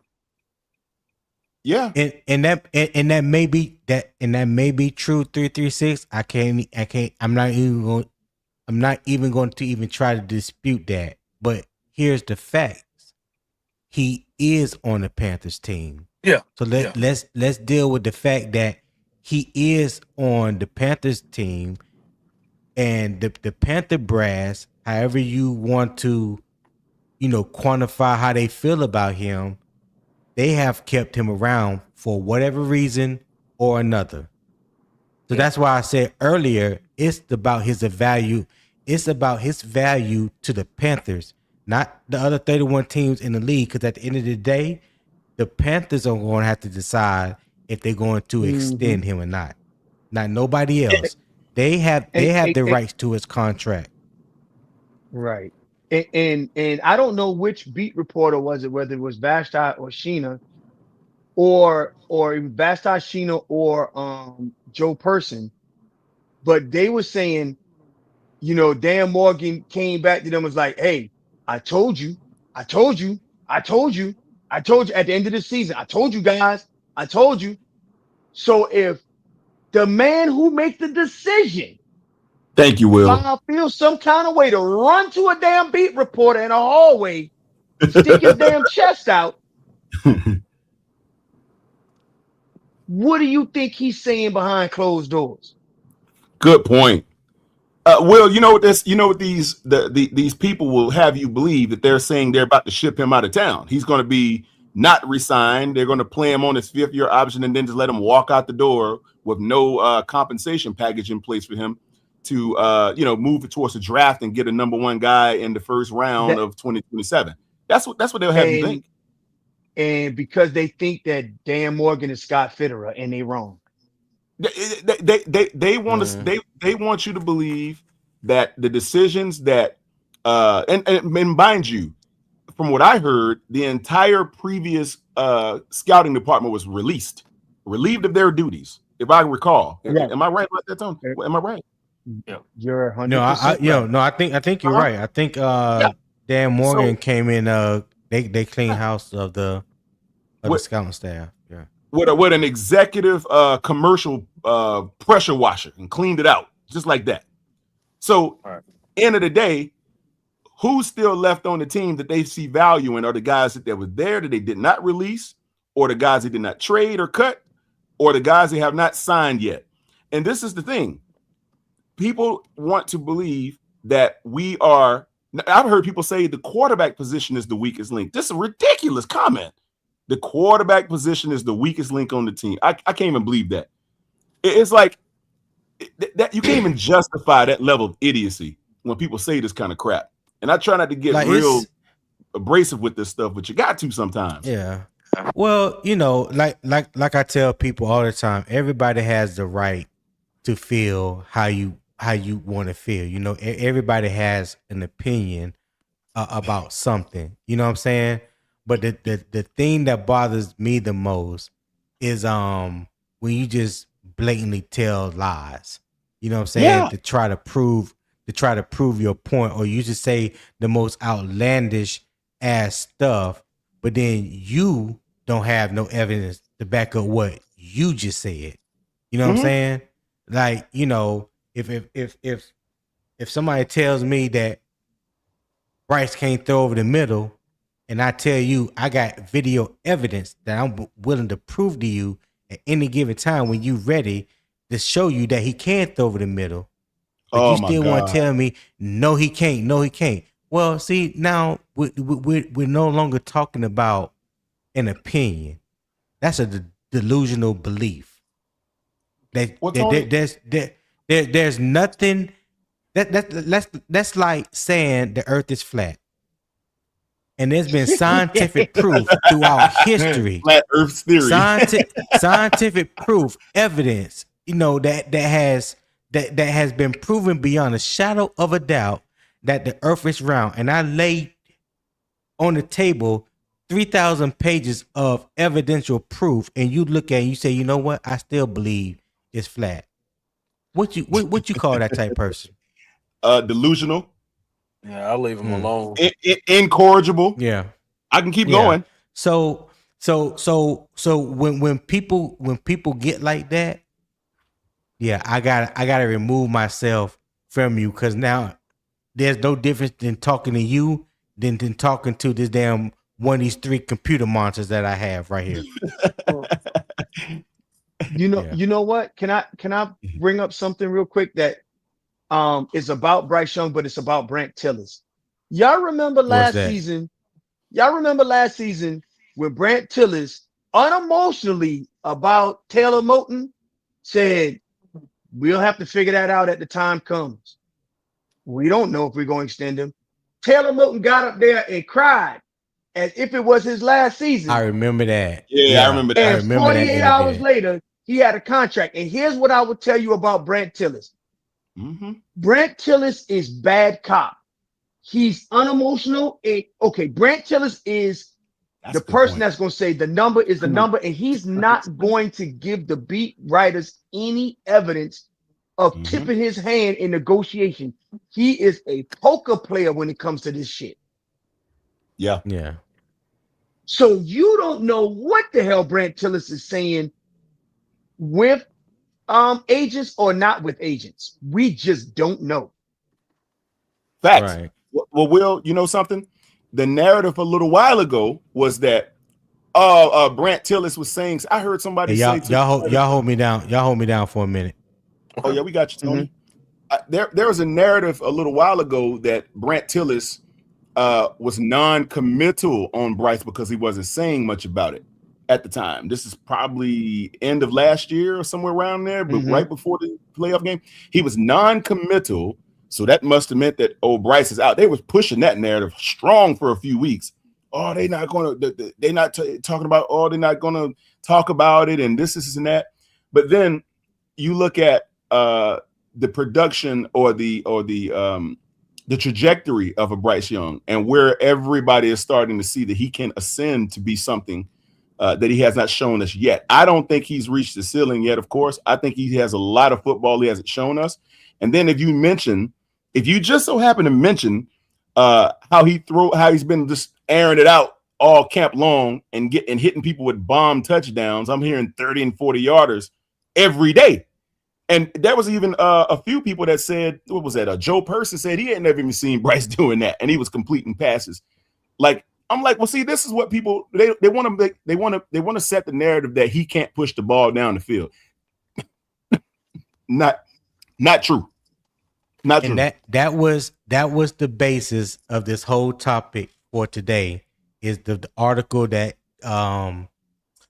Scott Fowler posted in the Charlotte Observer. I'm gonna pull it up just so y'all can see. Please, Tony, what I'm talking about. Because please, Will brought this to my attention last night, and I don't have Charlotte Observer, but it took me about 10 seconds to find it. Did it, Will? Yeah, sure, you sure did. Make me feel bad that I paying for the damn Charlotte Observer subscription. But man. Let me see. Yeah, this is it right here. Hold on. Let me just pull it up on screen real quick. Hey, Tony, did you say that he said in 32 years? Yeah. Yeah. Hold on. You about to see it? You about to see it? Hold on. We heard. You got a big enough insulin shot 336. You got a big enough insulin shot. It don't sting. I'm about to double up. Sting. I'm about to have a Y'all reaction. still there? We here. Yeah, I'm here. So this is the article. If you see right there, it's the Charlotte Observer, Scott Fowler, July 30th, 2026. And he said, as he begins his fourth NFL season at age 25, Bryce Young just seems different. People can and should be skeptical about his sonnets written about starting NFL quarterbacks every offseason when no one is getting sacked and almost everyone looks good. He said, but I'm here to tell you, based on whatever institutional knowledge I've acquired from covering these Carolina Panthers for 32 straight seasons, that what Young is doing in practice right now in training camp is about to lead to a really good and possibly great season for him. And it will lead to a massive new contract as well. You've seen Steph Curry get on the heater, right? When he's shooting logo threes and putting people to sleep in the fourth quarter with exactly 0 fans in attendance and not nearly the same level of pressure as a real game. That was Young in Carolina's training camp that Wednesday. It was the best practice I've ever seen him have. It was impossible to look away as number 9 made one dazzling throw after another, firing the ball into windows the size of portholes. Young threw. Can you just pause right there? Oh Can you my Oh, okay, pause, go god. Tony? ahead. Sir, Can you pause, Tony? I got to hear Will's can you commentary. pause right here? Can I just pause right there? Yeah. Scott Fowler has been covering the Panthers for 32 years. Scott Fowler does not glaze players at all. He's a surly old man. This is not Will Robinson writing this article. This is Scott Fowler. Now, if it was Will Robinson, Right back. 336, you better believe I would have glazed Bro. far more than this. I mean, but it's one. We're talking about one practice on the Wednesday that he saw. Okay, like one Hmm. practice. He was there Well, at a that's So, practice on a Wednesday, and no, he my said bad. that Go what ahead. right. Go ahead. 336. he's saying that what he saw at their practice that day is gonna lead. If it continues, it's gonna. Well, obviously, you would say that about a great day that you're sitting there at practice. Like you've been there for practice probably every day since the season started. What are we talking about, Well, man? I think I think me personally, I think he's talking about more than just one day. The article is talking about the day that he wrote the article, which was on the Wednesday. But I'm going to assume, and maybe I'm making an ass out of myself, right?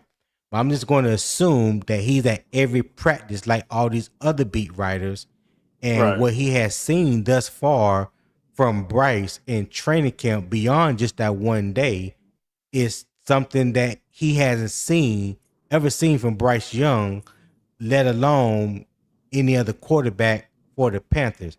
Now, to his credit, he was talking about as the article goes on, he was talking about how Bryce is throwing with better anticipation, hitting wide receivers before they break, get to the top of their breaks, things like that, trusting their wide Right. receivers. This is the same thing that we heard Dave Canales mention a couple press conferences ago when he was talking about Bryce looks like he has complete mastery of the offense now. So we're starting to throw a little bit more at him to see what more that we can add to the playbook or put on his plate. So the two type of conversations kind of jive with one another. Now that's just my read on it. I could be wrong, but that's just the way I read it. Okay. I got you. Yeah. Right.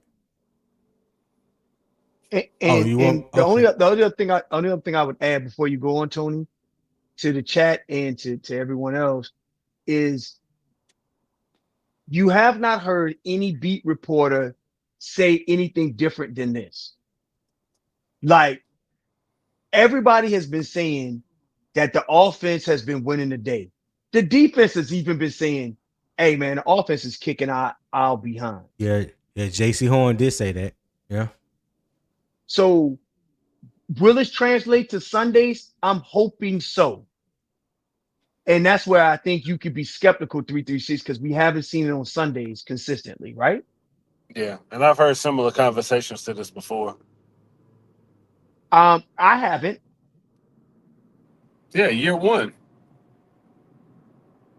Very first thing they said was we knew 90% of the playbook, bro. It was like a week. year one I'm still talking to my grief counselor about year one. Yeah, like I don't put any stock into anything people say I about mean, year year one two, Carolina right? Panthers. Year two, Dave took him through him and Andy through the little quarterback class that he came up with. They fixed his mechanics and all of that. You remember that? He's looking But sharp. He's looking fast. in year two, he got better. No one said that he would have a meteoric rise in year two. Every I year, get Bryce you. Young has have taken steps in the right direction. The offense has taken steps in the right direction. Year two, year three, and hopefully in the year four, this is where we see it all come together. And I think that's what Scott Fowler is saying here. Just to be real with you, Will, year two, you kind of took a few steps back to get back to where you started. So I don't really feel like you got better. You get So what I mean? okay. So you what said we what you, took it what you because he mean? got What you mean by benched. that? Three three Yeah, six. What you He mean? came out yeah. terrible and he got benched. And at the end of the year, he kind of finished where he should have started at. Like kind of where he ended the first year. It's kind of where he ended his second year. It's kind of like getting back to step one. Well, there's nothing wrong with that, right? No. If But if but if but the if notion is to say you got better every year. It's kind of like you started over. I well, just don't. Yeah, I because just don't because personally feel like he got better the second year. well, because a lot of people like to bring up stats, right? Everybody likes to go off the numbers. Right. If you look at the numbers, no matter how small the numbers may be, Hmm. if I threw from 10 yards and then threw for 60 yards the following week, Yeah. I got better, right? Right. Right. If I threw 16 touchdowns this year and threw for 23 the next year, I got better, right? Right. But if you If the throw twenty eight completion, hundred and then throw for 2,400 and then 3,000, you threw less the second year. what that would coincide with what you just said. Like you start off bad because even though he had more years in year one than year two, he played more games in year one. That Right. I'm not trying to make that no excuse, but okay, you because not historically, if you just look at his whole season in totality, even though he threw for more years in year one was worse than year two. Uh, Even though he threw for more years. So I'm Yards. saying that is to say is don't just look at how many yards he threw for. Look at that season in its totality.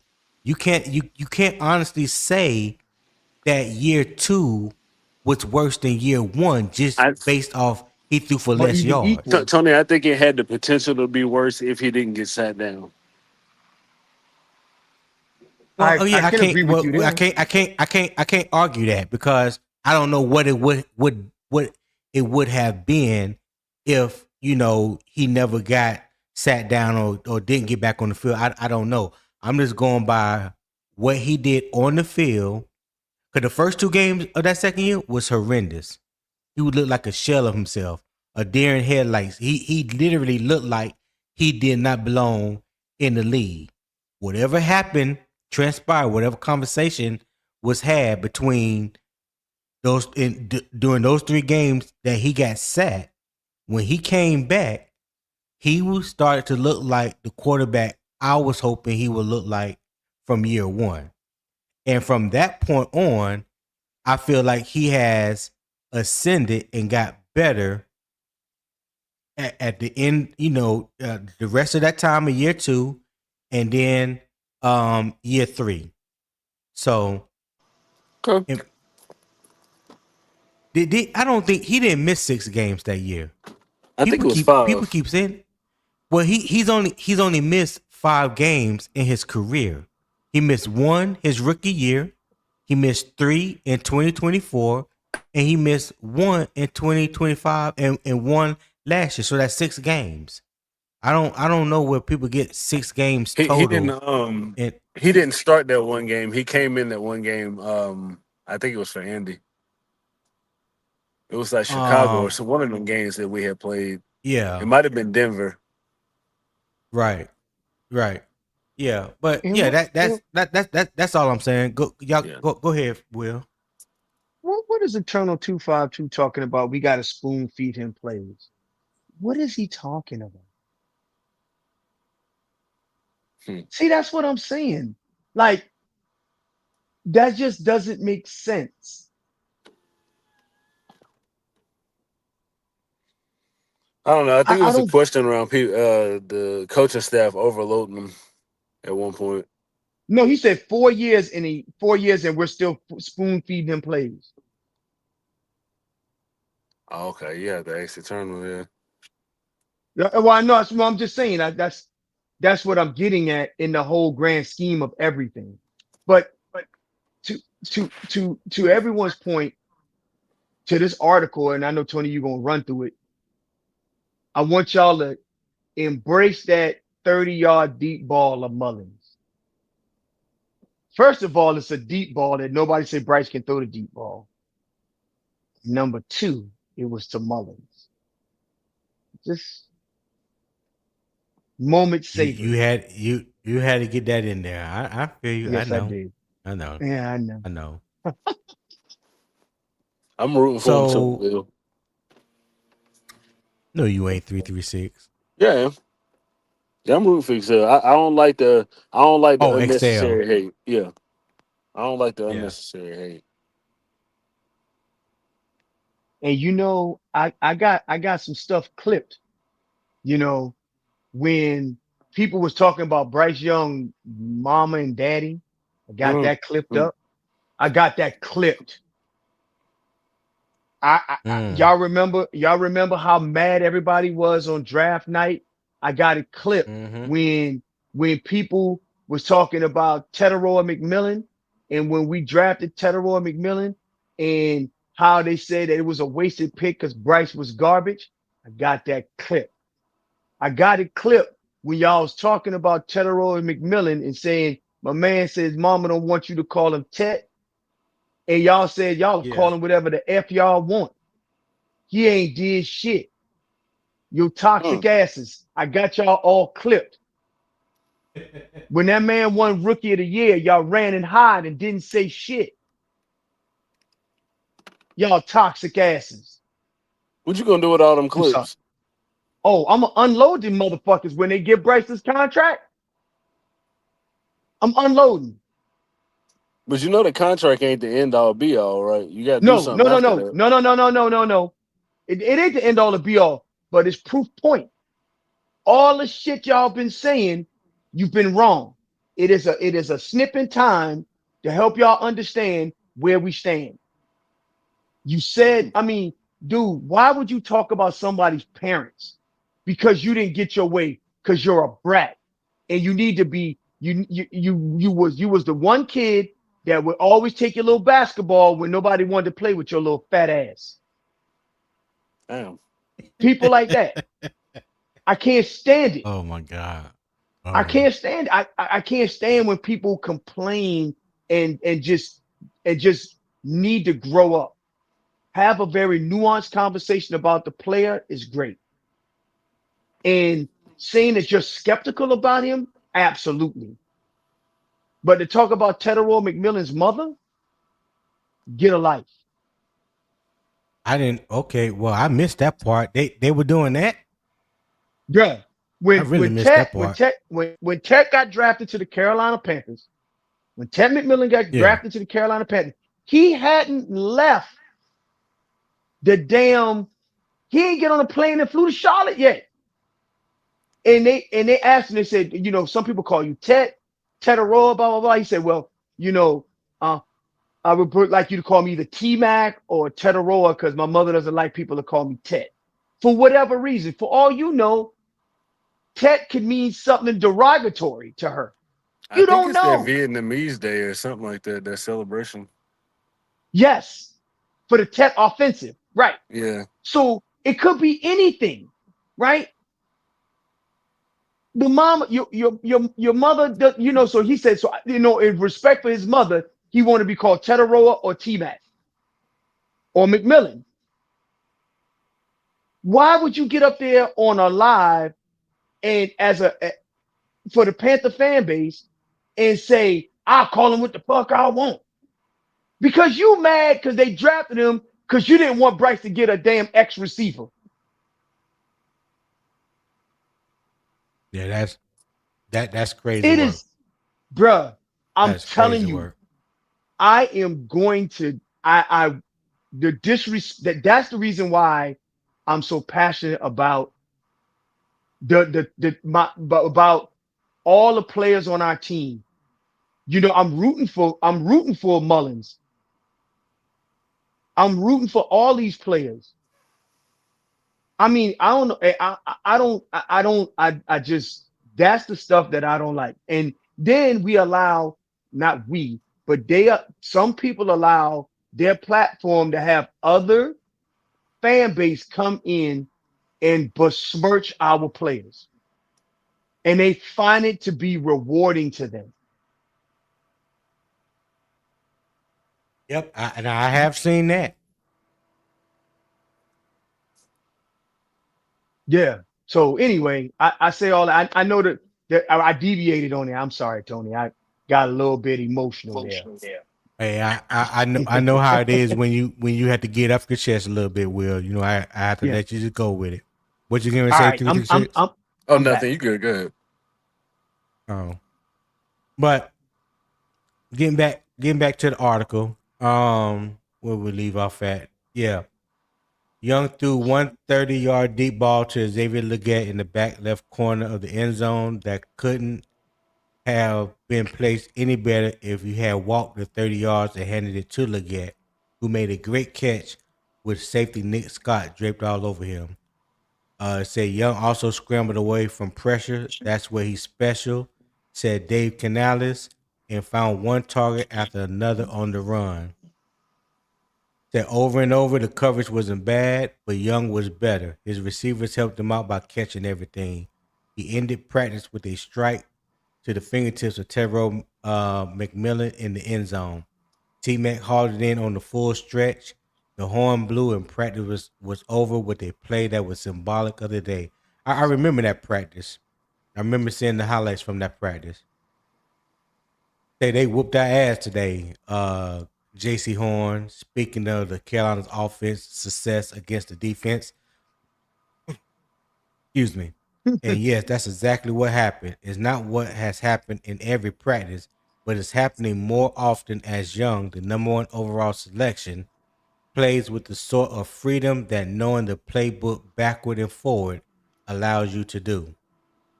That Bryce is continuing to just take the next steps, Canales said Wednesday. What I see from Bryce right now is just ownership and mastery of the concepts. And now I just see the timing, the rhythm, and just the me to you factor with the guys and watching him throw anticipatory balls to T Mac, Jalen Coker, to David Moore, and who showed up again with another touchdown. All right, there goes Supermodel XL. There it is. Says important. Mullins in the house. It's it's important. It's important to inject the requisite skepticism here. Chris Brazel, the rookie the Panthers were counting on to be an occasional player and deep ball threat for Young, was carted off the field that same day. Maybe, yeah, I ain't gonna go through all that.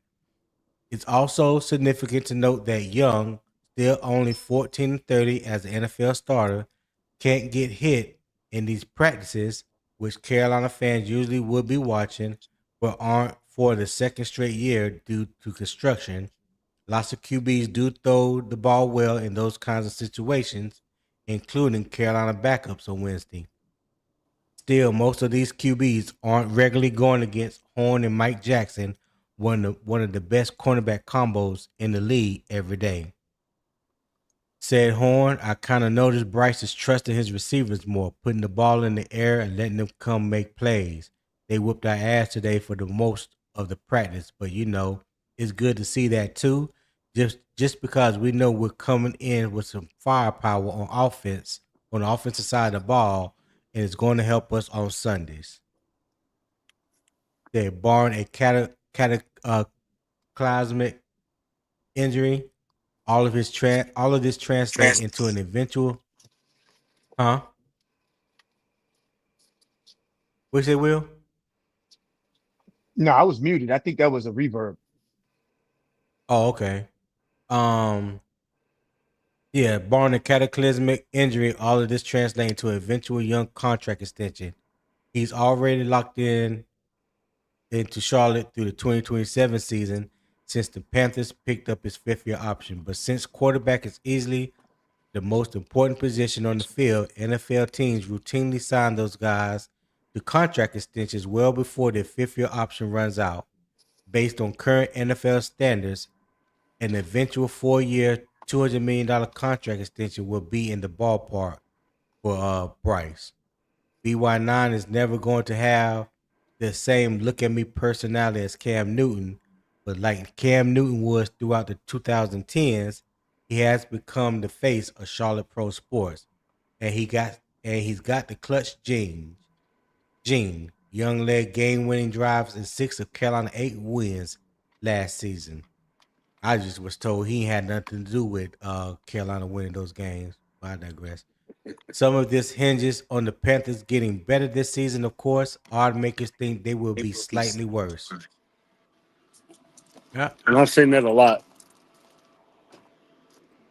Say what As far as the odds makers, they're not betting on us at all. At Yeah. all. Yeah. Yep, they got us at 7.5 wins is what the odds makers got us in the Yeah. aggregate, 7.5 wins. Yeah. Mm. I don't know, They man. had us at 5, but they had us at 5.5 last year. He's not I mean, he didn't go too far with the article, I guess, you know. He Right. didn't Just try to like I run said, off with it. that's what I'm saying. He didn't glaze them, but when Scott Fowler says stuff like that, you got to take notice because he doesn't, you know what I mean? He's a very even keel analysis guy.